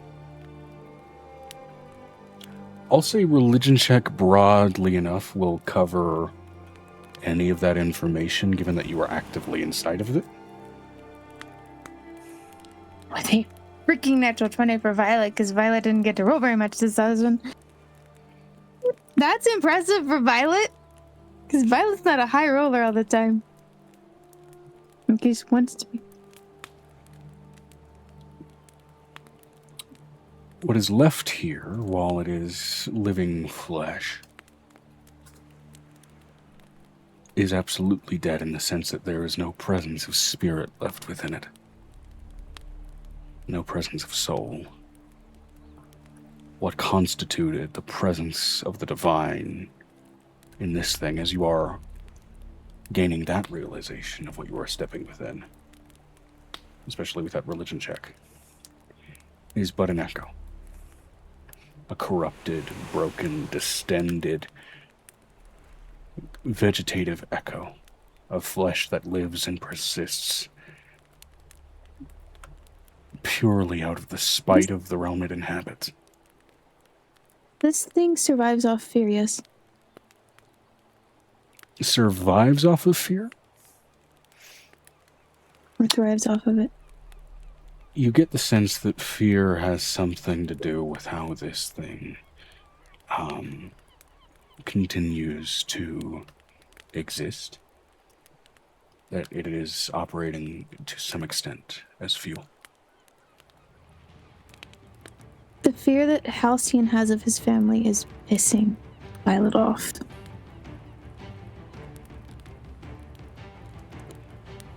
Roll an insight check here.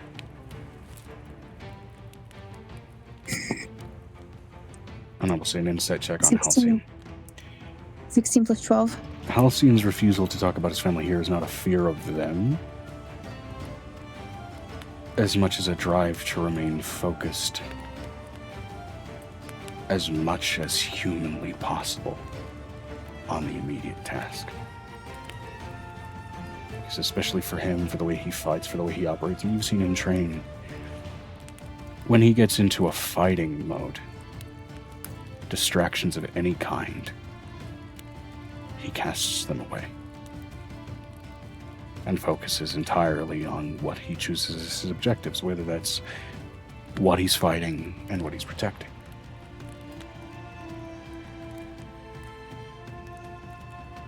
Okay, I'm gonna make this more accurate for him. He can read off of her if he's afraid.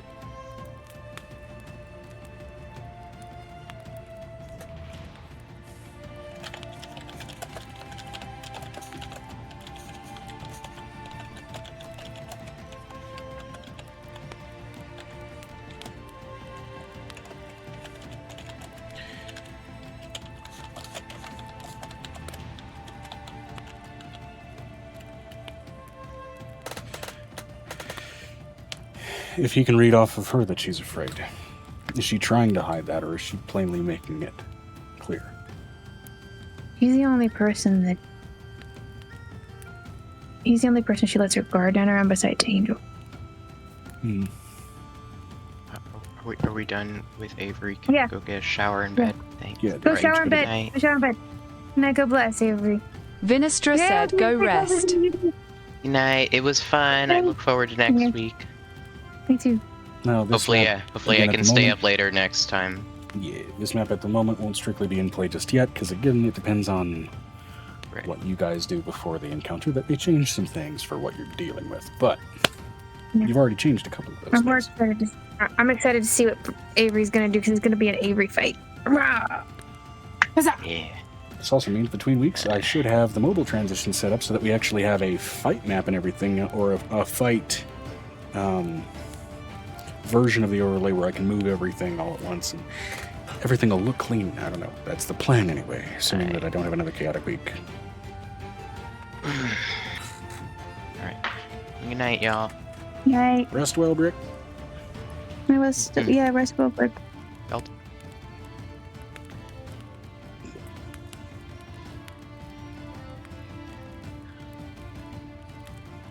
she doesn't hide it from Halcyon. You're afraid.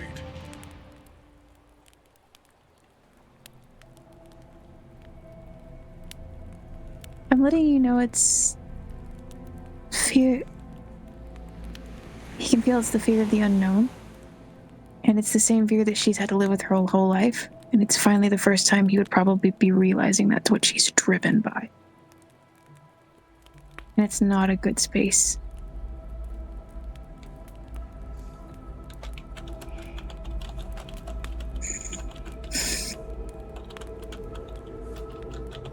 What is going on the side part over here?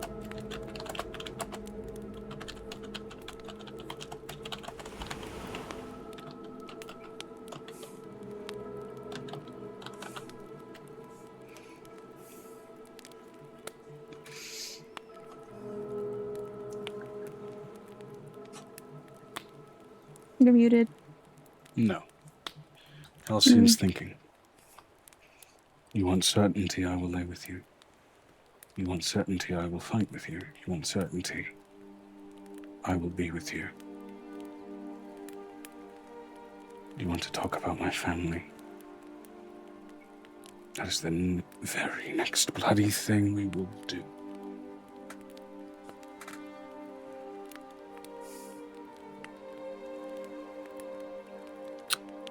But we must be free of this place. I may not get it next time. Every day when I wake up, it's what I'm like. And let's not talk about people you might not meet.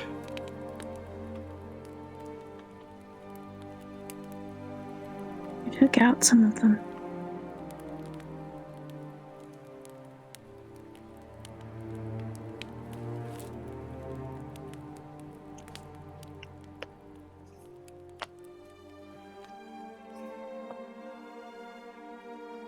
As far as family is concerned, you are my family.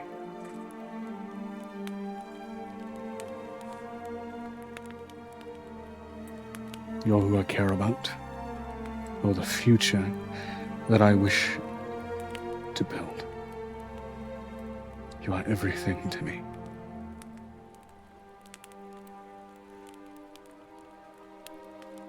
Do you know what makes me fear more?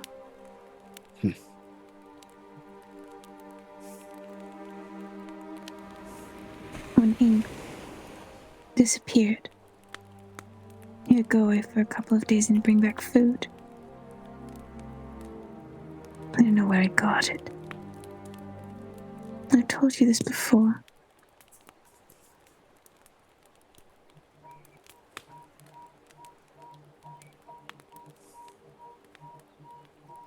I need to know where you bring back food from.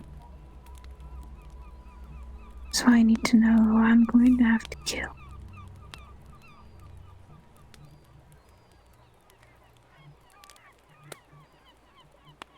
Where I bring back food from.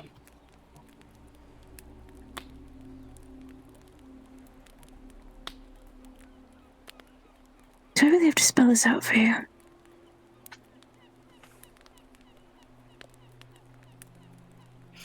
I will say the DM's uncertain what you're getting at. Ink would go away for days. He'd bring us back food.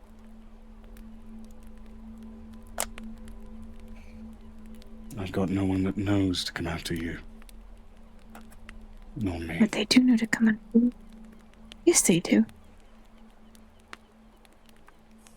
You made a big enough stir at your home. They're not that stupid. They're not so How soon you've been stupid hiding? as to feel that in the presence of who we surround ourselves with, that we are in any way safe to approach. I'll see. Yes. I'm tired. You've made me wait for what, 2 years? We've had this conversation multiple times. We come up to this point, and you clam every single time. I thought that if we crossed the threshold of us being together, you might open up with me.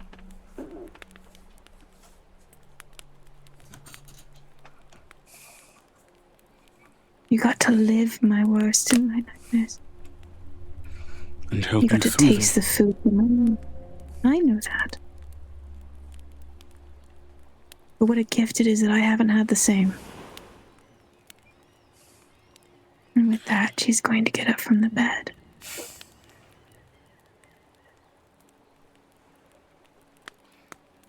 You want to know the tale of my kin? As he grabs her wrist, not letting her leave. Want to know why I left?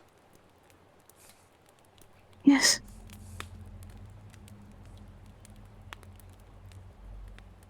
It's only fair that I should know who's on your shit list.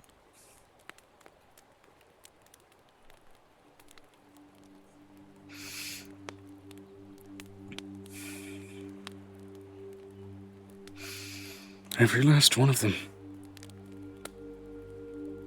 Doesn't tell me anything.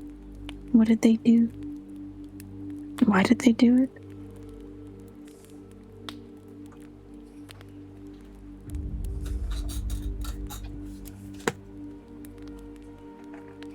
I'm sure I could convince Vanessa. She'd be up for a good roll. And some snacks. This is before you all have had the chance to leave Nistra's domain, and I will say what he says here. As I finish it, it will mark a cliffhanger. Okay. If you're prepared for that.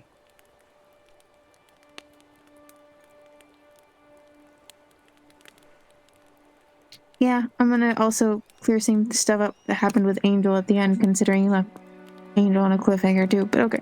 Sure. The encounter with Halcyon in that environment will be left on a cliffhanger. We'll switch to Angel and then we'll call the session. That's purely because Vinestra said, I do have some things to ask Violet potentially. Okay, well, you know, let me let her ask Violet stuff too, okay? Okay. Depending on your response, Joe.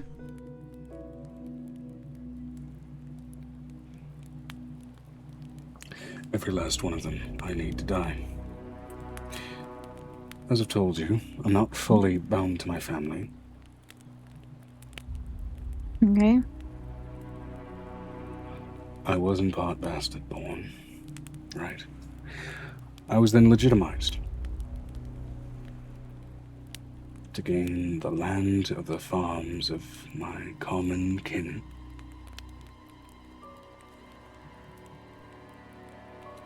Okay.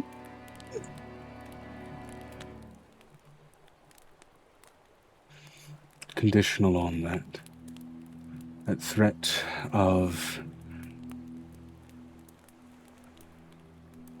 my death and the death of my sisters for whom I cared. My real sisters. I had to slaughter the rest of my family.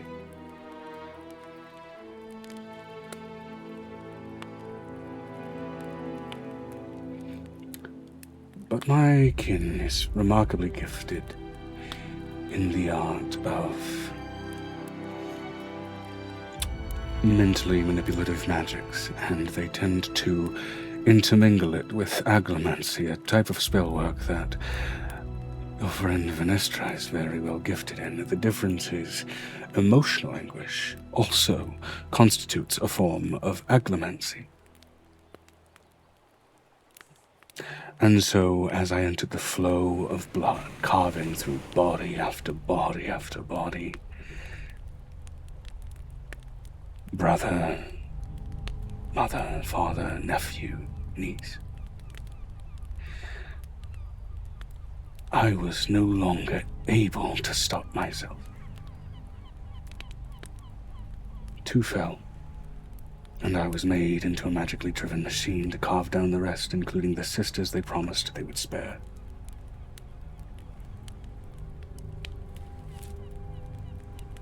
Then every animal, every horse, rabbit, pig, I fertilized the fields they claimed in my legitimacy with the blood of my kin. And then I was kept under that blinding pain for as long as they could rebuild the memory, and trained to be proper like them. Trained to like it, trained to be right, trained to forget the hell and love the luxury. As they then tried to further replace the pain and the agony with some falsified love, twisted through the affection of kin on the other side, kin in name only, in blood only, and never by choice. They made me do things with them to purify my bastard blood, as they would put it, for any offspring I might yet produce. Never to let more blood in with the family. And they thought they had me well wrapped around the finger. You saw some of them. You saw how I refused to speak with them. They think I'm still good with them. Still kind, still under their control. But I made my oath, an oath of devotion. They thought to them, no, to any who felt pain like I do. I couldn't explain the pain. They'd made me forget it. And then I met you. I was drawn to your pain, your agony. I didn't know why. And then as the memories began to pour in, and I was so sick with my own pain that I felt like I wanted to run, I stayed because of your beauty. On the person, on the emotions, on the memory, on the compassion that you still held through every tortured moment.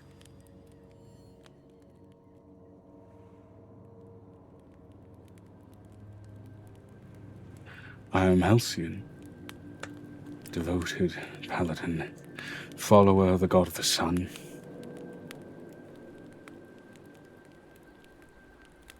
They follow him in name. I follow him in truth. And I pray every night when you sleep that his light will blind them and sear out their eyes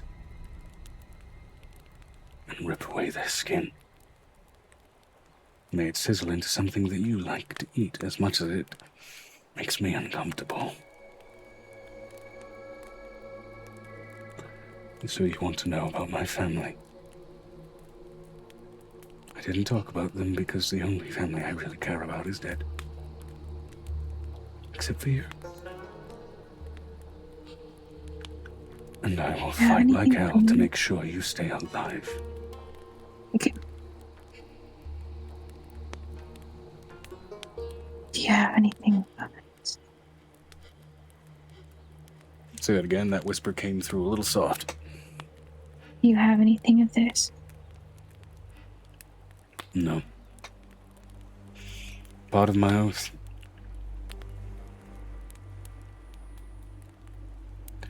Discard everything of my old life, devote myself completely and utterly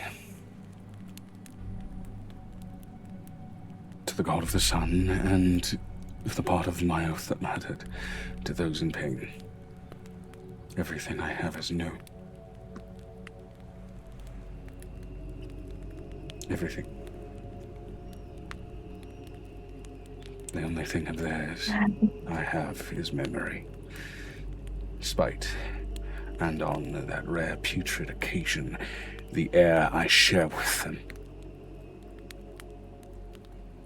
Like we did when a cousin came over.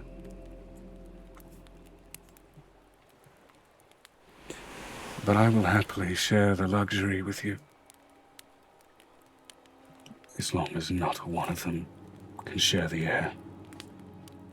And I will make their poisoned palace into something proud to truly serve under the sun.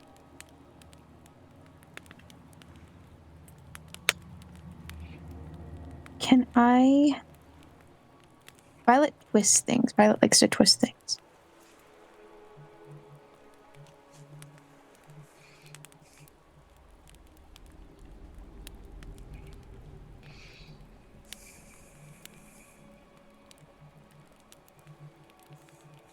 I want to try something, DM.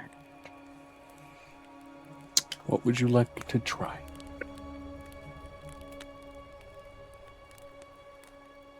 I've seen his memories, right? Somewhere in flashes of when we were together or things like that, the happy moments. Small flashes while you guys were mentally connected, small instances of things that slipped through. It was always gory moments, which you're used to those, right? And at the time, most of them you figured, he's a paladin. He's probably been in some messy situations. And no matter how stable someone claims to be, right? Even with you, like, gnarly shit will stick with you. It'll come out in moments that you don't want it to.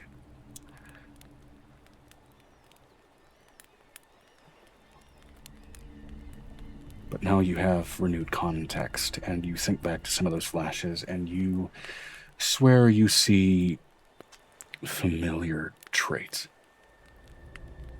on some of those faces. I'm gonna look for the ones he protected. I'm gonna break a rule. But I gotta find 𝕊𝖓 to do it. I'm gonna wait till Halcyon goes to sleep. And I'm gonna break. With that, it's also why you never really heard Halcyon ever reiterate his last name, and often just stuck to, I'm Halcyon. Discard everything of your old life. In this case, I suppose it included his surname. She's going to take... 𝕊𝖓 stood outside Violet's room. Depending on how loud the two are talking, she could hear them. She's gonna be... Violet would have made this moderately loud, and she would have been loud enough for her to hear. But she would have waited till Halcyon went to sleep and taken the vial of blood that she has of his. One of the ones that she has.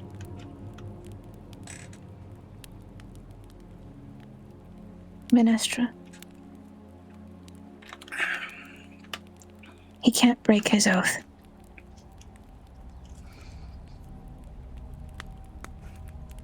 But it doesn't mean that I can't make something new.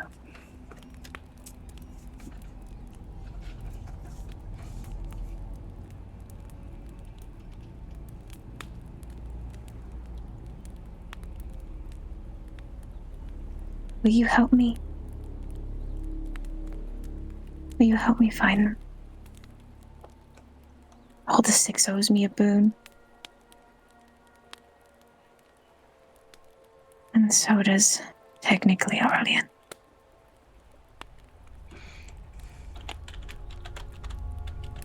I've been holding them for myself. And I think I want to do it with this piece of 𝕲𝖙𝖙𝖊𝖓 that was left to me.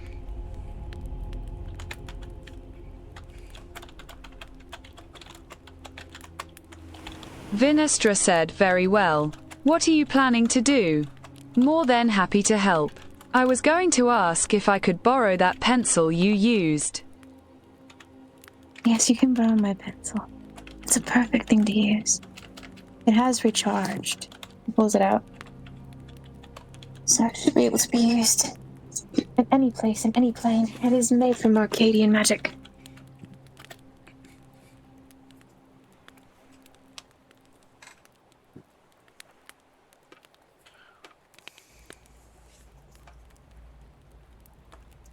She takes her true polymorph,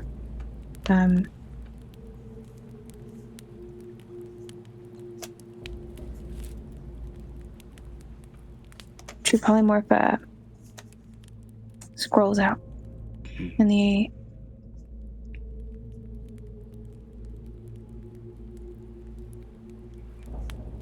I'm going to need your help because I need to find them based on memory.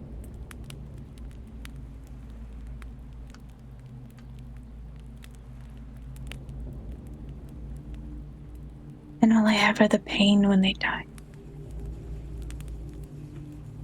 I can take the soul from the moment they died, the moment he killed them.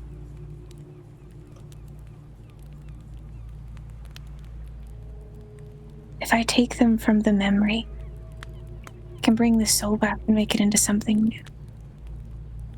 But I need help doing it because you know about pain and I don't. I know that pain makes me rage.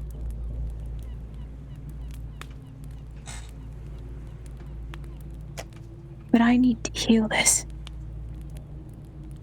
So he doesn't think about the people who hurt him ever again. And I need to make them into something new. So I don't break his devotion. And they won't be part of his old life, but they'll be part of mine. A new life. She runs her hand over her belly. Vinestra said above table is Violet trying to alter his memories. No. No. She needs to find their souls. What I'm gleaning that Violet is trying to do here is basically try and find a way to reincarnate Halcyon's family, essentially as children of hers. No, not as children. As In a different species, so it doesn't break the rule. They are made into something new. They have a new life. No one will ever find them under their old life. True polymorph changes their biometric structure. But I will need to know what heaven they're in so I can give them a new life with a clean slate.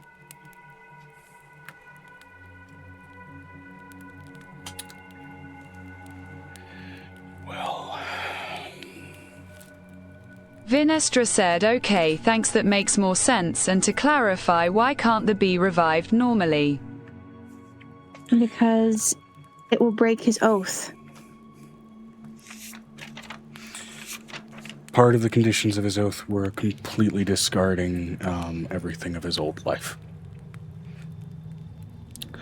That included family ties.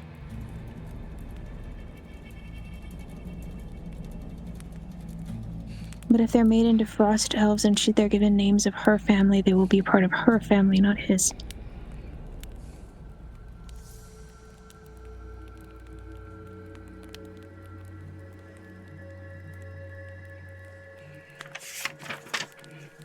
She's gonna call the boon Geysir owes her into Okay, her. yep, that makes much more sense as a technicality.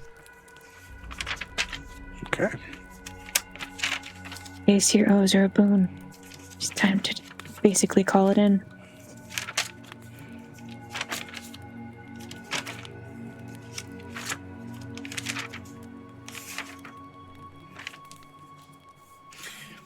So let's be perfectly clear. How many members of his family are you going to attempt to essentially reincarnate from those that The were ones killed? that he considers family. Who he considers family that he protected with his soul. The ones he actively tried to protect were his sisters. How many did he have? Did not.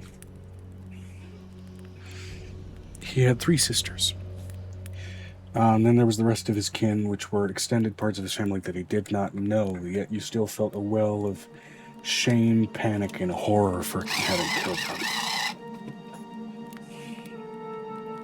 But her father didn't have any family. Violet's family is detached.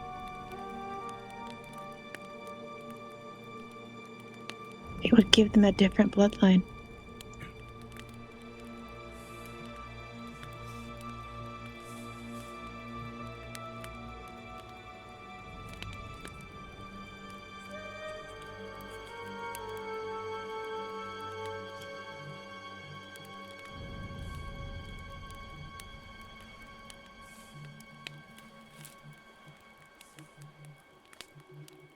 But it would be her father's bloodline.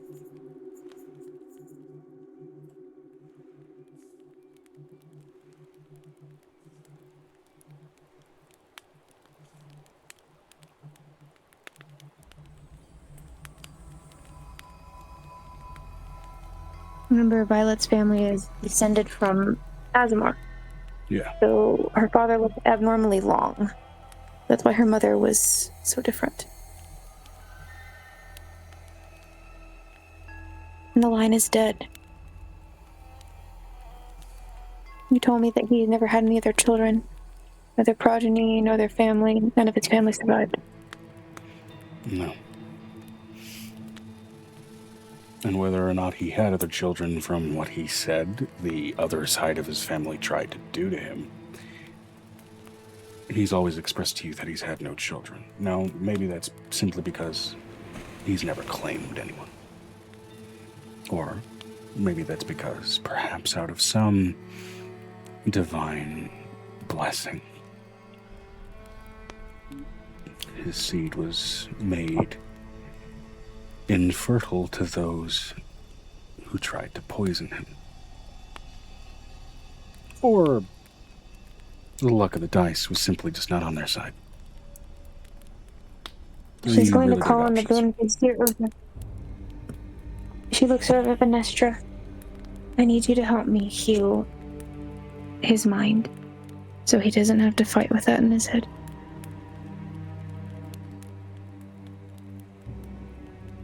I'm going to need to I don't know if I should change the memory so they have the different faces.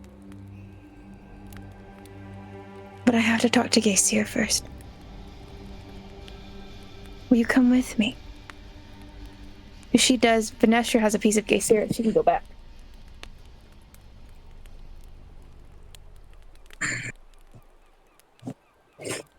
𝕲𝖓𝖓 said, altering his memories won't heal the injury, but let's.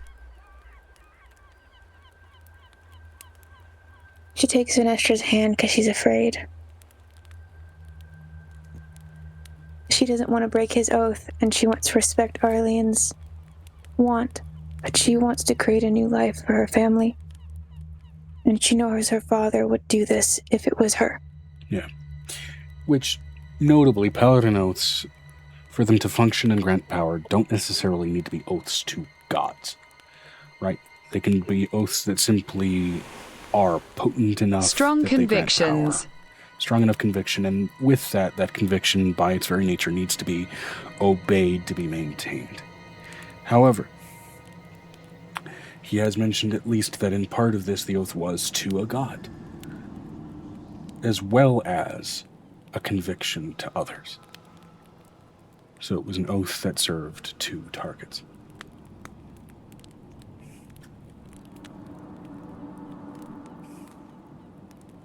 Can change things. But I have to do it for him before this starts. He needs battle in his corner. I may need the tempest in mine. And the sea.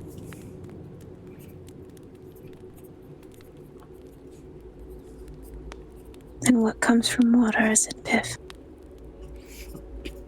But I need to heal this wound.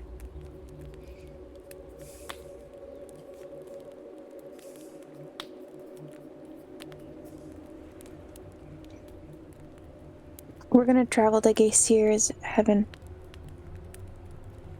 for a brief moment because he said that she owed Violet, but Violet had to name what he owed her. Okay. Casting yourself up to the domain of the god of war.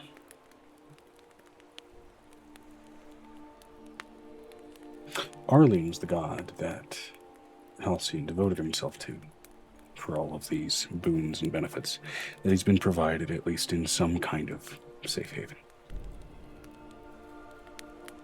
And at least now you also understand in part why he has been reticent to explain his family connections to you, as that may also have been part of following his oath.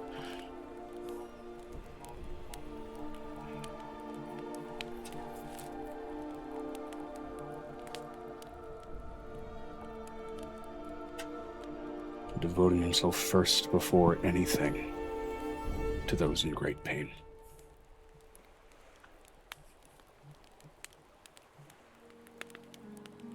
She's wanting to talk to Geysir. She walks to Geysir.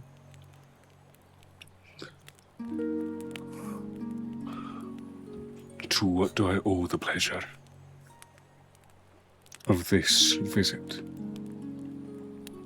As the burning dragon god of war makes his appearance, first and foremost as a fire-wreathed dragon, being confronted by the two strictly dragon-presenting members of the party. It is in dragon form that he greets the pair of you. I need a boon. I need to call it into play. And what would you call in? What do you owe me? I'm asking that you name it. Family. I may not be able to bring back all of mine, I know that. You'll need to be a mite less vague, Miss Evergreen. My father had no family. You kept him celibate and away from people and alone.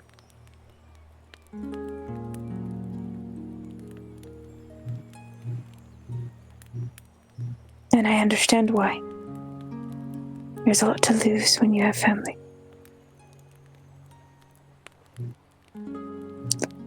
I'm asking you to change Halcyon's family name.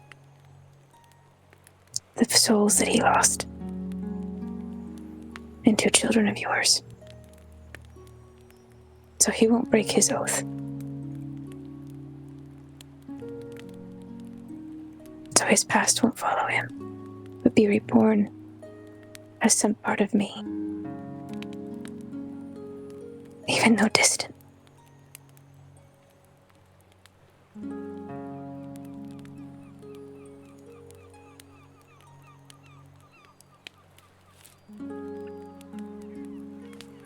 Those souls were not lost unto war. Emotional war still. They were not mine to claim. Nor was I They when are- they worshipped. They are mine. Arlene owns me the same boon. For saving these children. I will take the favor you ask, and make the request of the one who cares for them.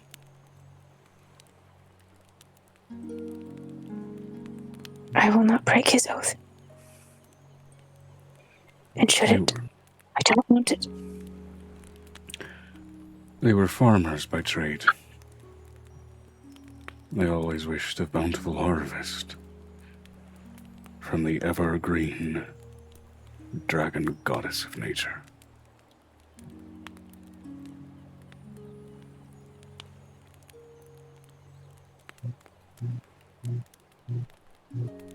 They all owe me technically. The problem is like Violet's got like 3 people or 5 people who owe her right now. So she's like, it doesn't matter where you get them from. In any case, resurrection is up to the willingness of the soul. You can't force it. He'll be under my protection. And they may yet be at peace.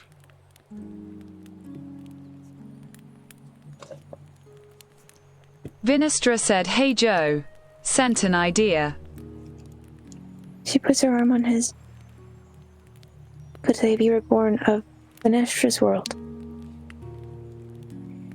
Vinestra's she's world from. is outside of our influence, outside of our domain. We can't grant that. The magic of her world does not mesh with us.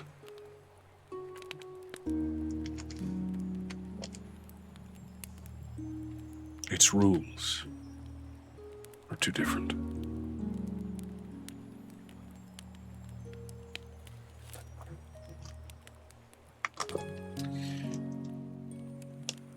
I will extend the request in the treaty to Pendra and see if the three are willing. New names, new lives. An oath unbroken.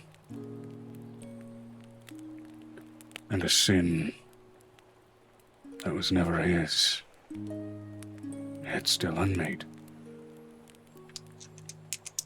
It's not going to be unmade by the soul. Because they'll be from me.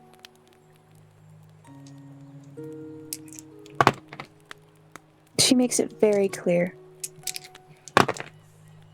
A new life. A new time. And a new place. I will wait for your answer here. She sits outside in the fields, watching her family fight and her parents in the far distance, being themselves. Making her presence known to the pair of you while you reside in the heaven of the god of war. There's a sudden rush of humidity, a smell of wet soil, and an aroma of the earth just after it's rained. Well, now,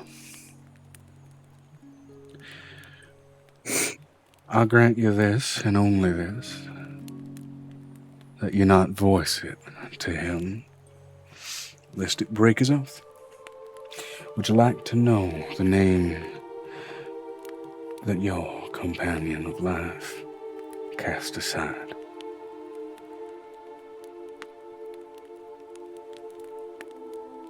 She looks at her.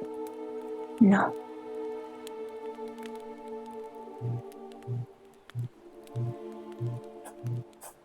I won't break his oath. Even in my mind.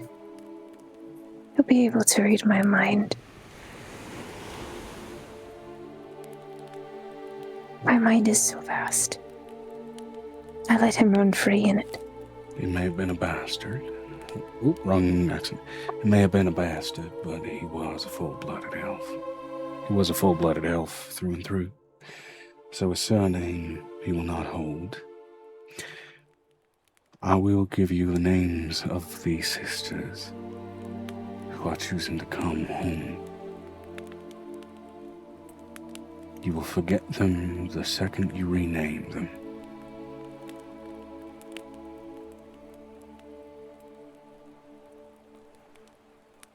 Okay. Maybe, just maybe, all three might want to see their brother again. But hold it not against them if they've yet found peace.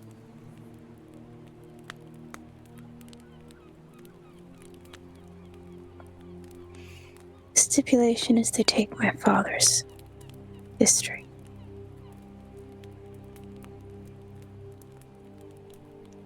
Corona. You get a flash of the Crap. oldest sister. An obscured memory of Halcyon's rushing through your mind. Brilliant golden hair, fair as any wheat of a field. You thought it regal like golden metal thread when looking at it on Halcyon's head. And now the link to oceans of wheat on a farm can't escape your mind. The green in his eyes, verdant like any grass, rather than any emerald. And it's shared in hers. Aris. Smaller yet still, her skin a little darker, tinted toward olive, you realize tanned from long days, farming in the open sun, uncovered, just basking in every ray of light that could reach her, yet there's still freckles that poke through and contrast with the deepening of that skin. Same golden hair, same brilliant green eyes, a good foot shorter than her other sister, going from a good 6'3" to 5'3".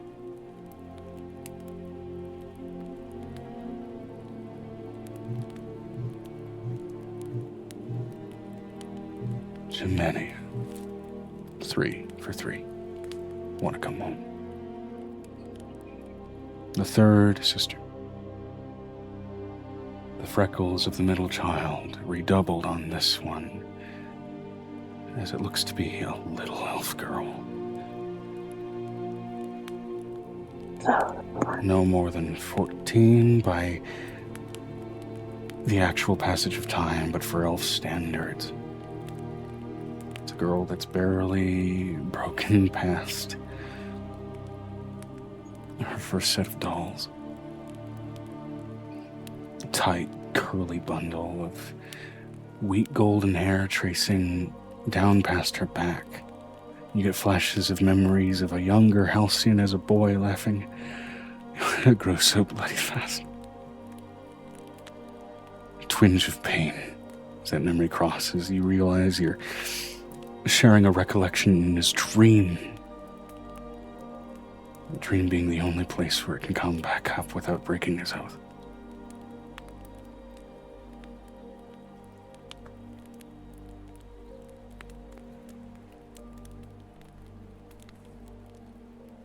All three wish to come home.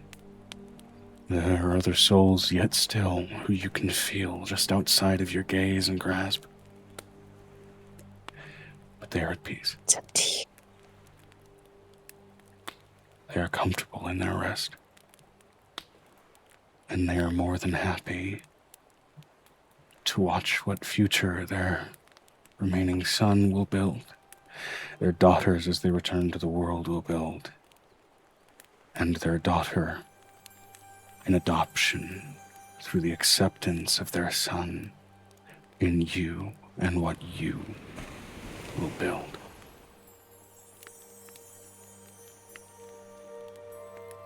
My father's last name is what they will take. Not my mother's. Hold on. Let me give you a hug on when you go to bed. I have... Take the makeup.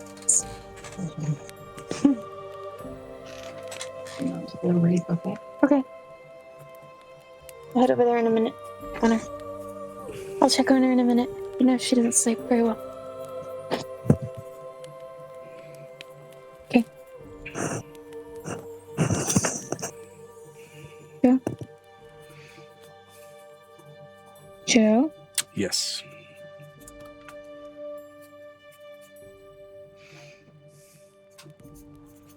Violet doesn't know her our father's last name.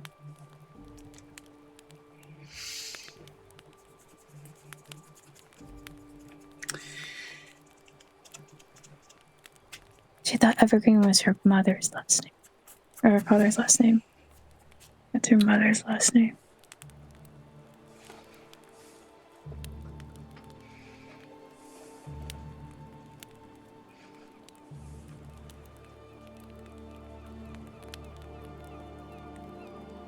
He was just a snow elf Aasimar is what he was.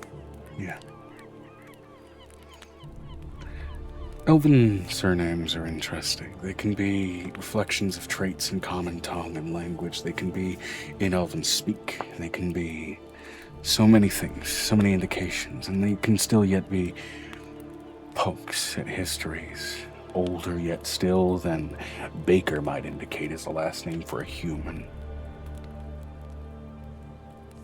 And it is in that reveal that you get a whisper from the voice of Alara, a goddess often tied to the moons.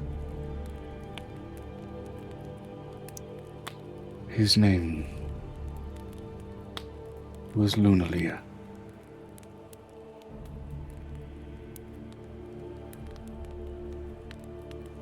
I love that name. Luna was the name that the moon held when it was one, rather than three.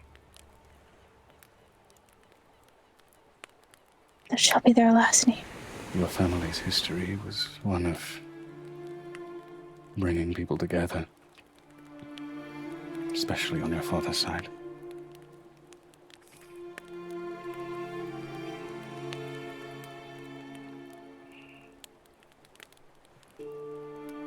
Lunalia, how do you spell that? Lunalea.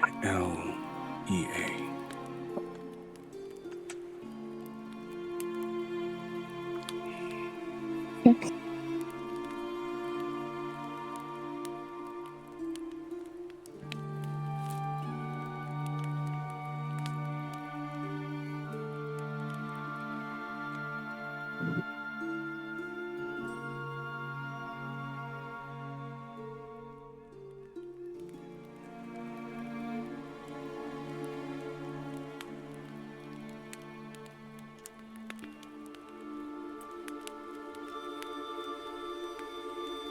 What do? She looks at these three women. We need new names.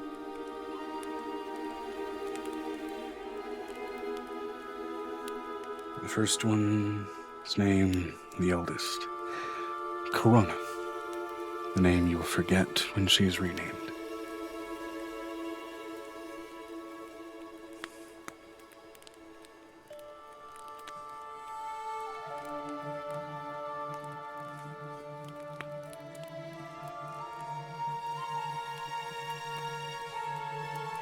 Hold on, I'm gonna look up a flower that only for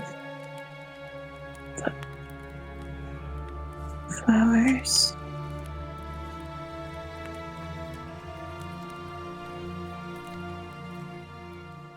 Vinestra said while Megan does that, Joe mind checking DMs. Sure thing. Please.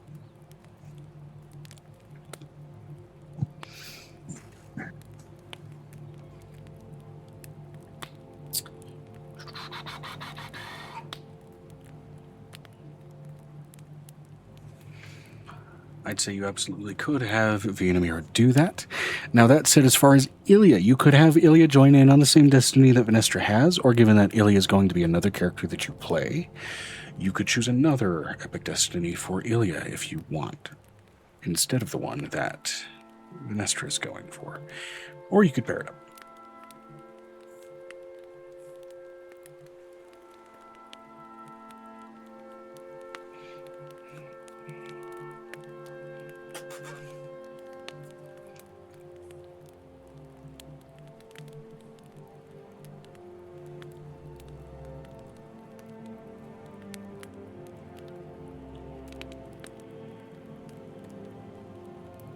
Okay, Thief of Lit, that's a fun one. Sure.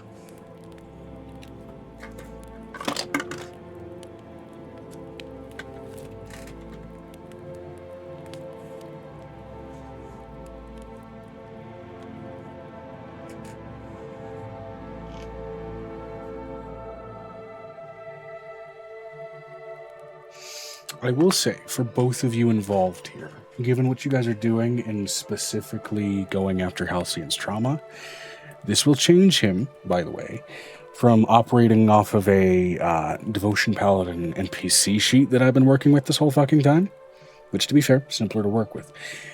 And it will be changing out for a player character sheet. That will be leveled accordingly to the gains he will receive from the result of this.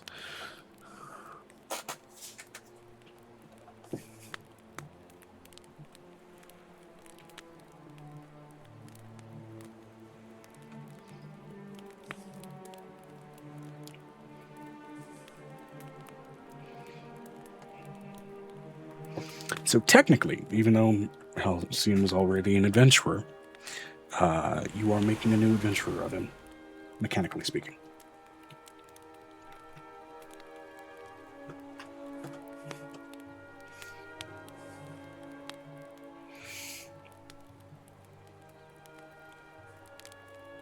Having some luck with the new name choices, or are you Okay, encountering some so- choice paralysis?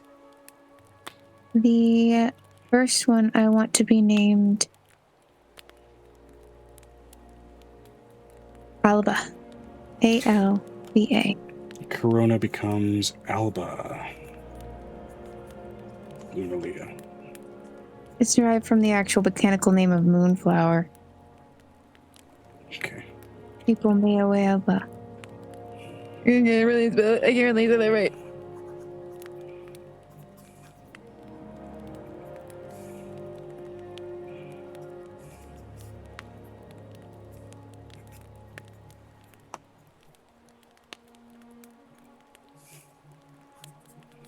That is what I like.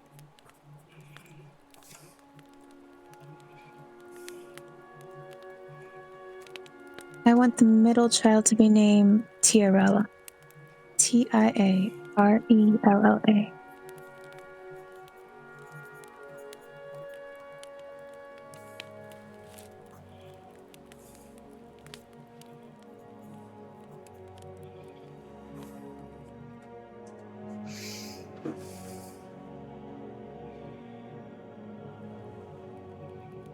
right, and then finally for the kiddo, 𝕲𝖊𝖓𝖓𝖊𝖓.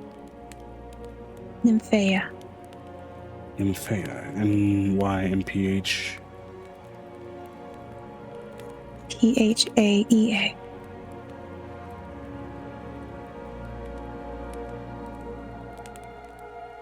It's the name for water lily. Okay. Physical trait changes because they are going from essentially sun elves to moon elves. Or snow elves specifically, I should say. So, Technically, they're moon elves, considering it would be his original, whatever his original race was. he, family history, especially with the name Lunalia, was moon elves, but it was, especially from your father's line specifically, eventually interbred with a lot of snow elves, where essentially he was a snow elf by the end of it, with, historical tracings back to, moon elves, like you would have historical tracings back to, like, Cherokee.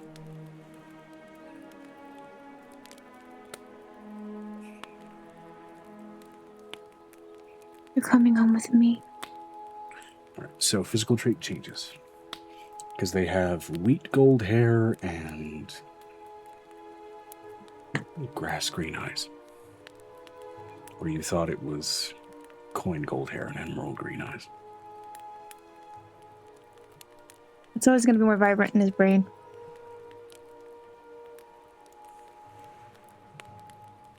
Hmm? It's always going to be more vibrant in your brain. Yeah. So what is the change? What would you like that change to be? Because that's going from what they were physically to, you can change it to something else. They will still be unified in that trait as they were. It's kind of how that family worked.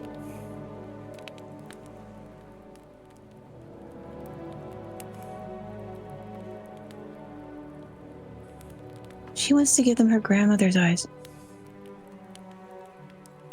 See the stars.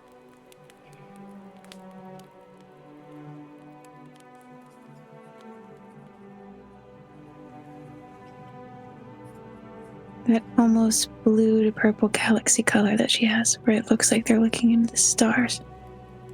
That big black, and they kind of almost look, you said that they have like hints of little star dust black in the back. If I remember correctly, yeah? Yeah.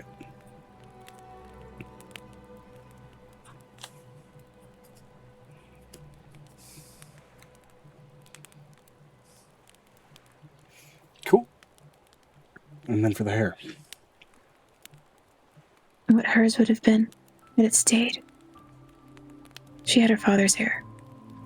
Okay, so that sort of brilliant, sort of, White snow. yeah, Both of them had that. that This is snow more of a powder silver white. though, like the stars. His was silvery like stars. Yeah. So it'll be snow powder white with streaks of silver.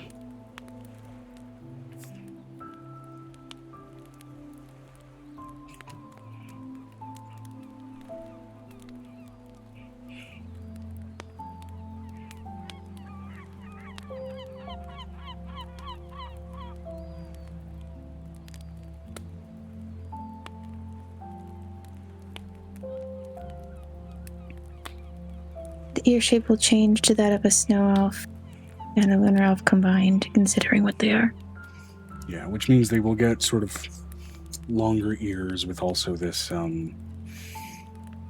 slightly kind of rounded curve on the back end, even though it will still kind of end at that point. Giving it almost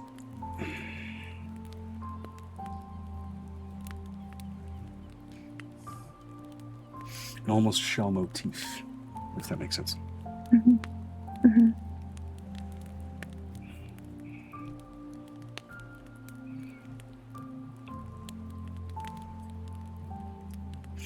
Okay, cool. Now, I will note, last 10 episodes that I've posted to YouTube, I've lost the titles because apparently when I go to upload them to YouTube, it doesn't keep the titles, it just keeps the number. Which is real fun. So I'll just put the session ended marker after I write the title in the chat this time. But okay. So she wants them to have the same height, except for the tall ones, for them to be kind of like the corresponding that you would be if you were her type of elf.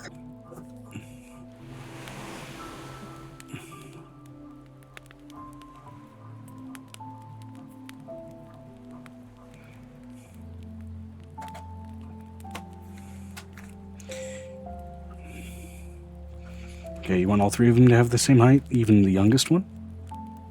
No. For them to have the same corresponding height that they did in life. Oh.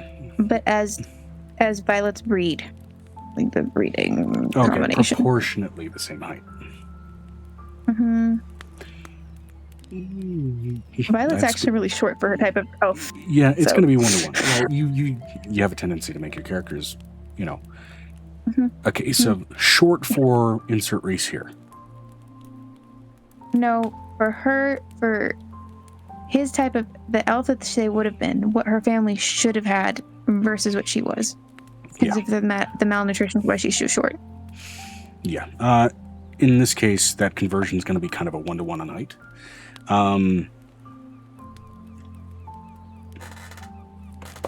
Which is totally fine. These were sort of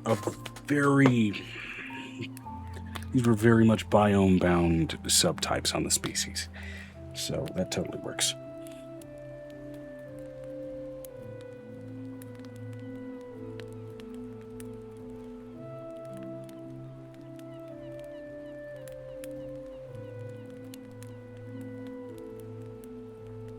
She's going to give them a combination of her parents' features. Or of her father's features in his history. Okay, so a slight melding of your father's features into the features they already have, or are they going to be completely changing their facial structure? Okay. No, she doesn't want to keep everything the same because it will not. She doesn't want to break his oath. So the whole thing is trying to avoid breaking the oath. So keeping it in line of making it from her.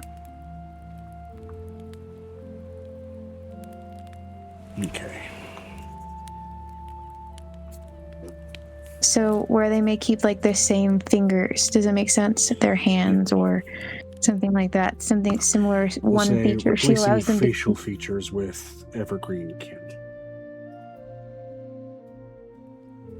No, with the 𝕲𝖊𝖓𝖓𝖊𝖓𝖘 specifically. It would have been her other family member she missed. Okay.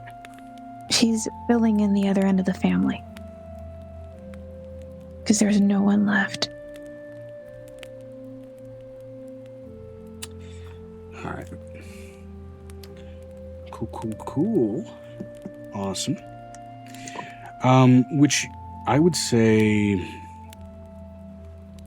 real quick, you can give me an Arcana check in kind of understanding all of this as well, in like thinking back on Halcyon's Oath and everything, to see if you can kind of also understand some of the conditions of it for why it is the way it is. 19. Plus, if it's religion, it would be... This is Arcana. Okay, so it'd still be nearly the same. 29? 29. Go off for base stat. Yeah. 29's definitely enough. As far as the like full abandonment of past life, like you've heard of oaths like that said it's still a pretty harsh condition of an oath taken. That said, with that 29, you understand that probably that especially is for the sake of like the separation from the damage that was done through the use of agglomancy in his history. Right? So it is pulling off the biggest band-aid to get to purity. And it works. You know, again, not the first time you've heard of oaths like that. And it's just unfortunate that this is kind of the reason this oath was taken.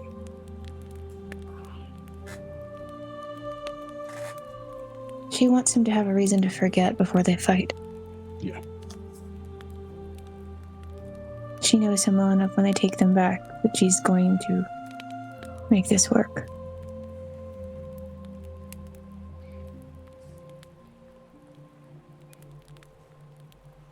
She's finally going to use the supplemental space she has in that collar that she wears. Yeah.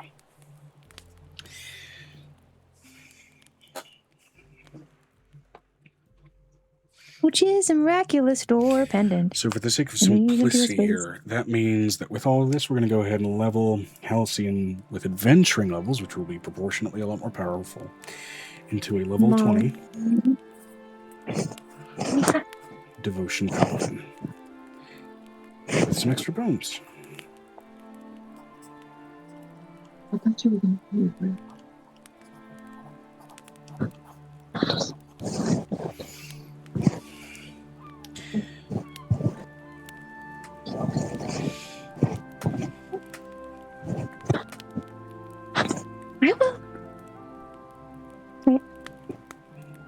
She looks over at Venestra.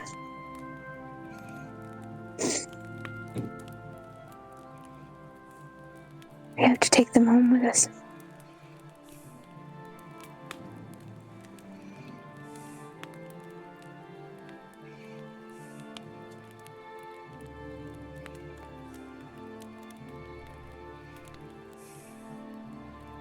Venestra said Vi would turn her gaze to Violet, slightly distracted. Right. Shall we depart then?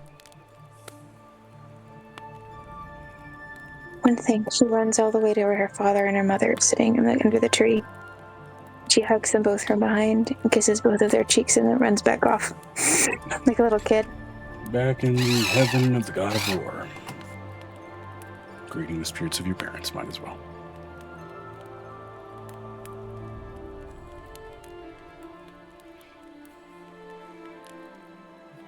Are you ready to come home with me? She looks at all three of them.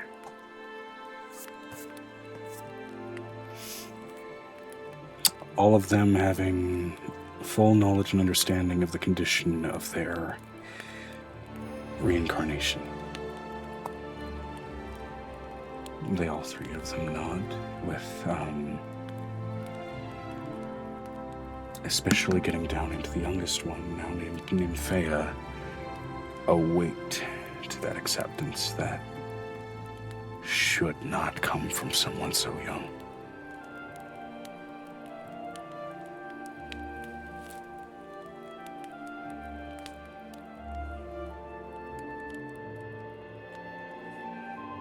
She looks at Acacia.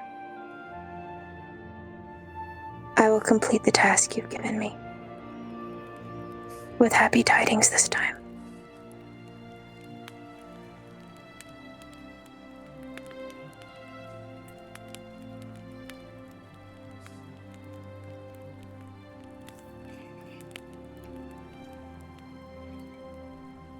and get to it.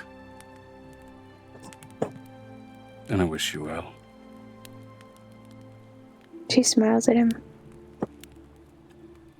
Oh, wait. She pulls out Gaysir's missing knife that she found. This is yours. Well.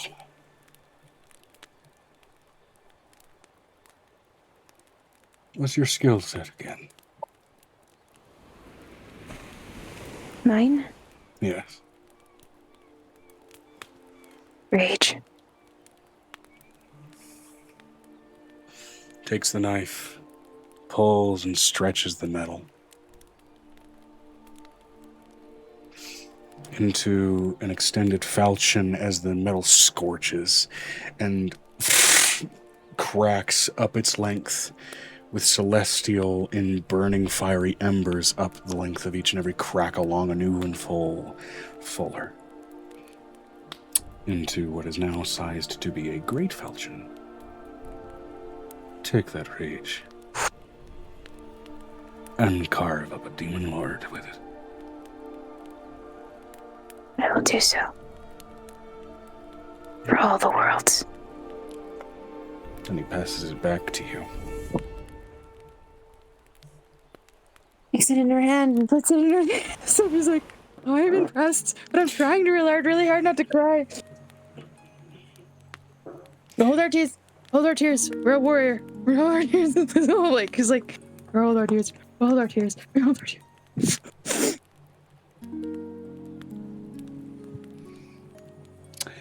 He's gonna take Vanessa's hand. Let's go. What you have been handed, mechanically it's a greatsword, but it is called Rage Against the Night.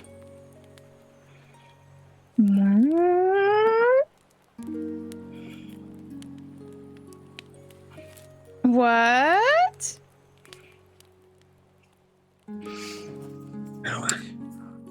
It is specifically targeted toward attunement to barbarians, mind you. Now,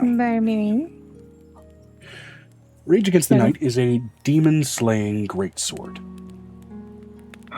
Or I should say specifically fiend-slaying greatsword. So this can apply to demons or devils, regardless. Yo. Well, I don't know. Devils are not necessarily the good guys. They're just not against you guys. Yeah, they plan on not killing the world this time. That's the caveat. So, first of all, has the inherent 2d6 slashing that any greatsword does. This is a +3 weapon, however, which means technically you could kill Tiamat with it, but I digress.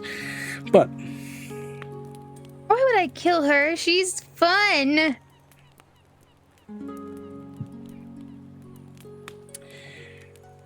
this also deals an additional 2d6 radiant or fire damage.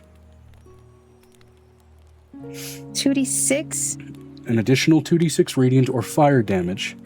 It becomes 8d6 if dealt to a fiend.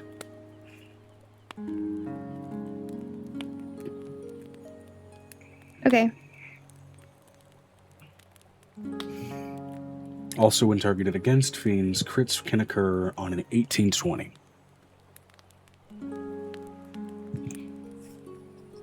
Holy shit. Okay.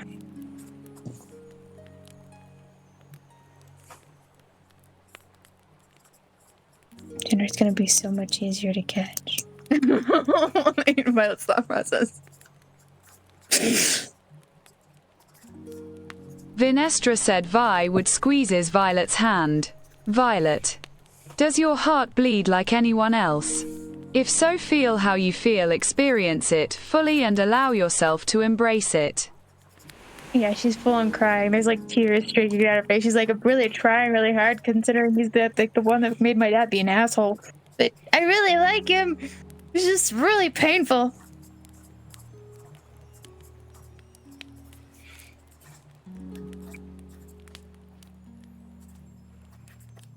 Joe? Yep. Hold on. Just writing that down so that I don't lose the notes, because this felt like a fun idea. You're like, oh, you're handing the knife back to him? You're on a demon hunt? This sounds like a fucking phenomenal idea. right. Well, I'm literally letting you know that was literally the reason she had to bring. That was one of the other things she had to do. She has to bring back the arrow that he has and the knife. The knife was one of the things that was on the item list. I also have a shield that I have to go get too. Yeah, you guys finding out what that demon did is also news to the gods. Oh! Hence Well. why he just handed you back the knife. It's like, you want to go fight some now? Okay. Vinestra said Vi's gonna give Violet a tail hug and head pat while holding her hand. Go forearms. Yay, forearms.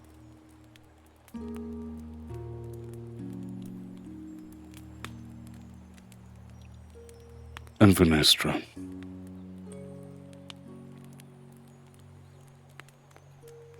You're a new friend.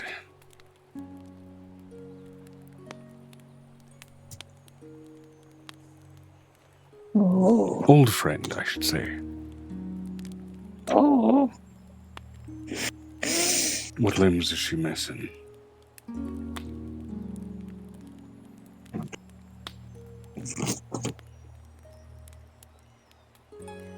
terrified. What's going to happen with this? I'm going to turn off the screen. Oh.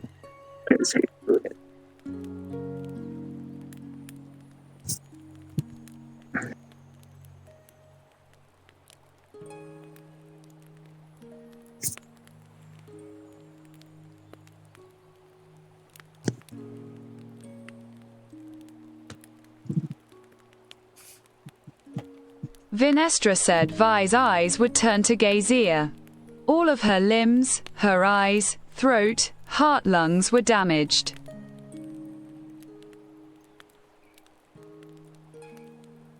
Oh, very RoboCop. Goddamn. All right. Right. Well then. First things first.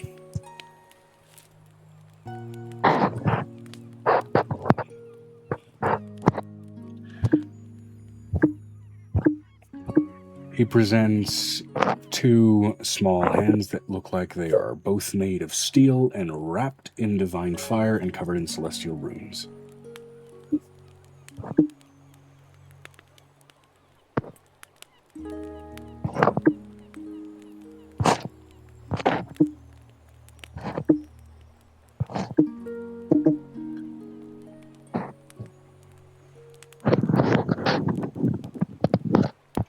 Left hand of war.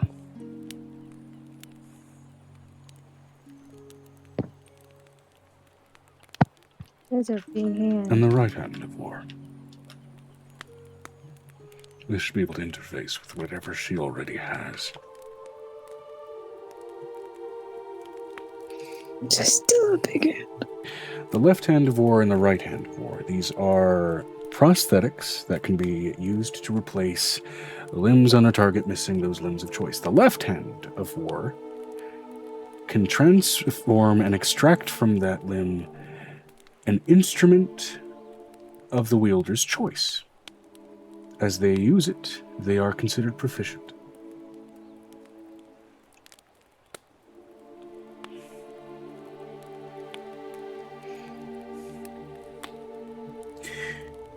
It can also be used in this way to an amount of times per day equal to the charisma bonus of the user. Grant advantage on any attack. Grant advantage on an attack of an ally within 90 feet.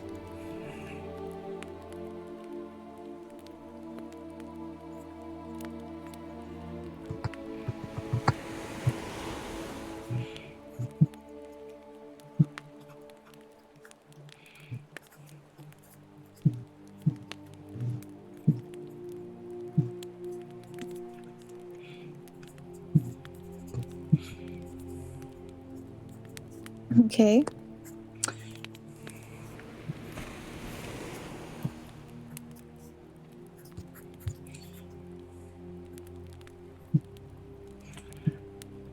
Now, for the right hand of war.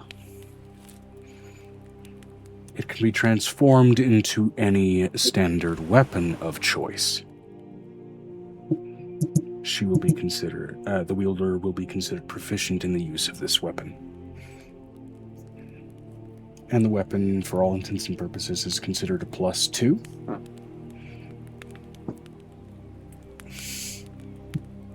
And will deal an additional 1d6 fire or radiant damage.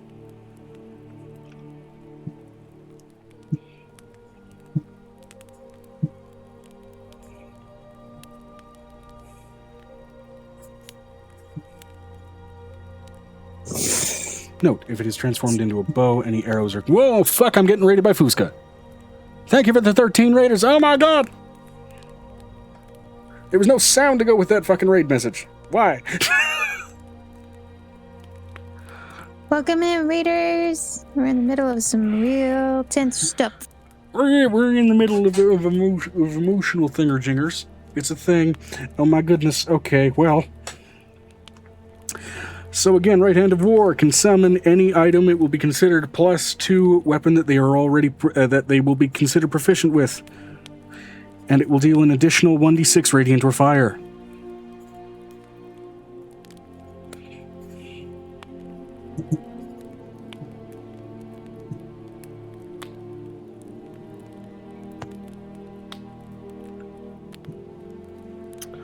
Huh. My goodness! Oh, holy Vinistra shit, said hold you on. mentioned something about bow usage. Yeah, sorry. If the weapon that happens to be summoned is a bow, the arrows are considered magical, but spectral, they can't be recovered. That said, ammo is not a concern.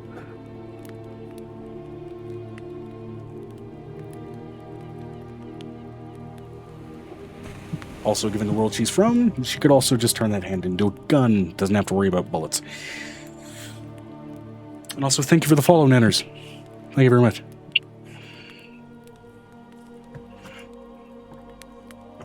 It's so nice to have people in here. It's so nice to say hello to new friends. My goodness. Hello, new friends. Holy shit. Didn't expect that. For those of you that don't know, there's supposed to be words there. Look, it's been a minute. Hope stream was good, 𝕲𝖏. I hope things were fun. What was you playing? Can I get a cast command going in? I think I can do that. Hold on. Cast. I'm pretty sure that there are now functions to do automatic shoutouts now, and I just don't know how the fuck to do that. I don't remember. There it is. All right. They were... Oh, Raven's Watch. Okay, cool. For those that don't know, Raven's Watch is a little bit of a Diablo-like. It's kind of like a top-down... It's some cool shit. Some cool shit. Go ahead and check them out. Check out the 𝕲𝖏. Check out the Raven's Watch. They're cool people. They do D&D on some days. I know sometimes you guys do them on Saturday. I know 𝕲𝖏 is a hell of a DM. 𝕲𝖏 is also a hell of a player in a lot of 𝕲𝖏's games. Them's funny people, them's enjoyable people. They play with friends of their own, and I believe some of them... I digress. Either way, y'all yapping. Who is 𝕲𝖏? Y'all yapping do 𝕲𝖏. So, she is wonderful people. I've rated her a few times. But I digress. Y'all yapping, y'all doing some post-stream care. Do what you gotta do. Post-stream care is important. If you gotta get up and piss, I get it, right? Here's the thing. I've been sitting here for 7 hours. Sometimes I'll do this shit, get really into it, drink a whole lot of Mountain Dew Baja Blast that is totally getting chroma keyed out, and, forget to do that kind of shit myself. It is what it is. I'll wait until the end of the stream to go ahead and get that kind of shit done. Do what you gotta do. Live your life. Enjoy yourselves. He's already gone twice, though. Yes, I have. But it's all good. It's all good. Good Lord. And maybe next time around the overlay will be a little bit more functional. We're adding more stuff to it. We're making it look better over time. But I digress. Have I mentioned that the more people that are around, the faster I talk? Ugh. No, you definitely have not. How, I don't know. Have you? Have you ever mentioned that? Probably a few times. I don't know. Some people have discovered. The first time that I ever got rated on Twitch, I started talking like I just got a dose of caffeine from an energy drink. It's what? Anyway. But I digress. Emotional stuff. Y'all have resurrected, first of all, you resurrected your boyfriend's family, who you just learned he had to slaughter because he was basically magically persuaded into doing it. You went to the heaven of the God of War to go ahead and get that favor cashed in. As a result, that God of War also knew the demon that you guys are hunting down and supplied you guys some weapons to help in that problem, because that demon and what that demon be doing was some brand new news even to the gods. Which is to say, now you guys are a little bit better equipped to go ahead and deal with that problem. Hey, I'm not gonna die like I No. usually do. Dying's not fun, but at the same time, if I have to run you guys through like a brief afterlife adventure to go ahead and get resurrected at some point, you know, sometimes them's the breaks. It would be an excuse for me to run you through like what's the supplement? No, not pandemonium. No, not pandemonium. It's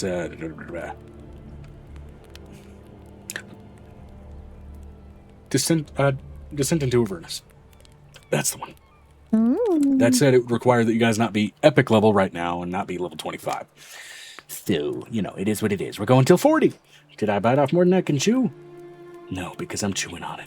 No. I've found a flow state at this point. We're doing it. It's a little crazy. I'm a little bit insane at this point, but we're doing it. Oh my goodness.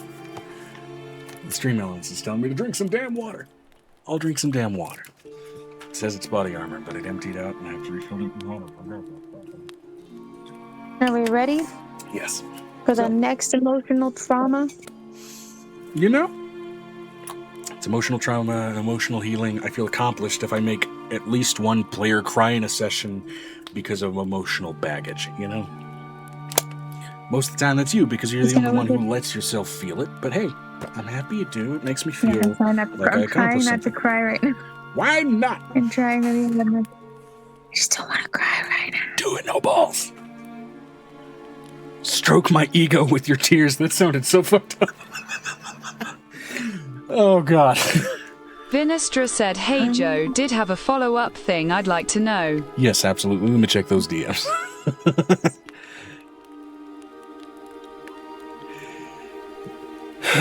All right. Played a lot of Cyberpunk at the time. When making millions, amusing way to justify it being a more... Okay. Notes for query. Oh, Thief of Legend. Hold on.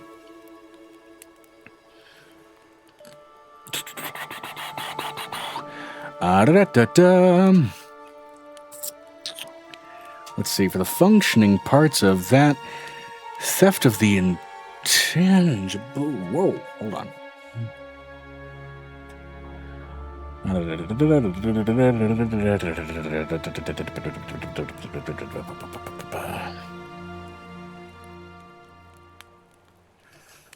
Hi, Okay. this segment has been brought to you by... So, abstract extraction, basically, once a foe is killed. I already have a system for you guys pulling abstract shit with the vibe checks, so I'm not against this. Okay, we're ready? Have you decided on a voice cue for these characters, Joe?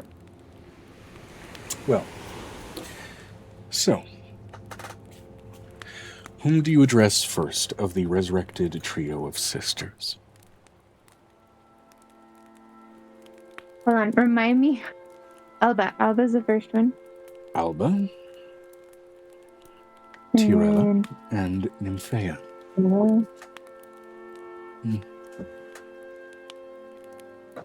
Okay. He looks up to Alba. I know that you're probably older than me. Like, way older than me, technically, mentally. I have no idea. You were stranded in the abyss. For a long So, time. technicalities aside. I'm not talking about technically. I'm talking about, like, age-wise, like, How mental old state. were you before you left? 12? Oh, how old were you before you left for the abyss?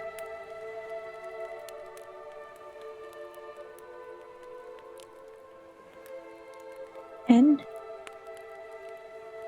You were just a little girl. And what, you grew to womanhood in there? already.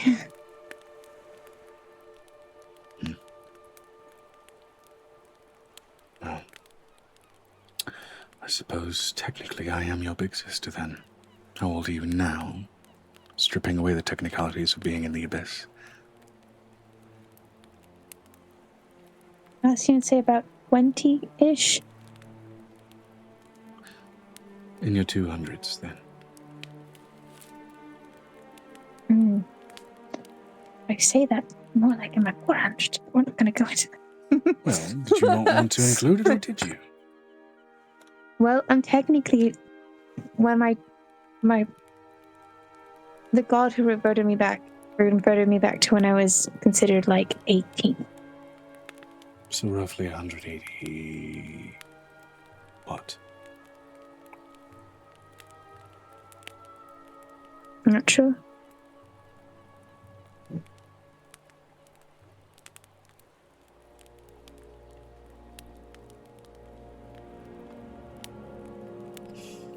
Well, I am just barely your big sister then. 247 at the time that I died.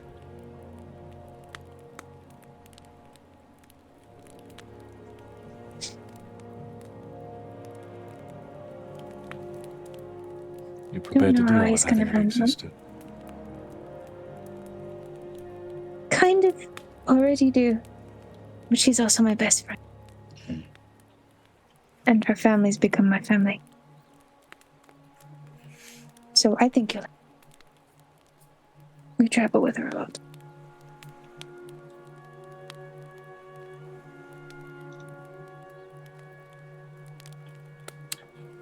Thank you for bringing us back. Of For course. him. And for you. I'm not so foolish He as takes to out his hand. not know the selfish reason why you did it. Takes out his hand and she puts it on her belly. Yes.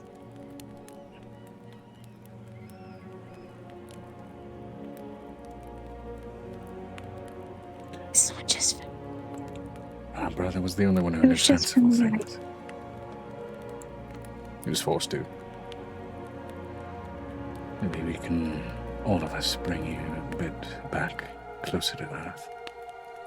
She presses her hand into that belly gently.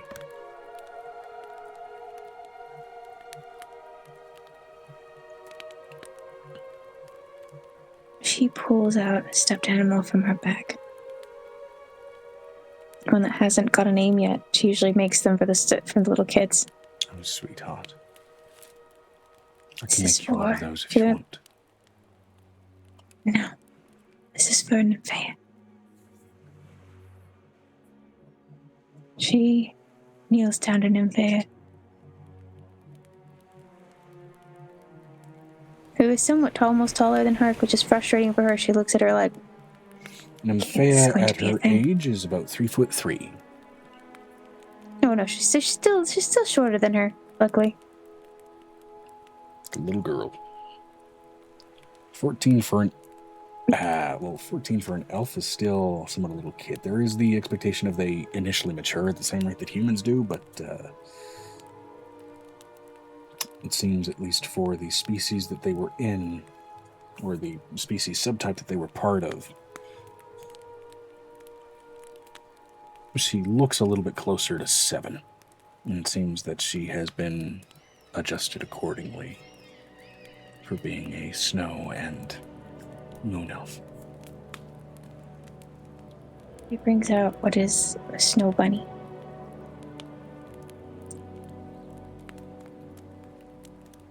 This is for you.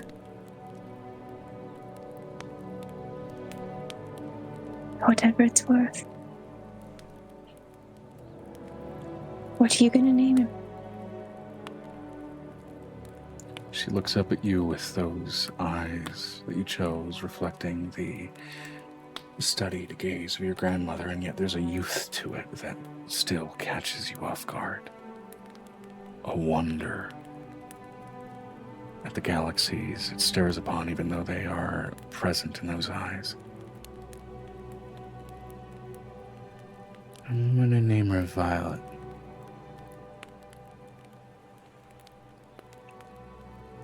It's gonna get very The confusing. girl that brought me back. And the girl who's gonna let me see my brother again. We're gonna be more than that. We're gonna be family. Which means you're my sister. You big Violet, and this is little Violet.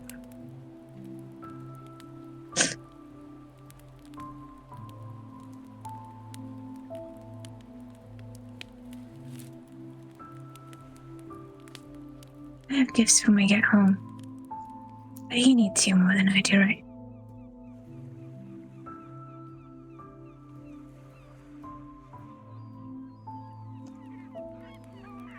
The middle one. Tirella speaks up. I think we should let him sleep. No. For now, and let him wake up to it. To us. She kisses Tirella's forehead. We won't have time. We never do. Make it. No. We make it tonight. Based on your name. Okay.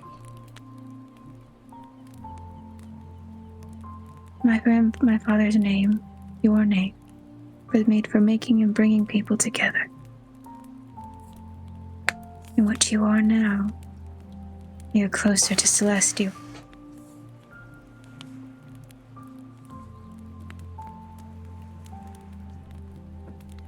Maybe one day you'll learn to fly like your brother.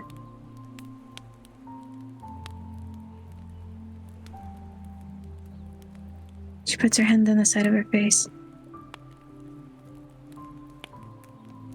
And like my father.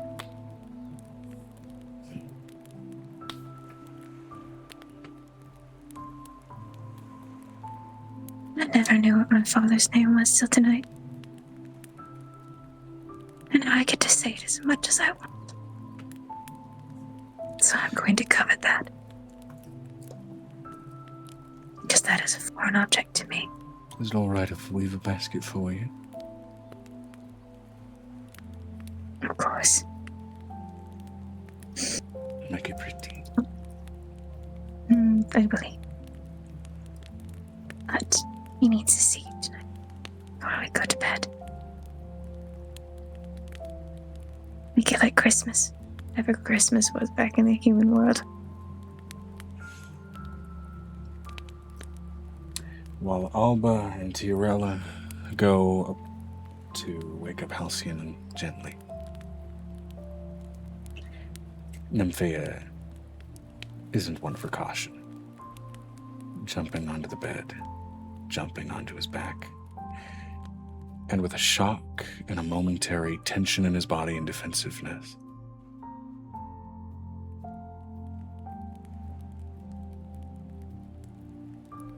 he doesn't know why. He suddenly feels at ease, or a need to weep.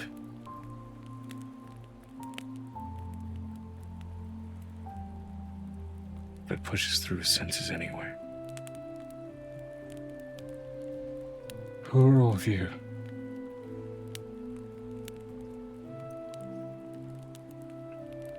This is my family.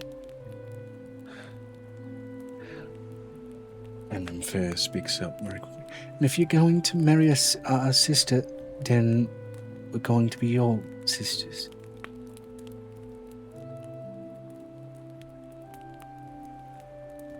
Can't help but feel like I'm reminded of something. And as that progresses the night to inevitability and a rather harsh encounter to greet you in the morning, that is where we must end the session.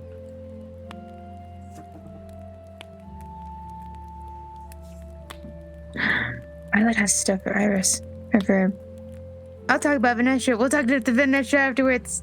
Because that was probably going to be away for another couple hours. Because it's Violet. Yeah. No. Well, I'm not one to necessarily like to finish up so quickly after such a welcome and awesome raid. We were getting close anyway, with it being as long-lasting of a session as it was. But hey, I'm glad you guys got, honestly, a really good vertical slice of how the hell these sessions work. It's a lot of emotional RP. A lot of emotional RP all the time. Do we roll dice every session? Sometimes no. Sometimes it's just thick with RP. Most of the time, yes. But sometimes no. And I think, honestly, I wouldn't have it any other way. This has been going for over 6 years. I'm surprised I've kept you fuckers that entertained.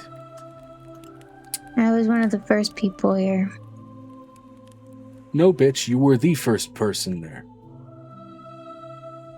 I'm not counting the other people I talked to bring into the group, because you were the only one to show up for session 0. Well, because you said there was a session 0 you're supposed to show up. Yeah, you were the only one that gave a shit, and I should have taken that as a sign for the massive chunk of the group that initially fell apart. Like, fuck. But hey, the people and the players that have filtered in after the fact, honestly, at your behest, they've stuck it out, and I couldn't be happier. So, well, Brick had a really good day today. yeah. I'm hoping he gets more time with emotional. And I sincerely hope everybody had fun with this session. We didn't quite get to the fight, but I think we've presented the tension strongly enough that, I mean, first of all, you're not going to have a choice, but we're getting into it next session,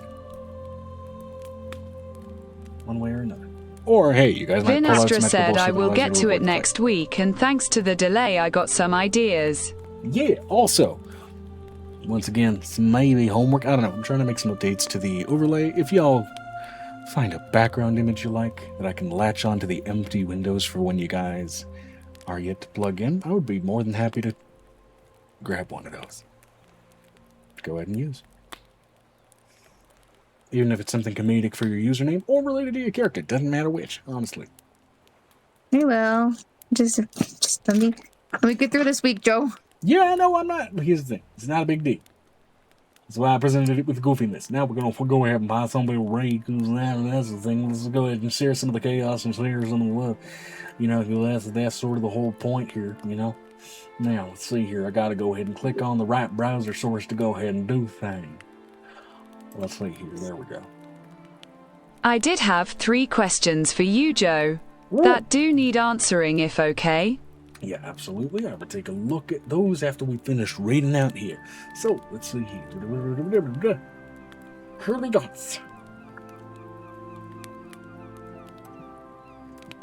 Go ahead and refresh right now. Not seeing nobody there.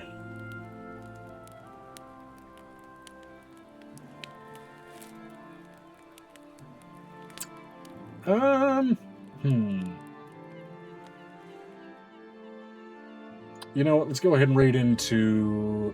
Ooh, okay. Looks like Aki Void is doing some D&D stuff. They're busy with their campaign 1, session 54, Undead Territory.